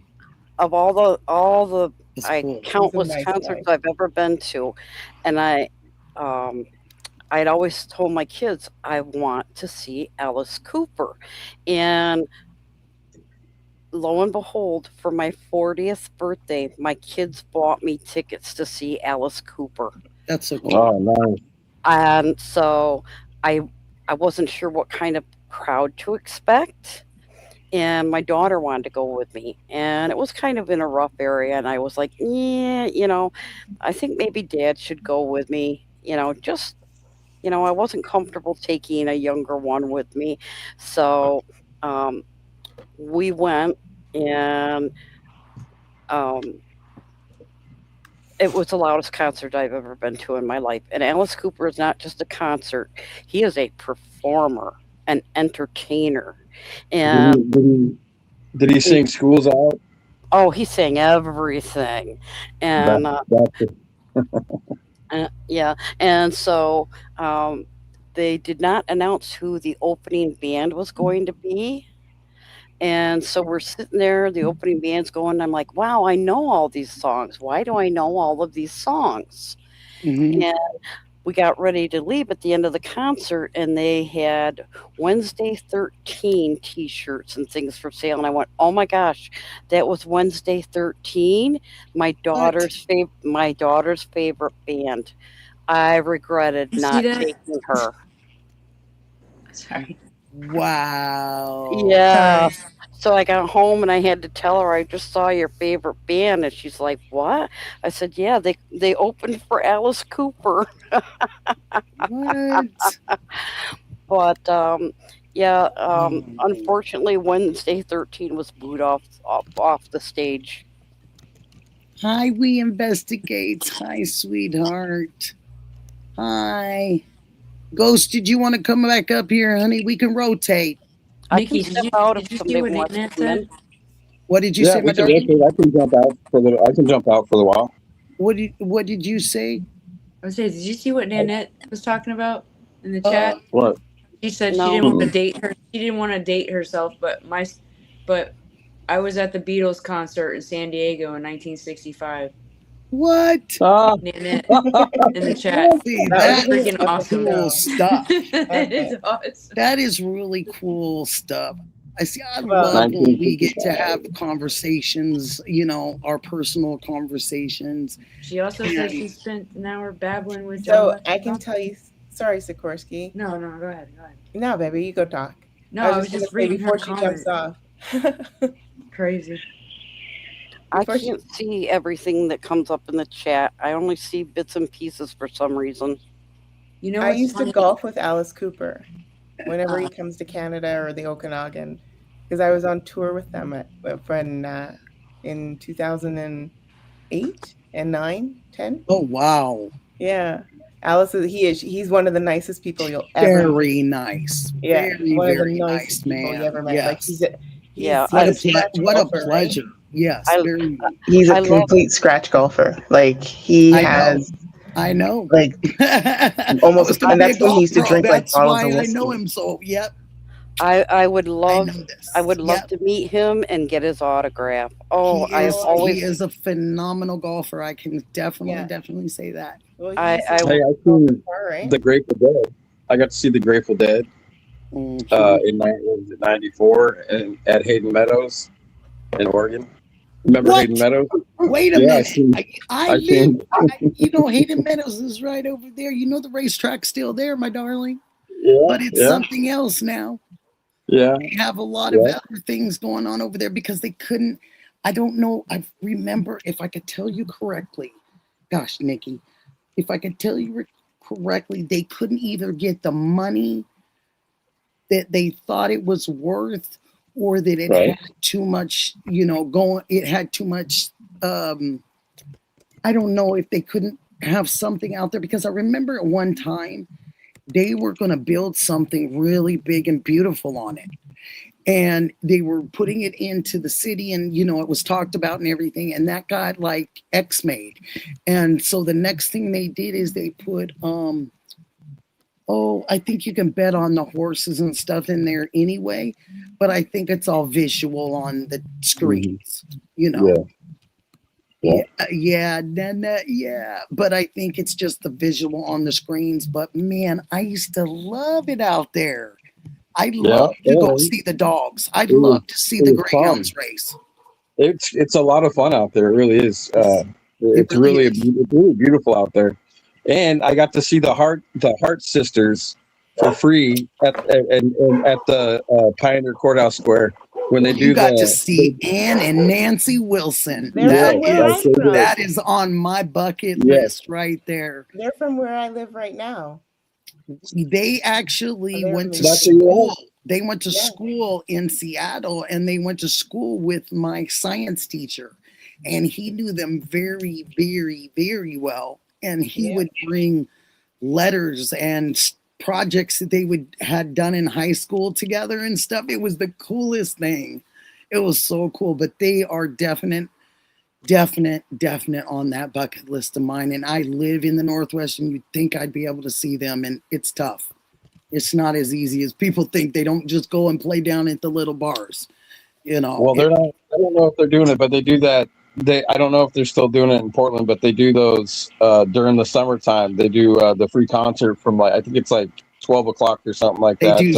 They do zoo concerts up at the zoo, Washington Park. Those are huge. Yeah. And that would be something where you'd see them, or at one of the fairs. Yeah. Oh yeah. Yeah. And they also do the zoo concerts, but they do other concerts during the summer. They have Boo Bomb here, and Boo Bomb usually has hip hop. It's usually a lot of the hip hop. I've seen Ice Cube like a couple times with Boo Bomb, where he's opened it up, and I love Ice Cube, so I think he's a great father and family man. Yeah. Oh yeah. He's great. Yeah, and a great producer, director, everything. He's turned into a multi-faceted man, everything. He can do so many different things. It's wonderful.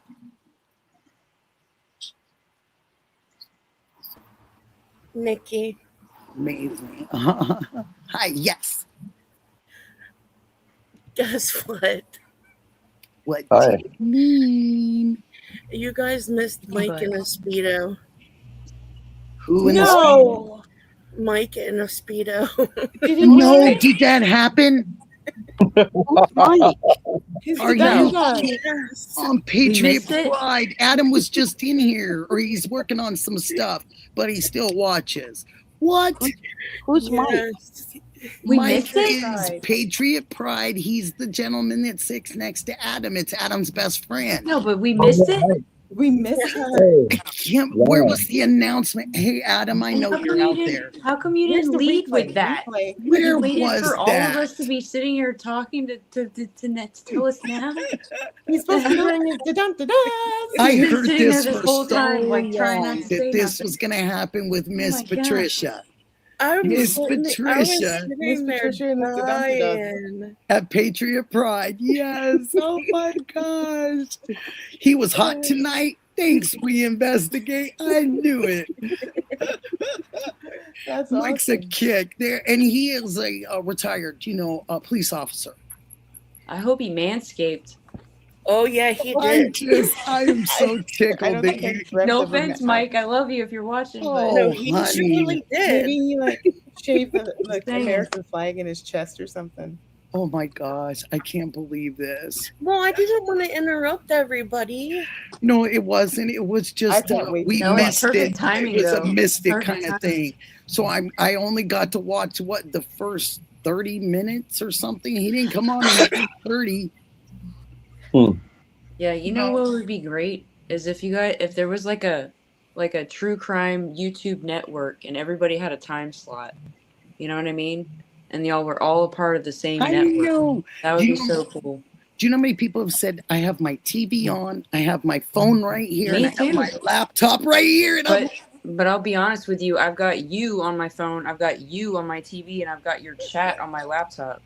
I'm watching just you. So See, this is where oh, you are so funny. This is where my disability limits me. I am 50% deaf, so I can only hear one thing at a time. So, like, I can't be trying to listen to the TV and the computer and something else at the same time. I can only tune into one thing and hear it. Yeah. You're listening to all that damn loud rock and roll music. Maybe your ears would be better, huh? Bruce. Well, you're probably right. That's like what Grandma and Grandpa would say. You're listening to something too loud or something, like that. Oh, my father used to say, "You and your hi-fi," and that's what that's what they used to call. Oh, I know what it is. They used to call our stereos that, the hi-fi. Yes, ma'am. They sure did. And I'd be like, "What? I can't hear you." Yep. That is the best. And then they came out with those with the removable. They had the removable speakers, and you can remove the speakers, and you just and you could put them outside the window and be outside cranking the music. Yeah, and then we got the boom boxes. Yes, my older sister did that. She had a thing with Rod Stewart. And I would sit at her door because I was the youngest, and I'd sit at her door and I'd sit there and I'd knock. And she'd say, "No, you can't come in right now. I'm playing my records." And I'd be like, "Well, I want to listen." And she'd be like, "No." So I'd sit at her door like this with my back up against her door because when she opened it, you know. And she would put her speakers on her windowsills. So all her friends in the neighborhood next door and on the other side could hear this, what she was playing. I used to crack up. Oh no, we extended the wires, speaker wires, and we just feed them out the window and put them out on the patio or wherever we were sitting. Yes.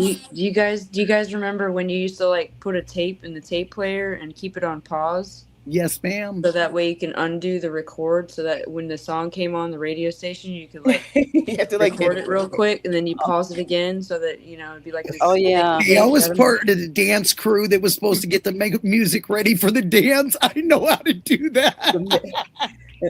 halfway through your Just recording, leave it you on. like this You radio just leave the station. buttons down until it came, and Yeah, because it used to drive me crazy. If I'd get it 2 seconds too soon, you'd hear the DJ saying The something. DJ. Yeah. Or Number somebody- 111. Yeah. Taysom's And I'd be like, no, I don't want Taysom that. Rock Countdown. Oh, it'd You know ruin what's your so whole day. Great that we leave here so smiling and giggling, and when I leave here, you guys make me just laugh and crack up, and we cover some of the serious stuff, and then I love that I get to tell you guys about different stories and different people, and we still keep them alive in just talking about them, and their names.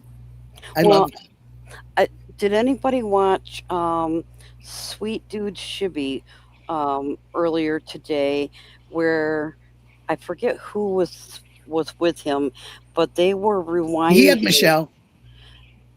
They were rewinding some of JLR and Alex's video about how many people were at the house on a certain day.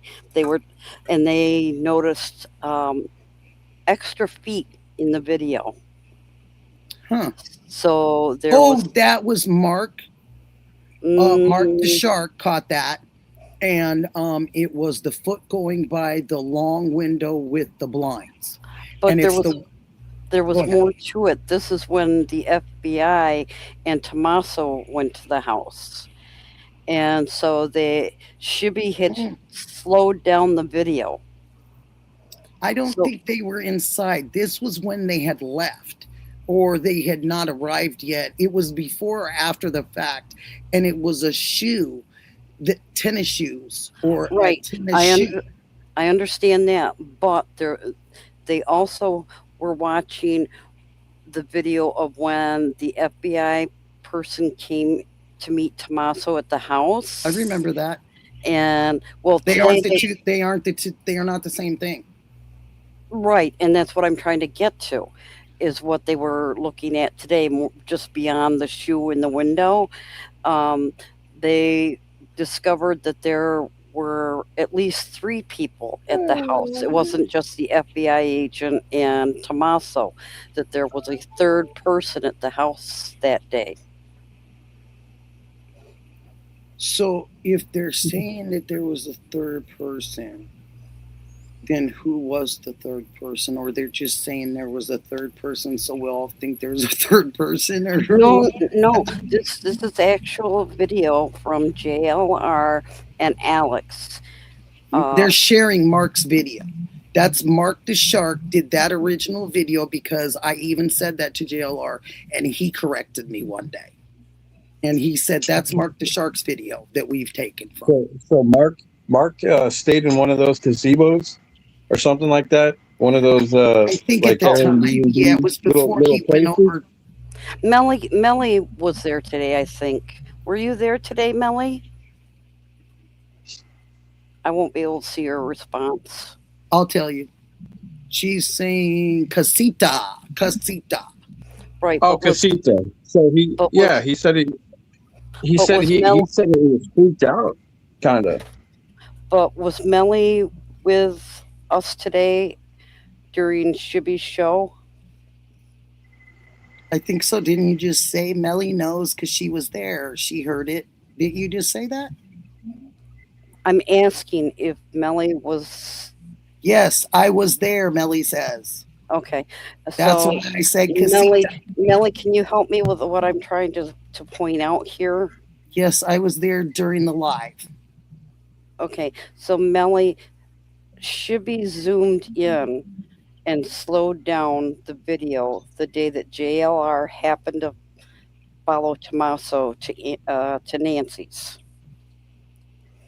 He slowed down the video and zoomed in on it, and we discovered that there were 3 people at the house that day.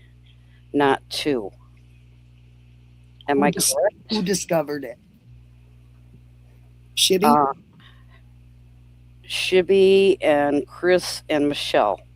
Don't you think that they probably know that there was 3 people there that day? Or no? They said there was only 2? People originally thought there were only 2. But by slowing things down today and zooming in, it's been discovered there were 3 people at the house that day. Okay. Who claimed that there was only 2 to start the original thought that there was only 2? I think it was just a thought in general because when you're in the moment, you wouldn't have noticed all the feet. Okay. I'm sure So Melly you saw all 3. Melly, here she goes. There was an FBI car that came to meet Tommaso there. 2 FBI agents got out of the car, but they also saw someone in the garage. So that would make 4 people. Melly said when the garage door opened, you saw an arm and a leg. So there was somebody else already at the house? I'm just reading what Melly's saying. Because she can't see it, so I'm just reading what she's just explaining it. Can Melly pop in with us? Melly can do whatever Melly wants to do. She's one of my mods, but she can, if she wants to come back here, she absolutely can do that. She can do that. She's writing it all in the chat though. So She is writing it all in the chat, and I'm reading it exactly how she's writing it. But if you want her to come in, okay, Dee Dee's here now. Melly, you good. So if you want to come over to the chat, baby. Please, Melly, help me. I'd love to have you in the chat. Anytime, sweetheart. You're surely welcome if you want to. Cover your camera if you don't want to be seen. Oh, I don't want to be seen. She was in somebody else's chat the other day. She's shown herself before. Well, I don't know, so I was just kind of reminding her if she doesn't want to be seen, cover the camera. That's why I was letting you know. So I call in fast. Everyone is sleeping, so she can't stay too long on this. But she will come. She can call in fast. Do you want to call my telephone? Dee can give you my number behind the scenes if you want to call my telephone, and I can put it up here. So your choice, sweetheart. How many people? 3 people, they said? 3 or 4 or whatever? She says she's calling in now. Thank you, Melly. You know, I remember I can't remember who it was. I mean, that was doing it, but whatever it was, I can remember that to a thing, but I can't remember how many people was there. Like, to be honest with you, there could have been who knows how many. I remember 2 officers getting out of the FBI car. I remember the son-in-law. I don't remember how here's Melly right here. Okay. Right. Hi, Melly. Hey, guys. Okay, so everybody just kind of keep quiet and let Melly just tell it. Go ahead, honey. Yeah, so what they did was, that video where the FBI came and met Tommaso there, they slowed it down. So what you see is the FBI car, you see actually the passenger door side, you see feet on the bottom. So somebody's getting out from the passenger side. Then the driver, FBI agent driver, whoever it was, opens the door and gets out. So first the passenger got out so you could see the feet once they slowed down the video. Then also, so there was 2 FBI agents there. Then also when they slowed down the garage part, Barney, I don't know if you saw this part too, but apparently there was somebody in the garage already. You see like an arm. It was kind of hard for me to see. I had to really slow it down a lot more, but there's like an arm and a leg. So all I know for sure is that there was 2 FBI agents and Tommaso. I'm still kind of questioning about that garage person. Then people were saying maybe it was Cameron because maybe he's been staying there. But yeah, Barney, does that make sense?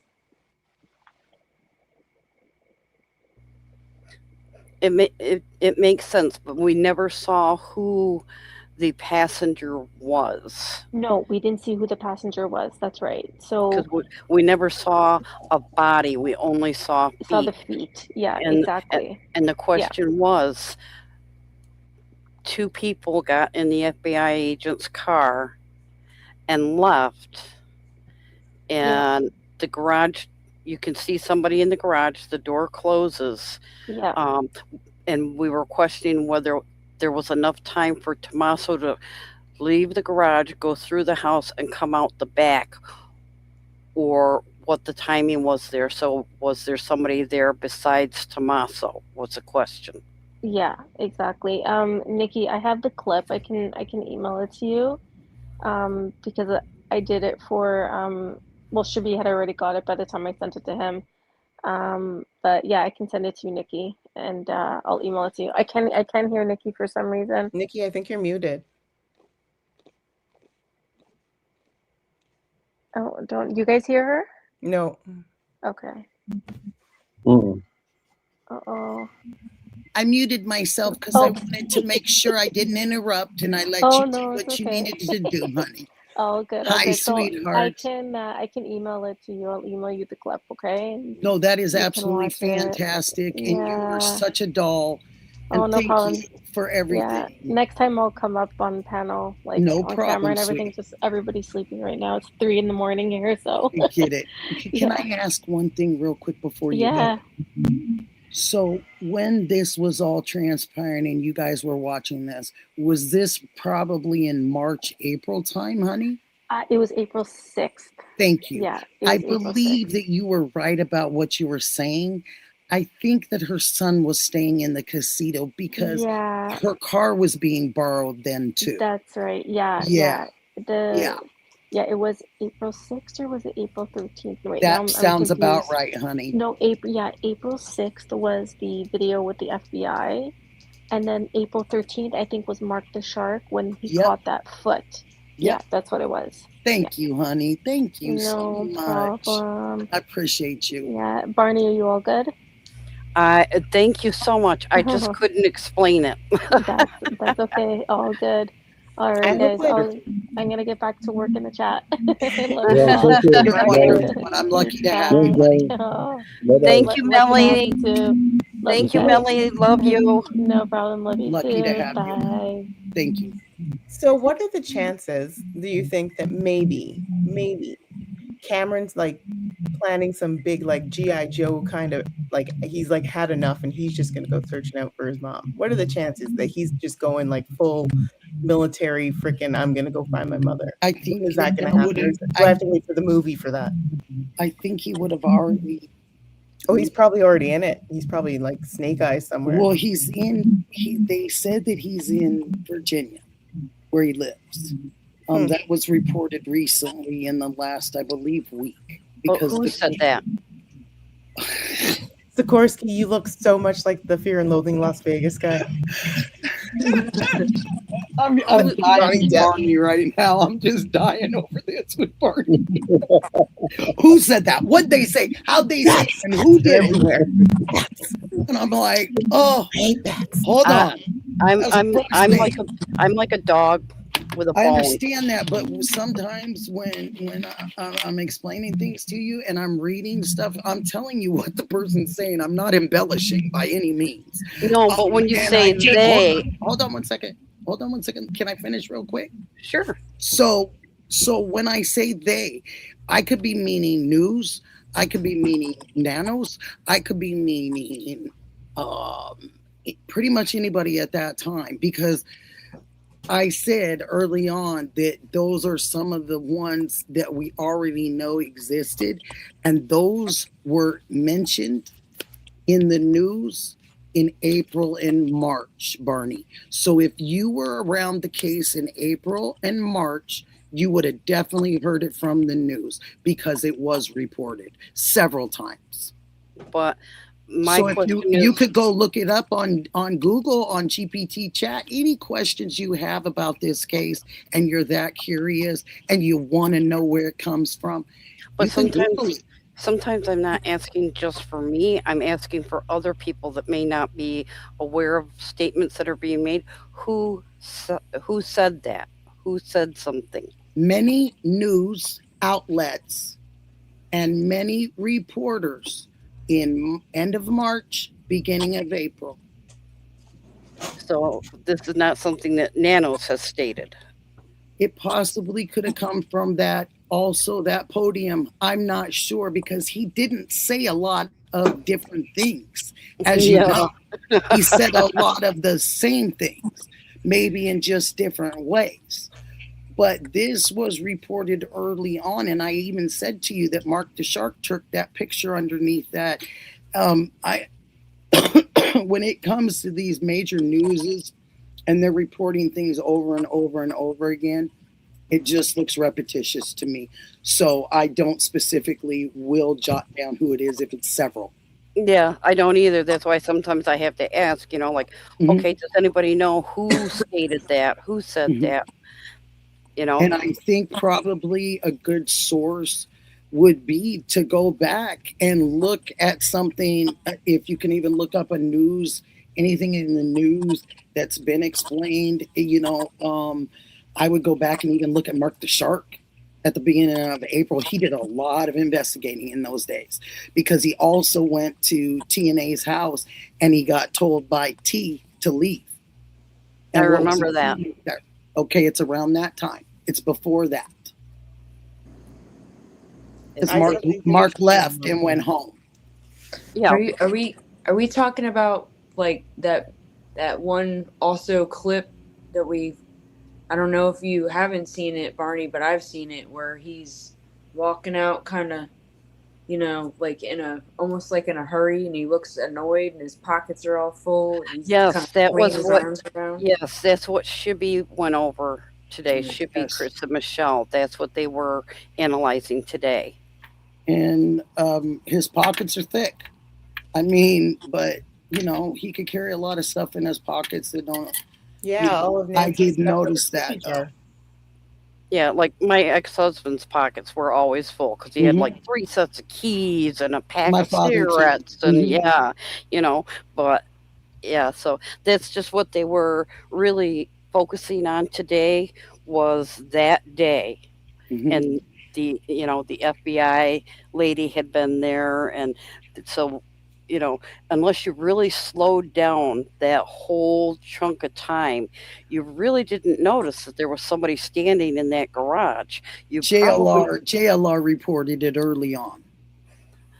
About the extra people being there? Yes, ma'am. He did. Interesting. Because I believe I was even on his platform. I think I was on his panel that night, that day, or it was the day before, because we specifically talked about it. I talked about it with him. Now, like, I had been watching him live, but I've never heard backup discussion of like, whoa, at the time that he slowed it down. But see, I didn't see that. Now, like, I'm a pretty faithful follower of his. Thank you. I did not happen to catch that JLR reviewed that and came out with the same facts that were discovered today. But I give. He's pretty sharp. Oh, he is. Pretty sharp guy. He doesn't miss much. Yeah. He usually doesn't miss much. No, he doesn't, and I really like him. I've been following him for a very long time, even before Nancy started. But yeah, I didn't realize that they had slowed that down and zoomed it, because I know that Alex was there, and he was. JLR had left to go park his car, so Alex was watching over JLR's camera at the same time.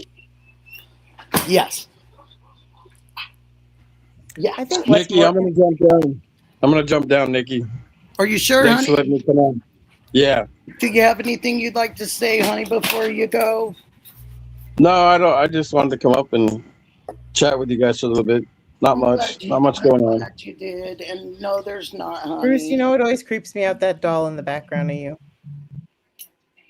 That mannequin. Yeah, that one. Oh, that's beautiful. Because it's always, yeah, but it's always like right over your shoulder when you're talking, and it's like this face is like just right there looking at you. That is really beautiful. What a beautiful doll. I used to think dolls are crazy and weird, and it's my wife, so I don't know. I don't. It comes alive when you're sleeping. You know, they're over here. They're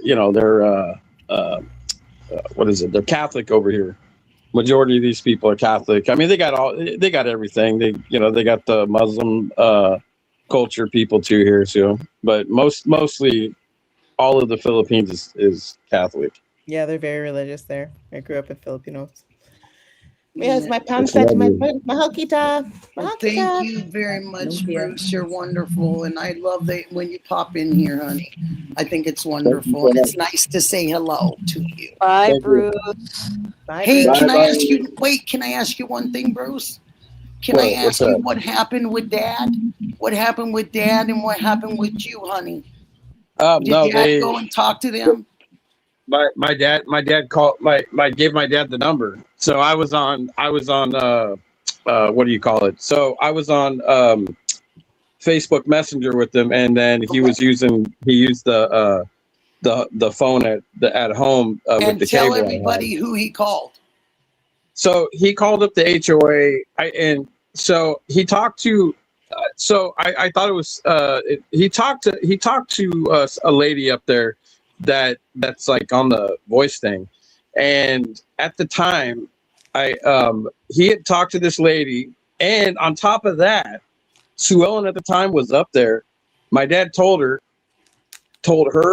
and my stepmom said he can't make any calls. He's over in the Philippines. He's not here. He's not making any calls. They said that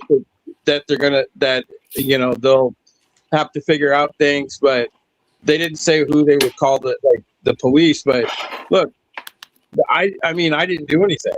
It's people messing around and shit doing that. Look, everybody has people that don't like them, and they're taking stuff out on people. But look, I told the lady specifically, I'm over in the Philippines. I can't just call. Like people don't get it unless you travel countries. I've traveled. You can get phone numbers. You can use internet and stuff like that. But it's a little harder because you have to go to get you have to get a new SIM card. Then you have to pick out one. Like here, I put a globe in my thing, but even that, you can't just call. You can't call the United States with that. So what ended up happening, sweetie? My dad and mom just said, "Listen, he didn't call. I don't know who's doing this, but it wasn't me." And then they told my dad we don't want to hear from people doing this. And I literally asked him. I said, you guys are concerned about things. I said, but I haven't said a damn word. I haven't called. I don't know any of you people. I've never been to. I told him that loud and clear. Wow. I told him I have never been to Arizona in my life. I don't even know. I knew nothing about an HOA until what happened. And I literally told him the truth. And then the lady's like, well, we'll look at this and see. But she didn't say if they called the cops or if she did, or you know what I mean? Like if it was going to be to call on me or anyways. Good. I'm glad that they did that for you. I told them I didn't do it. I'm in a different country. They can, Yeah. I don't know these people. I don't, and I don't know them, so I'm not going to talk shit about them. But I don't know these people. But again, one thing that I did ask him is if people are so concerned about certain people being out there, I said, what about all the people that are running around in your neighborhood and stuff? Where's the people at? Look, I watched Dad's gone live a few times, And when he was going back there, I watched Mark when they were going early, you know, when Mark and stuff was staying there all night at the house. We're down the road a little ways, but he would stay there, right? And I asked her, I said, where's all the concern? Like you know, now there's a lot of police, obviously, you know, because of what happened. But Right. like, where was the concerns with all these people that are running around drugged up on whatever, Right. fentanyl, meth, and whatever, and they're trying to break into places? What about, you know? And she's like, well, I don't have to say nothing to you about nothing. It's none of your business. You don't live in this. And I'm like, lady, I go, you know what? You had somebody literally, I had to have my dad call you to tell you that I didn't do this shit. I'm on the other side of the world. You got mad at me and like threatened me basically like you were going to call the cops. I haven't done anything to nobody. Right. And I don't call cops on people. All right. And if it's an emergency, like, you know what I mean? Like, I just don't call up 911. You know, look, they've got other things to do. Unless it's a true emergency, then I'll do it, obviously. But yeah, like these people are so fucking rude, man. So rude for no reason. And you know what? I don't care what they do. Like, I was honest with them. I was respectful to them. And when you ask them a question, maybe they didn't like it. Okay. I understand their little HOA thing. I understand the people don't want certain people around there. I get that. I wouldn't want to see thousands of people on my street either. But look, guess what? There's a road that goes from my house, and the easement goes just right outside of it. A couple things. They can be there and they could stream my house all day long if they wanted to, and there's nothing I can do about it. Mm-hmm. Fourth Amendment rights, Fourth Amendment rights, 14th Amendment rights. I mean, literally. But for this lady to get, she got upset at me because I asked a question. All I basically asked was, hey, you know what? I get it. You don't want a bunch of these people. That's fine. But what about the people that are literally before this stuff happened? Look what's all that's come out. People have been all sorts of videos.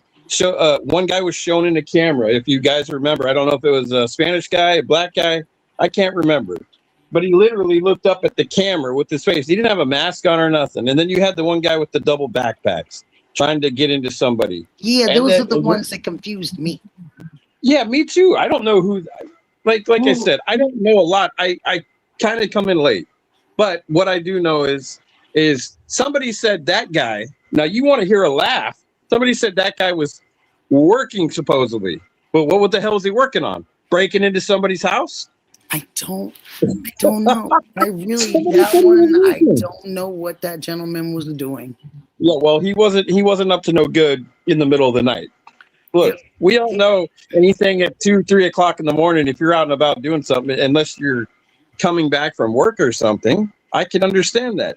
If you're out running around with 2 backpacks in the middle of the night, looking to, you know, you're not working. Whoever did that, that's just crazy. But anyways, but look, he was cleared, Bruce. He was cleared. I told him the truth. I didn't call him, and they just told my dad. But I'm glad that your folks handled it, and I'm glad that you filled this, because I've been wondering about it, and I was like, I wonder whatever happens to that, because I know you were so upset.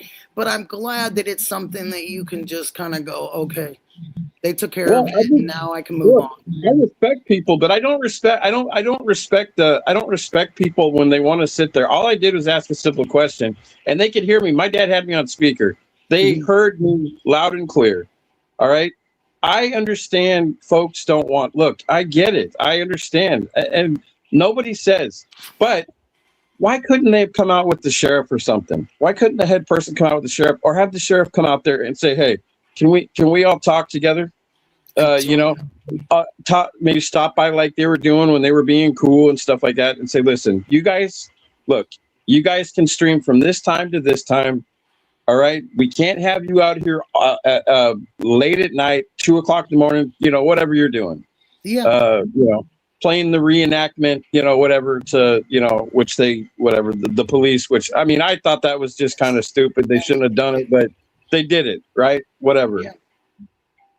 I wouldn't have done that. I wouldn't have been carrying around a mask or a bite light or none of that kind of stuff. Now, after an old lady just got taken, you know what I mean? So it's just, I don't know.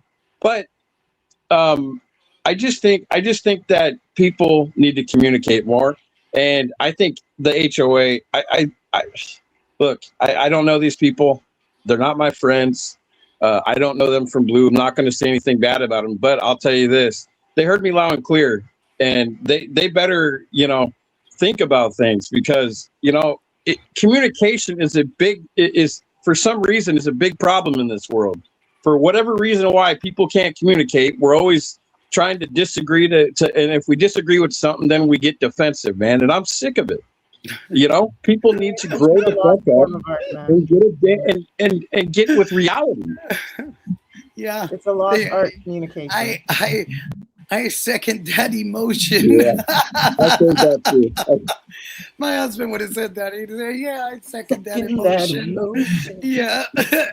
Ain't never gonna happen, Nikki. That's the problem.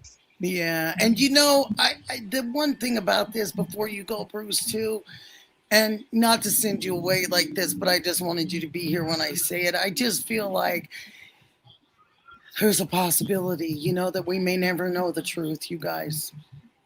Well, is that possibility, and the way it's looked so far, it's looked like it's meant to be that way.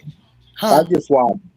That's it. I just watch, Nikki. I let you guys do all the research. I'm too tired. I try to do a lot of research, but I really like my stories about my different people that I bring up, and I like to make them more relevant, and that to me is important, and I was, when I came into this, I didn't base my channel off of anything per se, because I was organ cancer fighter, I wasn't even this, but I know that I don't like things that are not fair or they're not just, and I know that bothers me, and so I know in that hindsight, I had to change it only because I didn't want that to circle who I was.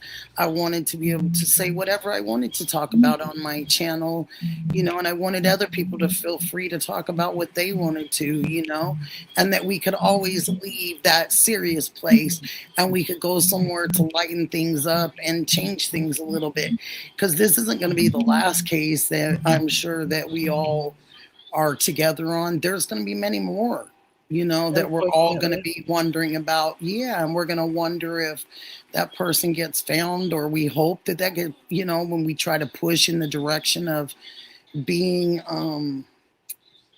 respectful and, trying to help in just keeping the people's names out there.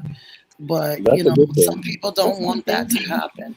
Huh? It's to think though that how many people already, like, this isn't just the only story out there right now. There's a lot. And I tell at least two every time I'm on.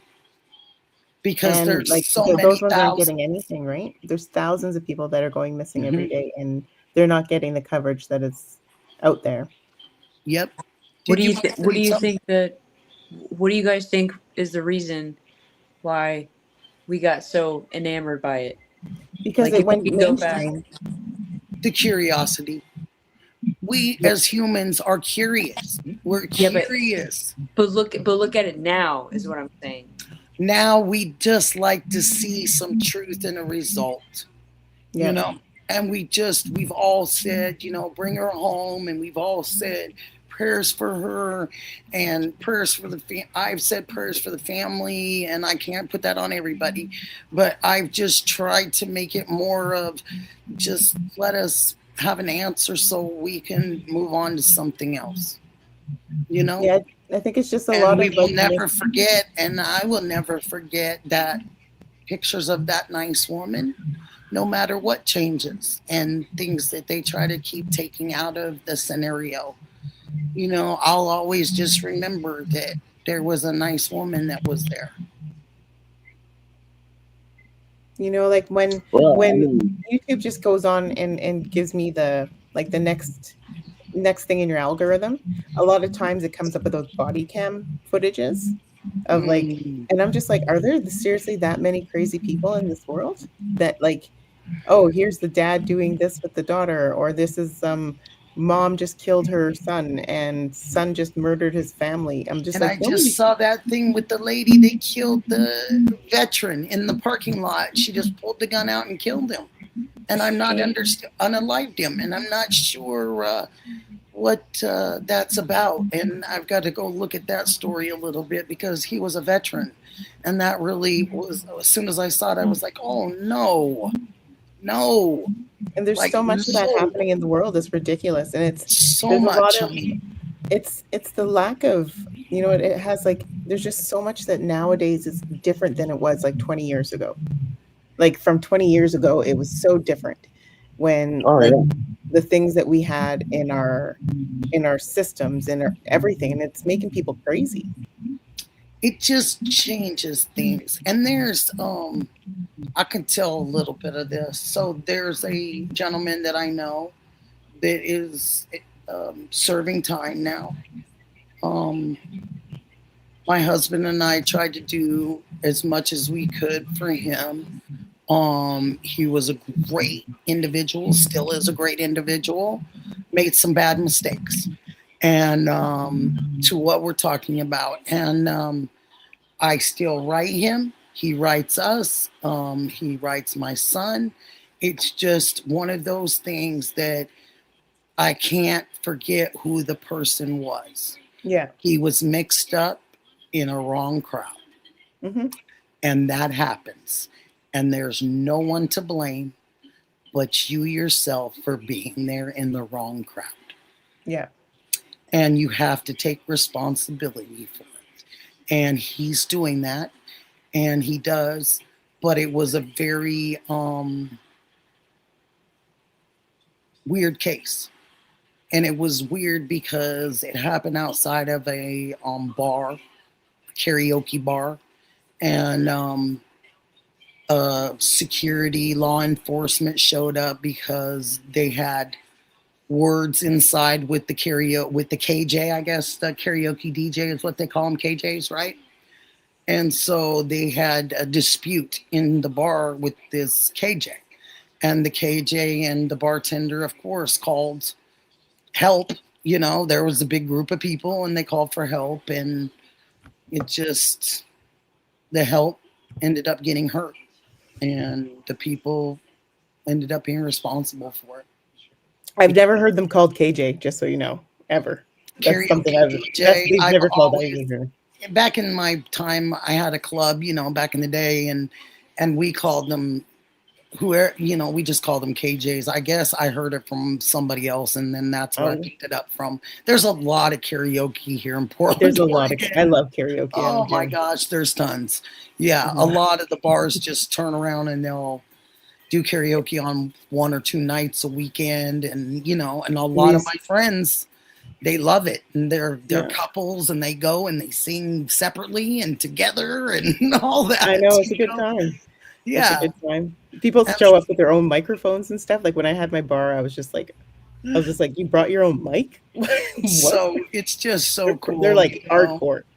Yeah, and they're a whole nother crowd. They're a different crowd all by themselves, and they just want to pick a song and have their song and and have a drink or not, but they're there definitely for that karaoke at that time, Yeah, it's a good. They draw the crowd in. Like they were doing like this bucket draw for like $1,000 or whatever. So you have to be there for like 11 o'clock. Yeah. And you get every time you go up and sing, you get like a bottle cap or a card.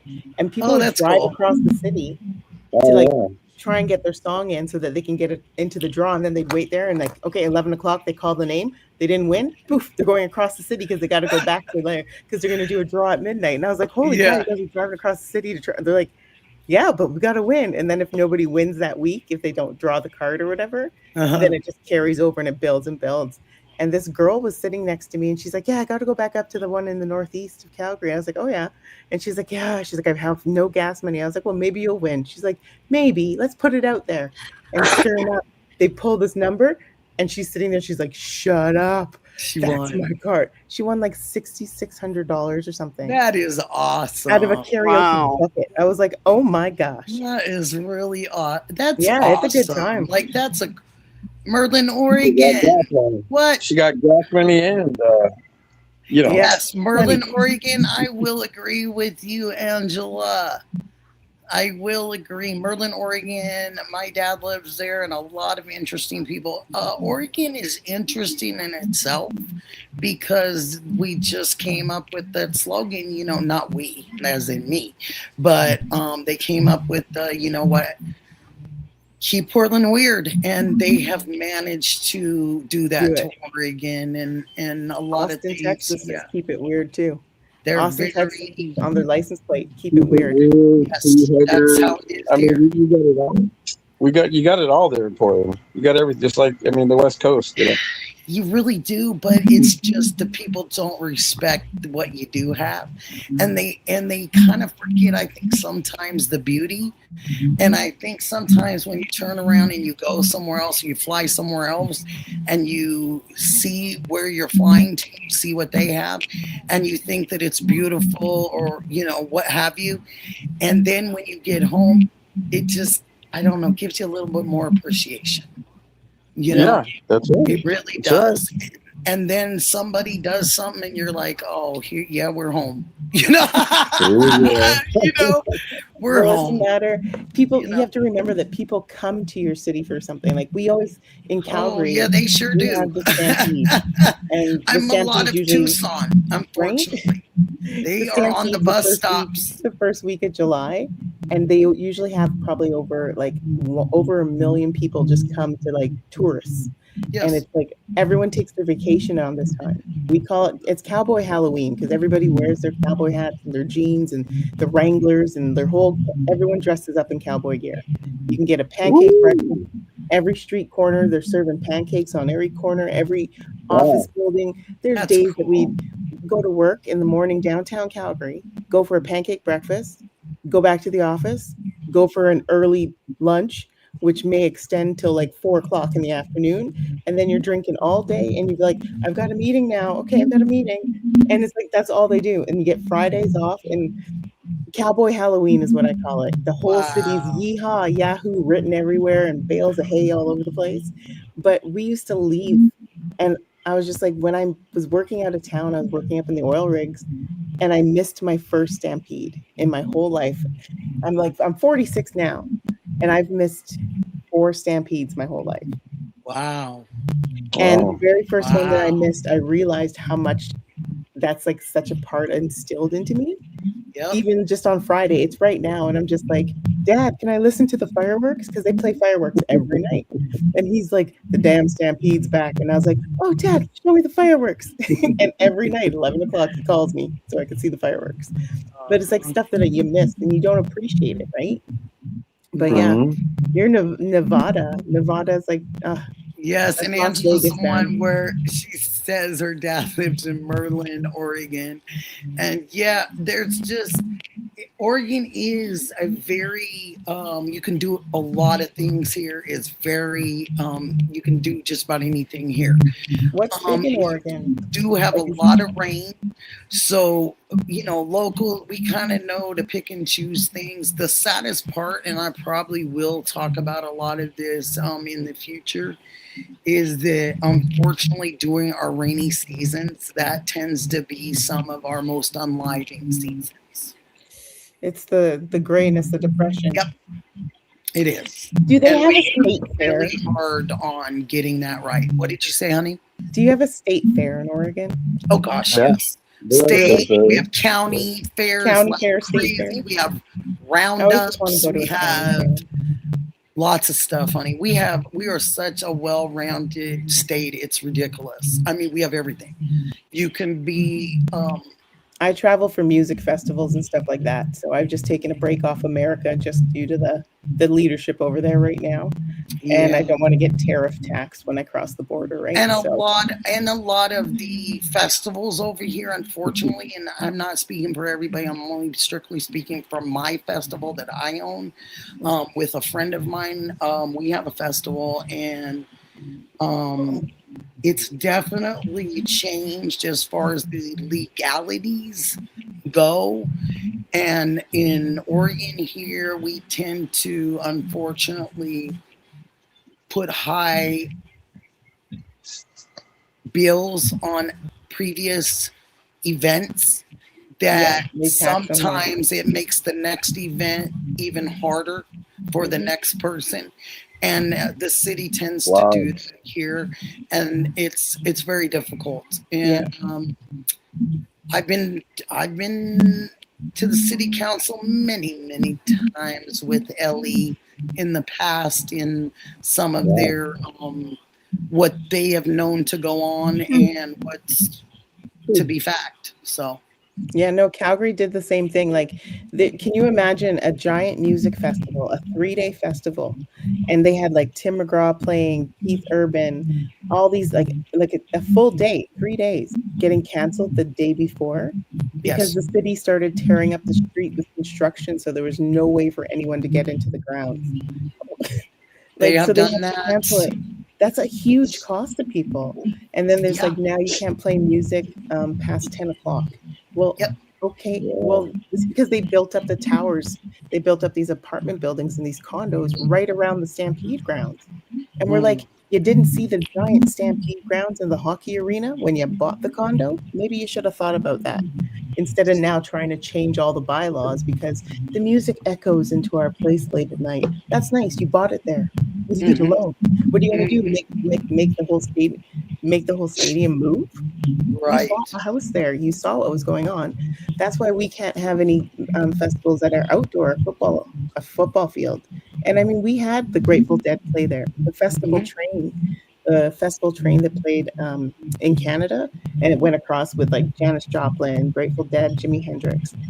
And it went across all of Canada, and they had a huge Janis has been gone a long time. How long ago was that? This festival train was like back in the 70s.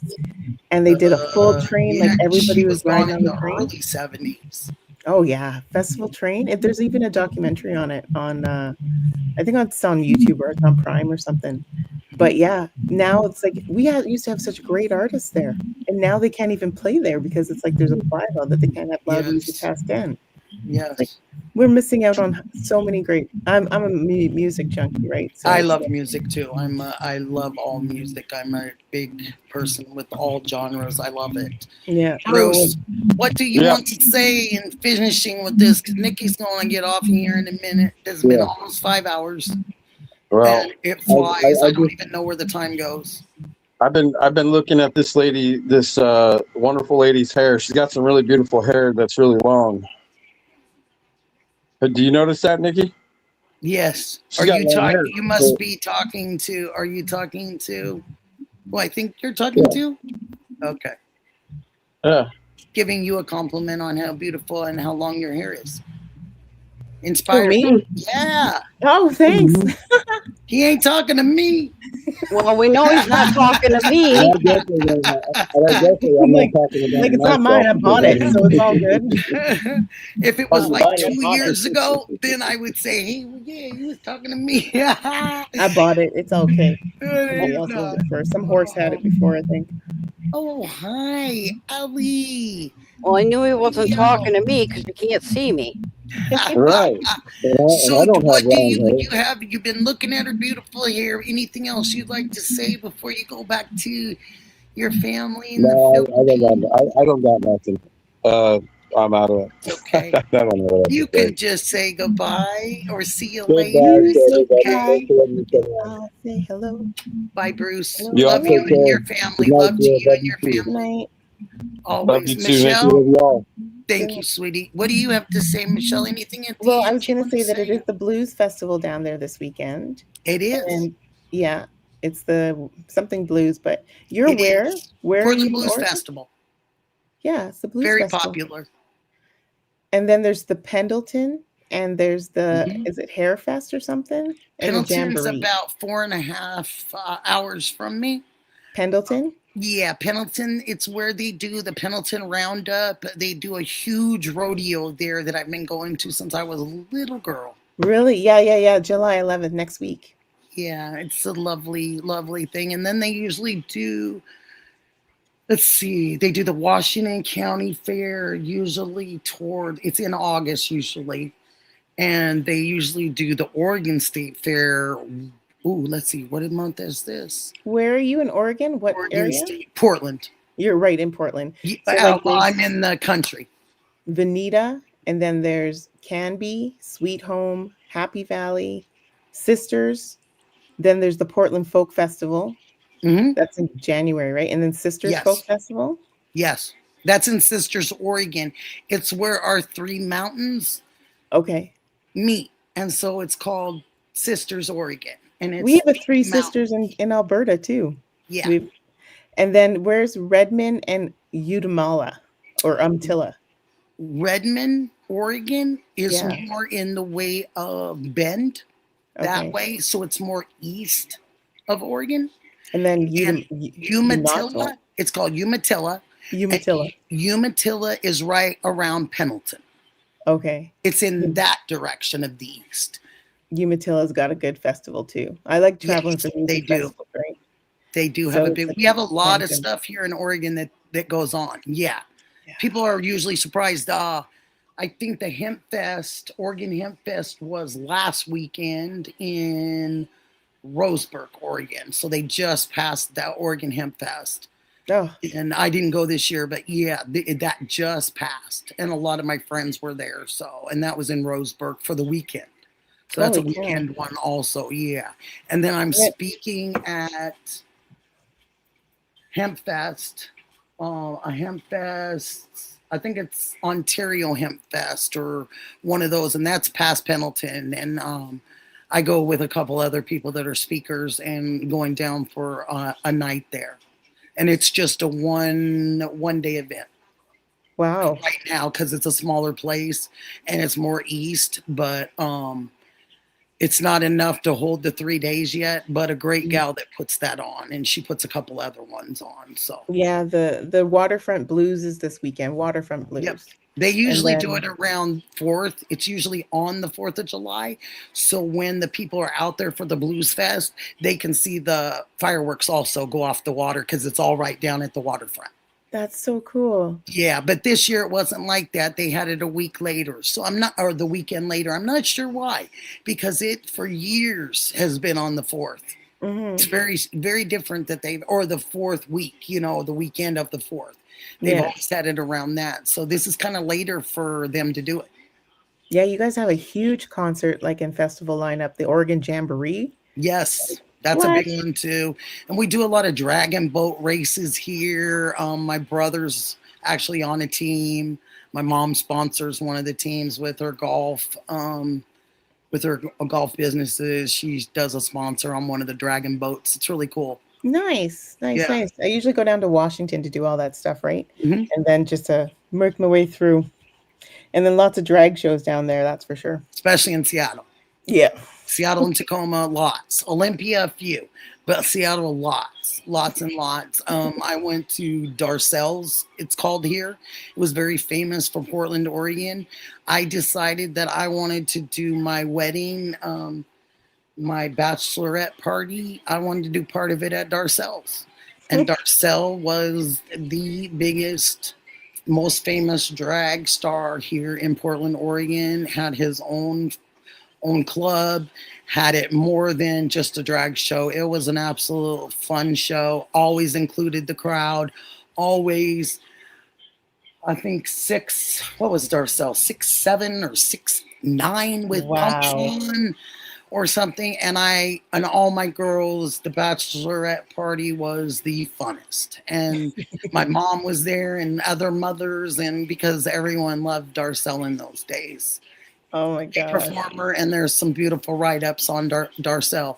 So awesome. And it doesn't exist anymore, unfortunately. But I'm glad to talk to you about it. I do love my state of Oregon, so I'm so glad that you brought some of those things up to me. It made me really go backwards and look. I love finding out new places to go and visit. So I mean, it's something that I like traveling and going to see music festivals all around the world, right? I've been to Ireland, I saw Dropkick Murphys there. Then I went to Manchester with them, and then going down to South Africa and saw Dave Matthews, and then Dave Matthews has been big here in Portland for a long time. Oh yeah, when he goes and plays the Gorge, I'm a big Gorge fan. And the Blues Fest, and he's been there a lot. Everybody's big fans of him. Yeah, no. I was on tour with Motley Crue for 5 shows. Oh yeah. just to see them, that whole atmosphere behind the scenes of everything, it was such a highlight. Vince Neil actually gave me and my husband and my family tickets, not only to the concert, but he sponsored a IndyCar in those days. And so he decided to give my husband and all his friends these beautiful, wonderful Indy tickets. And I just happened to be one of his servers. And nice. We ended up hitting it off, and I hit it off with his wife at the time. And we just got to talking, and he just said, I've got some things for you, and I'd like to bring them back tomorrow to you, and can I put them up here in the bar? And I said, that'd be great. They'll give them to me. And I just thought, I hear that, and some people forget, and some people, it's busy. They get busy. And I went back to check, and sure enough, they were all there, and he even added a little more, and it was very cool. So Vince Neil, shout out to you. You were really, really. He is a good man, that's for sure. Yeah. No, I love those boys. It's there's everybody remembers the time that something happened to like their favorite celebrity or whatever. Like people remember when Michael Jackson died, and that's like hardcore. People remember when Elvis died or whatever. And I always told my friend said, she's like, Michelle, if something ever happened to anyone in Motley Crue, I'm not telling you, because I don't want to be that person that brings you the news. And I said, I'm never telling you if somebody from the Tragically Hip dies, because she's a huge Hip fan. And well, when Gord Downey died, I waited almost a full day, and I called her like at midnight. I was like, hey, how are you doing? She's like, good, I just finished my thesis. And I was like, damn it, you mean? She's like, no, I've been locked off in the library at the university for like all day. I just got home. I'm like, oh, you haven't turned on the radio? She's like, no, why? I was like, call me back, bye. And because the minute you turn it on, it was like Tragically Hip everywhere.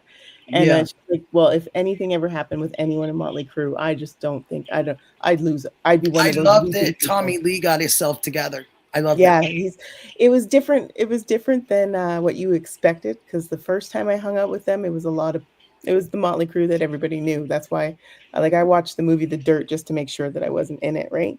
But the second time when you're playing, like, there's no partying. We were playing crib and drinking matcha tea and hanging out with their wives, and it's just lovely. But yeah, no, Pamela Anderson came and opened up my restaurant when I opened it in Kelowna.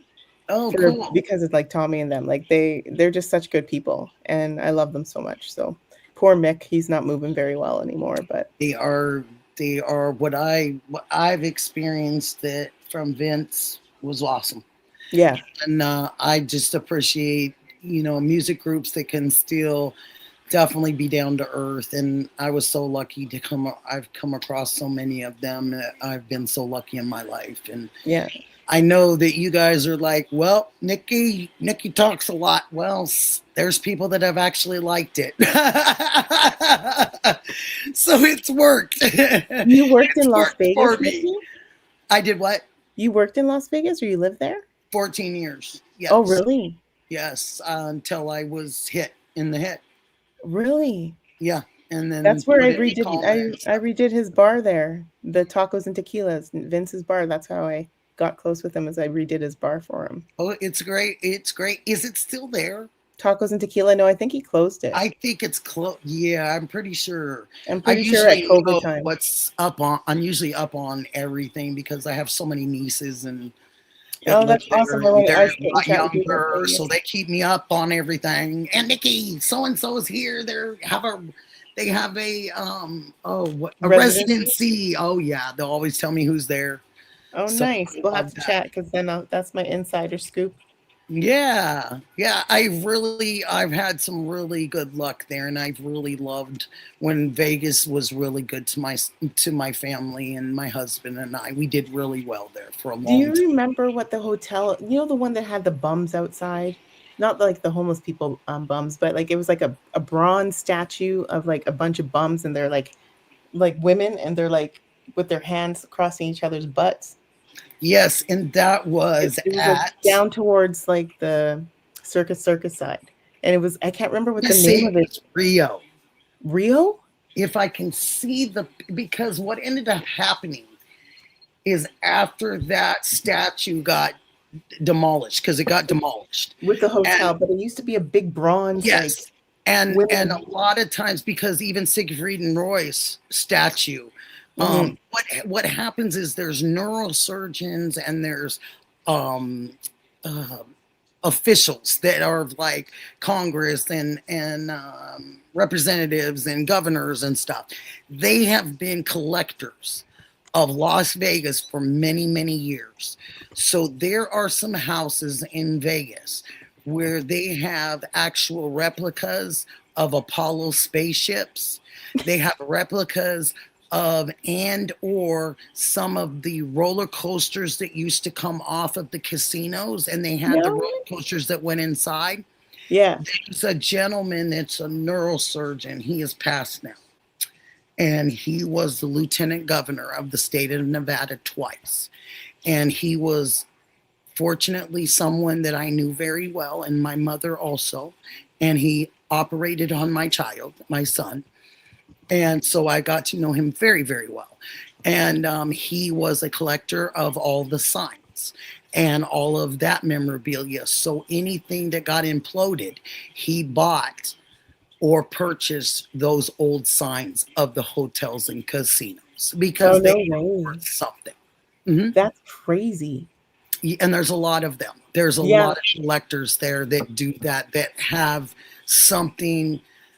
They have their foot in Vegas. They have their foot in Nevada, and they want to purchase these things that become a lot of history of Las Vegas because they've imploded a lot.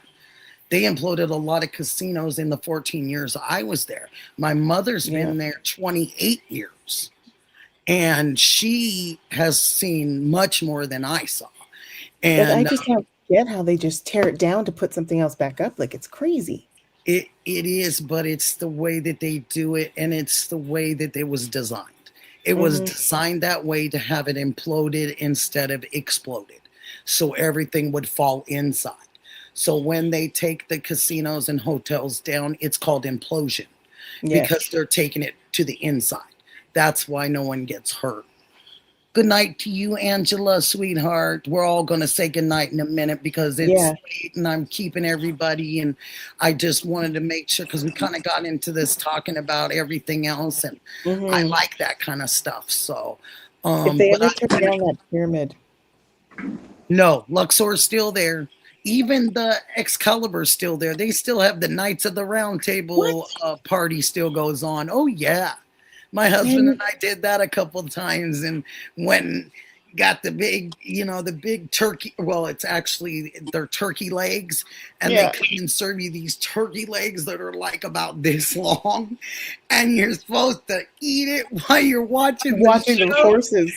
Because you're in their medieval times, and you're just supposed to do that. So we got to experience a lot of things. And my husband opened Bellagio, so he got a lot of tickets to a lot of stuff. Way. And Circus is kind of deadened out a bit. Huh? Circus kind of like is not the heyday it used to be. That was my first job. Really? First job I ever got in Las Vegas. And when I went out to look for a job, that was the job that hired me that day. What did you have to do? Were you just a waitress? I worked but I worked up in where the circus act was. So I was up there. So that's when I told the story about seeing Michael Jackson and how I was able to visit with him. And I'm almost positive he had one of Jermaine's sons. I'm almost positive, or two of them at the time. But I had these beautiful pictures. And for the life of me, I cannot find them to save my life. And I know I've got them. I just have to figure out where they are, like the other stuff. But I come across it eventually. I always do. But That's it was cool. just funny. Yeah, you need a lot of stuff when you work in that industry. Like I worked in hospitality. In the beverage and hospitality, food and beverage, Las Vegas. You're going to see somebody. Yep. You're going to see somebody. And it becomes to where you almost stop, the awe kind of isn't the awe anymore because you get so used to seeing so many. You think they're just people. And they want to be treated regular when they're there. They're on vacation, believe it or not. A lot of them are on vacation. A lot of them have their families with them. They don't want to be bothered. Yeah, no, I'll tell you a quick story that to finish it off. So I don't get starstruck. Like I've worked in film and television, done all these people and stuff. Like I worked on X-Men and whatever. But for some reason, this gentleman came in to get his itineraries and I looked at him and I just like got so tongue-tied.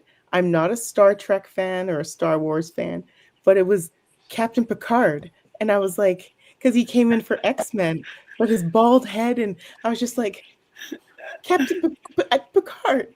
And he was like, what? And I was like, I mean, Jean-Luc. And I was like, it's like my foot hit my teeth and then kept going. And I was like, I'm sorry, Mr. Stewart, here you go. And he just leaned over and he's like, I didn't know you were in my ship. And I was like, okay. And for the rest of filming, he called me number 3. Yeah. But I don't know why. I've seen Bruce Willis and Halle Berry and like, you know, everybody.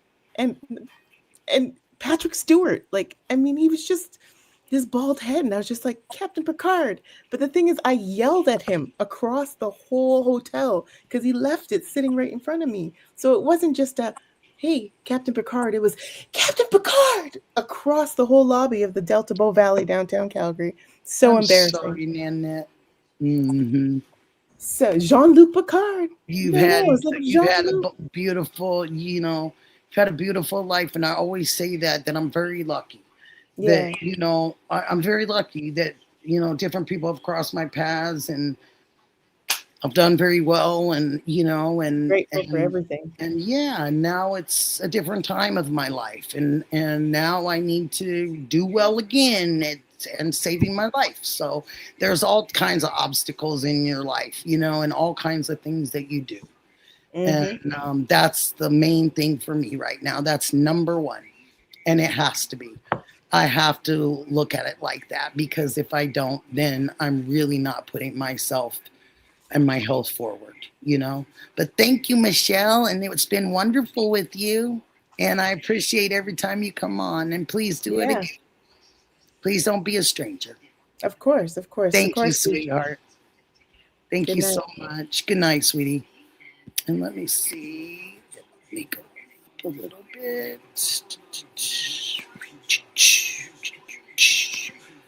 Okay. Hi, friend.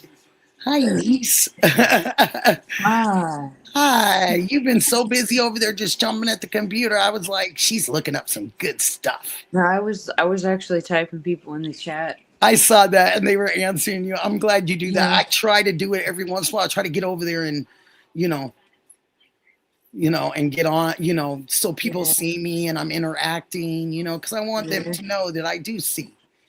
And I do, you know, I do see what you guys are talking about.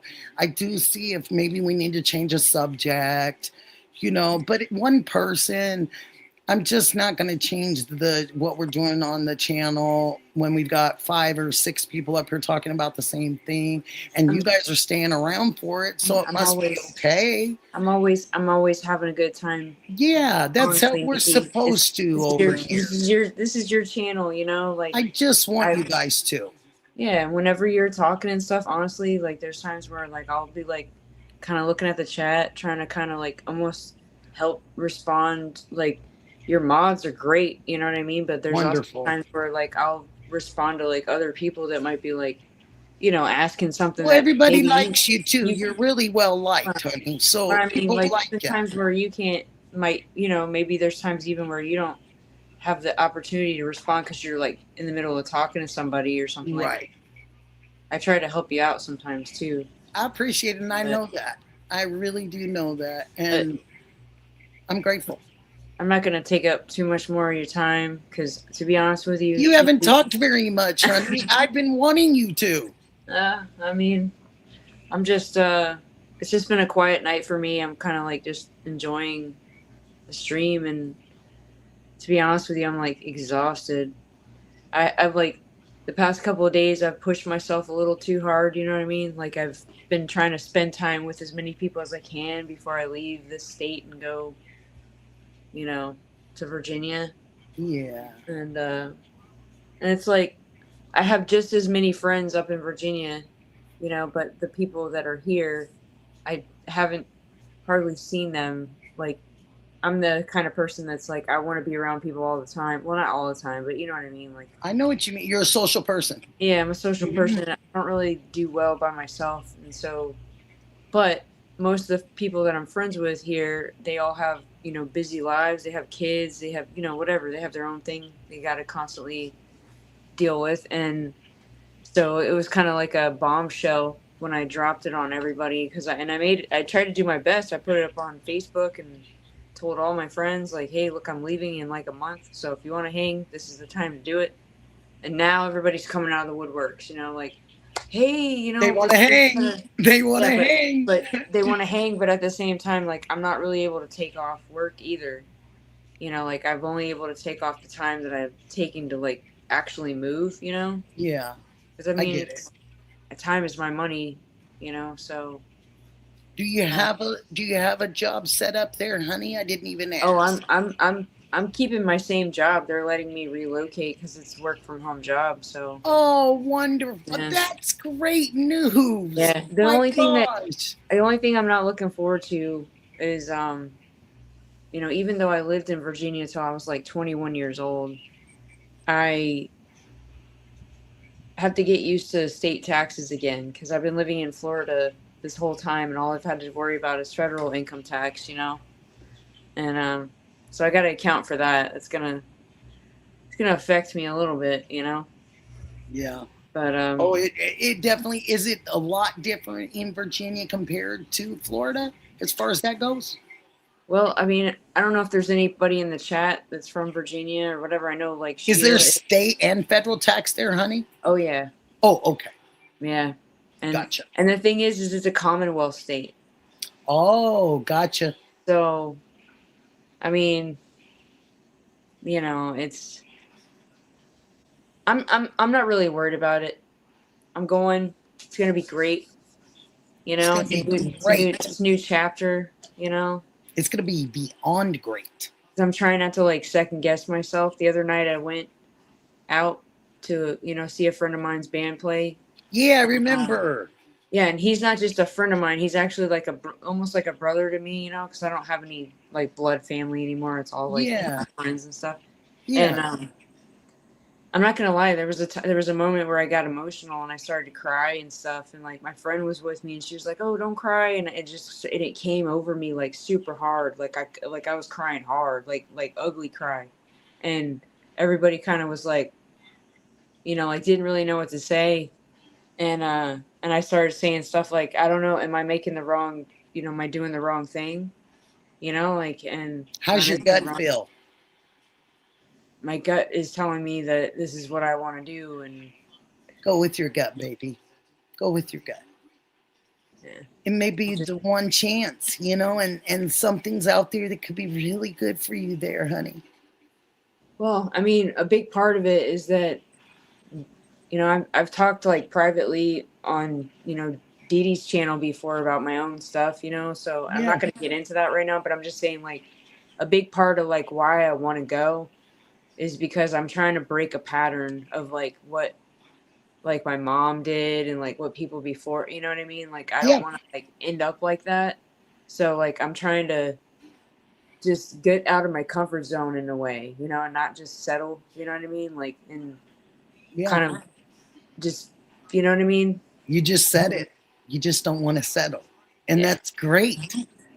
That's and friends that I have, like you're my friend, and I don't even, I feel like honestly, I'm not just saying this. I feel like there's totally a chance that I could easily take a trip to Oregon one day, and get an Airbnb and be like, hey, Nikki, I'm down the road. You're always welcome. You know what I mean? Oh, I'd love to show you everything. I'm just saying, like, even though like I'm that way, I'm like. I'm not just saying this. I'm seriously, I mean this from the bottom of my heart. Like, I'm a real person. What you see is what you get. I'm wearing this stupid hat. Maybe it's like a shtick for me right now, but I love your bucket hat. It's just like, I am who I am, and I cherish every single friendship and relationship I have, Right. That's what you have to do, because they might not last long. Exactly. And what I mean by saying that too is that even though I'm going to Virginia, all these people that I'm friends with here, even I can count them on two hands, but I'm just saying they're just as important to me as anybody else, you know, like, and I don't, even though I'm like miles away, it's not like we're going to never be a part of each other's lives, you know? And, Absolutely. and I feel like everybody, even though I might sound cheesy or whatever right now, I feel like even everybody that's in your chat tonight, you know, like if they're not genuinely like trolls, you know, and Yeah. we're all like actually in here for a reason because we wanted to hang out together tonight. Yeah. I mean, that's the bottom line. We all wanted to hang out tonight, right? It Yeah. didn't matter what you were going to talk about. You could have talked about like, you know, mice, you know, Mice. peeing on cotton and stuff, you know, like it Yeah. doesn't matter. Thank So, you. but I You're so love you, Nikki, sweet. and I love you too. I'm gonna jump off now because I feel like Okay. it's time for me. But I love you so much, and You I'm said so some glad that you. beautiful things. So Thank you. I love you, and I'm glad that you love let me you be a too. part of your channel and stuff. And Always, honey, okay, and you're always welcome. And you can always reach out to me. You know, of course. just if you just need an ear, you always can do that. So, Thank you. I wish the best for you, and I'll be thank back you. soon. Next time you stream, I'll be there. It's awesome. That'll be Tuesday. Alrighty. To you too. All right. Good night, Nikki. Good night, sweetie pie. Good night. Hi, Miss Barney. Are Hello. you still there? Oh, good. Just been sitting back listening.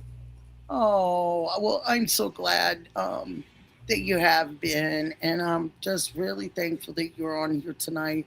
You talked about the things that you talked about, and you brought a lot of good things to a lot of us to recheck, reconfigure. That's what was, especially me, because it has been so long, and time has gone on. That it's nice when somebody does bring things back and makes you really think about what did you see or what did you hear or what did you write down or what do you remember. You know, Well, I think that comes from doing genealogy for so many years. You know, it's always the who, what, when, why, where. makes Uh, sense. Yep, makes complete sense to me. yeah, Yes. and like I always have to cite my sources and You're information like that. awesome. And I love that you're around. And I love that because of your circumstances and and I think that you're brave. And I think that it's wonderful that you come here and you go to other places. And I just wanted to tell you that. Oh, well, That I thank think you. it's very wonderful because I know your circumstances are different than a lot of other people's. And when you do go on people's platforms or panels, you have to make sure that you are incognito, you know. Yes, yes, I do. And I understand it, and I'm I'm happy that you made me privy to it, and I still love that you're part of everything. And I think that there's a lot to be said about that, honey. When you're have other things going on that can change your life. So I just want to say that to you. Oh, thank you. Yes, You're very welcome. I mean that. It's been a shock to my system. I can imagine. I can't imagine, but I can imagine. Well, I had to leave everything I owned behind. And I know there's people that can totally respect that for so many different reasons. Yeah, it's tough. It's tough. And you know, when I left, I pretty much just came here with a few clothes and my dog and cat. I didn't have a bed. I didn't have dishes. I had nothing. So and look at you. Look at how you are. You're so strong. And it's wonderful. Wonderful to see. Some days I don't feel strong. We all don't. That's when it's the biggest time for us to pick ourselves up by our bootstraps, sweetheart. And tell ourselves that we are doing the best thing we can do for ourselves. But I had to leave everyone behind as well. I I know. am I'm And it might literally not be forever, honey. um I think it will be. I think it will be. I think that's just the way it has to be. I don't like it. I don't like it. It's been a very traumatic road to leave everything and everyone behind. Yeah. And but you know, um, I am thankful for my pup and my kitty, and we're just doing the best I can. But it's hard to just drop everything and leave everything behind at my age. You know that you're never going to have what you had, what you've worked for all your life. I worked for it. Yep. But yeah, I mean, I'm getting through it. I, I do have a couple of people here that do know who I am, Okay. but it's hard to be active in a community when you don't want to be found. Right. I understand what you're saying. And Yeah, that's why I'm so proud of you for you keep coming around and you I just think that that's wonderful. And I think that it's wonderful that you get to express yourself and that you get to dive into this and you get to be part of this community with all of us. And I think it's wonderful. Wonderful. oh, it's a wonderful thing for me as well, It's wonderful for us. because we get to pick each other's brains. We do. And it's And I get to talk to nice people that everyone's got plights, and I get to talk to nice people and I learn something from all the time. I know, and I probably do irritate you with saying who No, said that. no, actually, you keep me on where Nikki. Where do you have this one written down yet, or was this one of the times you didn't write the figures down? And do you remember? And no, you're just actually exercising a lot parts of my brain that need the exercise. So I don't. I'm not irritated. I do appreciate it. And if it doesn't seem like it, I'm sorry for that. And Oh, it's no, no, just no. sometimes I don't feel so good myself, and I just keep moving through it. I do understand that. I have PTSD, and I have anxiety. I am labeled with both conditions. And this is not my normal life. This is not how I was before. So everything has been a dramatic change for me. And so I have times where I can't focus, and I can't remember things. So to have something to try to focus on is a good thing. It really is, honey. Yeah. And like I said, I appreciate you, and I appreciate learning from you, and we can all learn from each other. Well, I don't have much to teach, but Oh, I definitely learn from you. Don't I pick if you don't know it, you're sending strength over right now to me. I apologize. I do not know how my voice comes out, because, like I said, I am 50% deaf, and I have headphones on. You sound wonderful. Oh, thank you, because I can't hear my own voice. And Melly says, love you, Barney. Oh, Melly, I love you too. I really do. And thank you for stepping in, Melly, because, just sometimes I can't get the words out. And she's so kind. She is. Yeah, I adore Melly. I I'm so really lucky. do. I'm just so lucky over here. I'm so lucky. Dee she keeps me in line. And I got Melly and Mel and Mustang, and I mean, the list goes on, and cats, and it's just so wonderful. Well, I happen to be more familiar with Melly, because we do happen to turn up in the same places, in the chats and whatnot. So, you know, uh, I see her the most often. Yeah. So, I hope you have a good night, sweetheart. You are oh, absolutely welcome back all the time, anytime.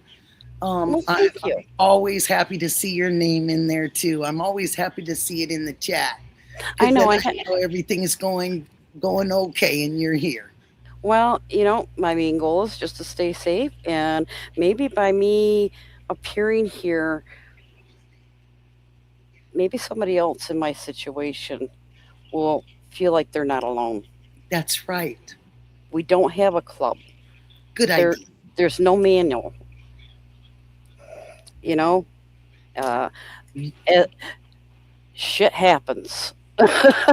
YouTube doesn't give us a manual either. They just go over our stuff like fine tooth combs Yes, and and make sure that we're good people that are putting out decent things to say and that we're putting out things that, we care about people and we want people to prosper and we want people to do well in their lives.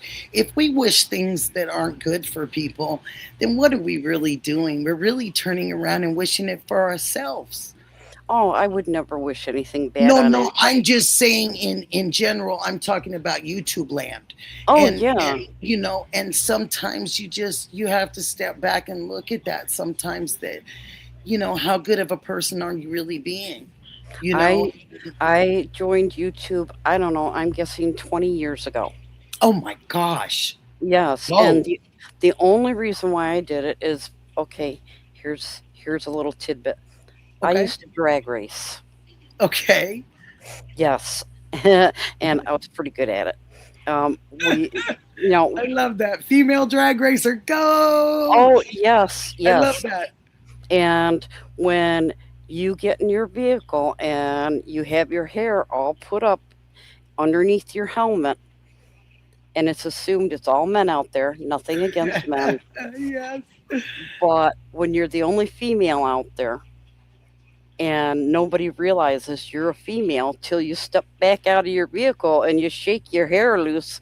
And I had one little girl that happened to be standing outside of my vehicle when I got out, and I shook my hair out, and she went, "Daddy, that's not a boy, that's a girl." And I winked my eye at her and I said, "That's right, honey. Don't let them tell you you can't do something." Right. That's right. That's right. I Oh love my it. gosh. Thank There's you so much again for coming. Thank you. oh, absolutely. And I hope to see you tomorrow and I'll be around watching some other stuff and seeing what everybody's got going on are you going to be and on tomorrow night? it depends. If there's something that's breaking, then I may do that. But if it's something that my thing right now is that I would really like the fellas to do a thing for Juanita. For her, what she's out for all the FOIAs and everything, because Yeah. she's taken on a lot. she really has. She really, thank you for saying that, because she really has. And I And just she really didn't want have to. She didn't. And that's the thing about it is when people go out of their way for you and do these things and don't expect anything back, they do it because they can go out of their way for you because they feel that for you. Yes. They feel like you're worth it. You're Yeah. worth it to them. Yes. I don't like the people that do something for you because they expect something back. Nope. And you guys know I'm going to say it again tonight. Please do something nice for somebody without them even asking you guys. It Well, could be anything this week, just something nice that person doesn't ask for, and it's just something that comes to your mind. I'm one of those people, I will admit. Um, I have stepped out of the limelight, of course, and I have chosen not to deal with people much. I could go for weeks without talking to somebody and it wouldn't bother me. I could go weeks without seeing another human being and it wouldn't bother me. Um, and people say, "Aren't you lonely?" Nope. Nope.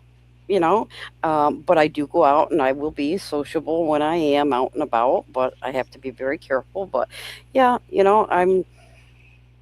I've stepped out of the limelight, and that's okay. Yep. That's We love you. okay.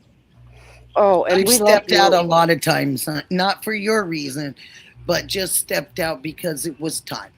And it was time to do something else or I just wait didn't for have a somebody who choice. needs help. I I know. and that's a hard thing to accept. It's like this is not my plan. Yeah. This And is I get that. And please finish. Sorry. Oh no, that's okay. So I am literally rebuilding life, and yeah, it's okay. Yeah. It sucks, but it's okay.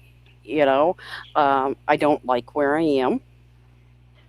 This is not where I belong, and I know it, but I can't change that. Right You now. know, Probably at my age, I won't be able to be where I want to be. Well, And I have positive outlook for you. I have nothing but blessings for you and a lot of peace and hope for a good future of the rest of your life, sweetheart. mm, thank you, thank you. You're very welcome. Well, And it's my pleasure and I'm happy to be able to even say it. So I don't want to be a Debbie Downer, but I just no, do want people to be aware of domestic violence. yes. It's And not a joke and it's not funny. and I can't step out in public and be the person I used to be and being a public advocate. Hmm. But if I can do a little bit behind the Somebody scenes, heard you in here. I hope Somebody heard you. And when you're talking in the different chats or you're in the different someone, you've reached someone. I And hope to so. me, that's all I look for is one person.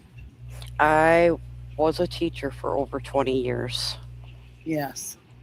You And I know, bet you were great. I loved it. I loved it. I know you love the kids. Oh my gosh, yes. Oh my gosh, yes. Oh, yes. Oh man, yeah. Oh, You you're so know, wonderful. And please, like I said, please don't hesitate to come back.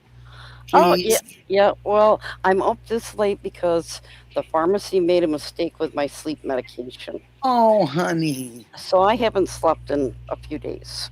Oh, gosh. Yes, and so um, guess where I will be as soon as I get my butt out the door in the morning. I'm going straight to the pharmacy to get my Good. medicine because Good. I part of the traumatic thing here is I can't sleep. I can be Yeah, exhausted and I can't sleep. I know. You've got to So be in protection of yourself yeah, and mm, and your surroundings. I understand. And I love you. And you're a wonderful person. And I can't wait to see you next time. I know. I'm trying to save up for security cameras. You'll do it. I know you will. Oh, it's going to take me months, and I know it, But um, but I got a good dog too. That matters. And hey, ladies, I've got over 40 years of MMA. You can do it too. That's right. I love it. I love it. I used to box. I used to take Oh, boxing in Vegas at the time because yeah. there were so many female boxers then. So it wasn't abnormal to go and work out in one of the boxing rings. Yep. I've got my boxing So gloves, my nunchucks, and that's everything. It's all awesome. hanging on the walls, and it's Yeah, like, that is so yeah. cool. You are BA, girl, Well, BA. yeah. Okay, remember the first rule is you gotta know when to walk away and when to use it. Yeah, it's true. So many So people true. think, oh yeah, I'm gonna do it just so I'll be tough. No, no, that's not what it's about. Yep. That's not what it's about. But you are a strong fighter too. I'm a tough cookie, and I guess I was built that way. I don't know. I just keep getting And knocked down, and I keep standing right back up and saying, "What was that hit me?" do you you must have an amazing support support system? And You know, I have to express this. Cancer's a funny thing. They're either there for you or they're there for you for a short time and then they're not really there for you. It happens kind of both ways. And it's this cancer, they kind of call it the cancer silence, where a lot of times when you're fighting, as long as somebody like me has to fight, people tend to stop remembering that you're fighting. yeah, It's what it is, you know. And we're humans and we have to live our lives, you know, to the best of our ability, you know. And I have some wonderful people, you know, but then I also have seen some of that. But it's also things you see when you lose somebody too. You know, when my husband passed away, I saw differences. I didn't get asked out a lot by couples. You know, things change. yeah, And it you have does. to change with the times, you know? Yeah, but it's not Yeah. always easy. But No, it's not. And there's some days. But I just refuse to let those days stay with me. yep, I you know, have to, they're done and over and move it on. And I got to do the rest of my day, whatever that is, with as best a smile as I can have on my face. Because I always want to make my husband proud. there you Always. go. But you know, it's not always easy. No, It's not. it's not. And you're a sweet woman and have a great rest of your night and get to the pharmacy in the morning, please. And go Oh, watch. Do you have Patriot Pride or somebody you could go watch? Because I'm going to catch some of theirs probably while I'm laying down. I have no Get to idea what see my it. next plan is. I think they had a pretty good show. So I'd like to go check that because Mike had Speedos on. Remember? Oh, yeah. See, I didn't even know who Mike was. I'm like, who's Mike? He's Adam's best friend, and that Miss Patricia that comes in there, she had a bet with him on the Yeah, Speedos. I have missed that because I've tried to limit my subscriptions, so I'm not trying to keep up with so many different things. Gotcha. You know, They're I have. great. They are wonderful. They are really wonderful, Miss Barney. And I just want to tell you one thing about Patriot Pride. Everything that comes through their doors goes to veterans families and families in need. It's the most wonderful. Like their concept, I'm a Gold Star kid, so I love what they do. I love them and I will support Adam forever for that reason. Well, Because not only is he wonderful, but what he does. right, right, and see, like that. I had a business before I had to relocate, and I had a genealogy business, and that's just gone on the wayside. I would love to get it up and going again, but that's not always easy. That's a challenging profession to be in, you know. Bet. But I have the knowledge, I have the experience, and it's something I can do at home. I need a job I can do here at home.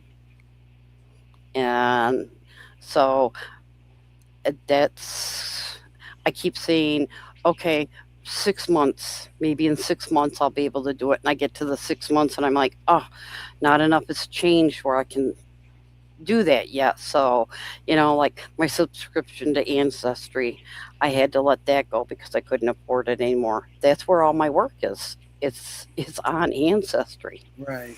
And I'm like, oh, and I still have a lot of other resources, but trying to get a business going again where I can at least have a couple clients to do the job for. So, maybe once again, maybe in another 6 months. yeah, but yeah. So I there's keep looking every time they give me a pharmacy receipt. I go like this.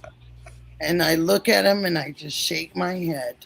And I said, what if people can't afford this? What if people can't afford it? What do you do then? and there are so many people that go without their medication. Especially cancer meds because they're so expensive. And And it there, saddens me. And if there was ever a way where I could do something like Patriot Pride does, and if I ever had enough in the future, that's exactly what I would do. I would have some kind of fun just to help cancer patients there is one thing. subsidize There whatever. is one thing we can do. Mhm. And I have done this for years. I have supported the Ronald McDonald House for many, many Absolutely. years. Mhm. And never did I anticipate that down the road it would personally affect me, that program that I had been giving to for years. But yeah, there's a few instances that where I was like so grateful. You can collect the tops from cans, the Yes, little ma'am, we tabby did it. bowl, We did and it, girl. and I and know. and give them to McDonald's. You bet you And can. I had all my students saving those. That's beautiful. And It's beautiful. once I explained to the kids what this program was and why I was saving the tabs, Well, some of the hardcore kids would come in and they'd be emptying their pockets to put them in the box I had in my classroom. yeah. And they'd be like, here you go, here you go. Let's support the kids, let's support their families. And it, it was just like all I had to do was explain to these kids. And the support was just over the top, beautiful. And it was just something every time they picked up a can, they'd think about it and they'd stuff it in their pocket. Hmm. So simple to do. It didn't cost them a thing. No. And But we had they, so many. We were collecting them at my facility at my club, and that was a big thing for us. Besides a bunch of other stuff, and it was those can tops were like so many, and we had one mom that took them in for us. Like it was just so wonderful, wonderful, great. wonderful. Anything you can do to help. I tend to help a lot with the Shriners also. My mother's a huge Shriner. Shriners Kids Hospitals is a big thing for our family also. And there's just so much out there and there's so much need, you know, so much need. Oh, there is, and far more than we can even begin to think. All of us can't touch it. Like there's just so much of it. And this is why it takes people like you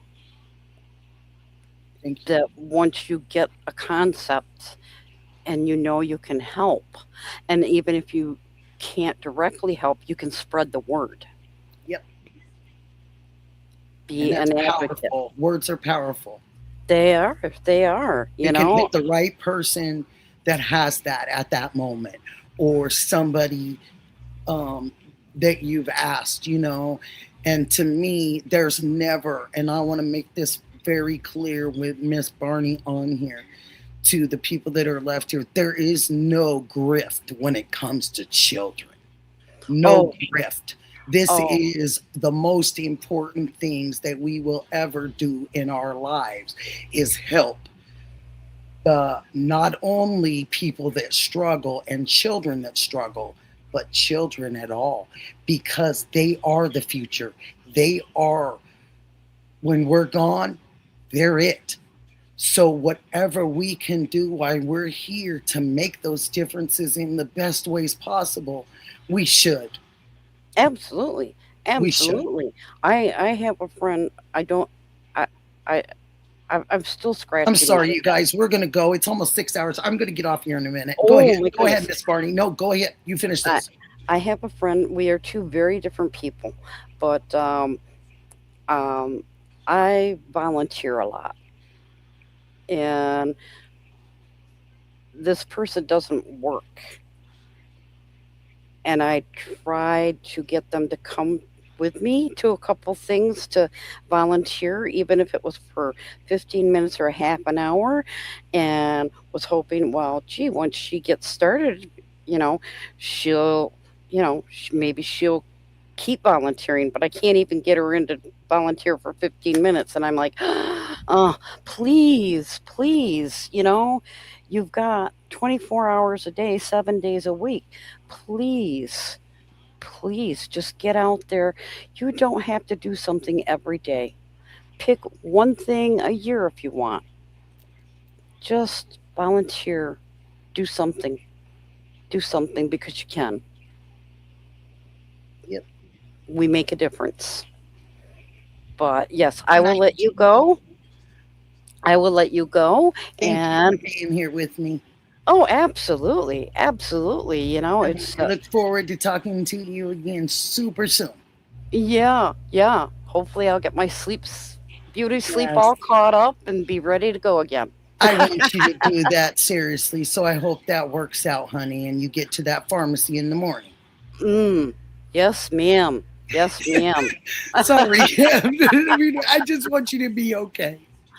You know, yeah, that's the funny thing. I find myself kind of slacking on some things I need to do for myself without my family kind of pushing, you know. So now I got to remember, hey, you're 60 years old. You shouldn't have to have somebody tell you. And the other side of my brain goes, eh.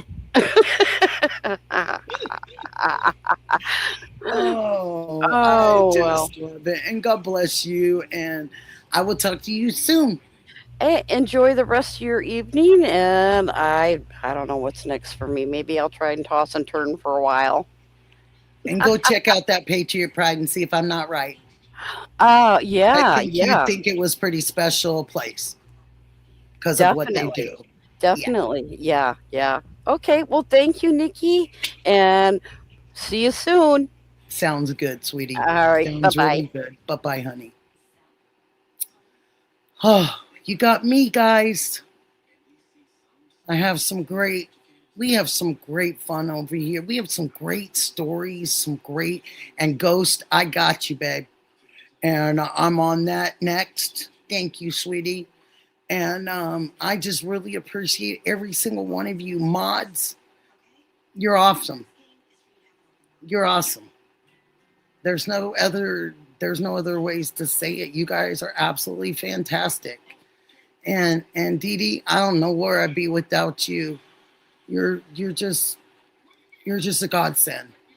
And all of you are. And thank you for coming in tonight. And I hope that we didn't bore anybody too much.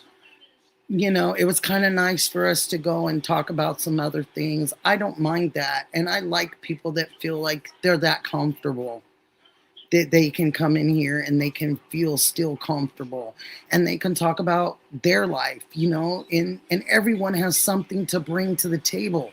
That's what some people that are so critical don't understand. When you're so rigid and you're so down a line, there's no room for mistakes and there's no room for anything else. And it's a shame, because you can learn things from other people and you can enjoy other people. So, and there's a whole bunch of us different personalities on this darn thing, Thank you, Aspen, honey, so much. And I'm just so lucky to have all of you, like I said, and Ghost Pikachu and Mr. Rooster and Sikorsky. I did it. I just made sure the tongue rolled the right way. I did it. Sikorsky, I did it, you guys. I finally did it. Oh my gosh. Oh, that makes me so happy because that's a tongue, that's with the TBI, it's a tongue twister. So oh my gosh, that makes me so happy. I hope Sikorsky heard it. Mr. Rooster, make sure you tell her, please. Please tell her I did it. Oh gosh, I know it's not a big deal to a lot of people, but it's a big deal to me. That's so cool. I did it. Thank you, Miss Barney. Thank you. Thank you, Aspen. Thank you, Mr. Rooster. Thank you, everybody. Sikorsky. I did it again. Okay, I got it. I'm so happy. You guys have a great, beautiful night. Go check out any of the other folks that you guys want to see or might have missed because you spent time over here. I appreciate you all. And I want you all to have a beautiful night. And I mean that from the bottom of my heart, really. And I will be around tomorrow. You'll see me around in the chats and checking out everybody's stuff. And I just really appreciate y'all. My big kiss to everyone. And I think it's cool that you guys both kiss back too. I love that. Sikorsky did that tonight, and I thought it was so sweet. Because my mother, I get that from my mom when we leave to go to the airport to leave her or whatever. That's what she just has been doing that my whole life. And she always does it with the two hands. So that's my mother. So I honestly get that from her. So I really appreciate you all. And Sunny, see, that is so wonderful. My goodness. 150 pounds of tabs off the cans. Wow. That's so cool. That's so cool.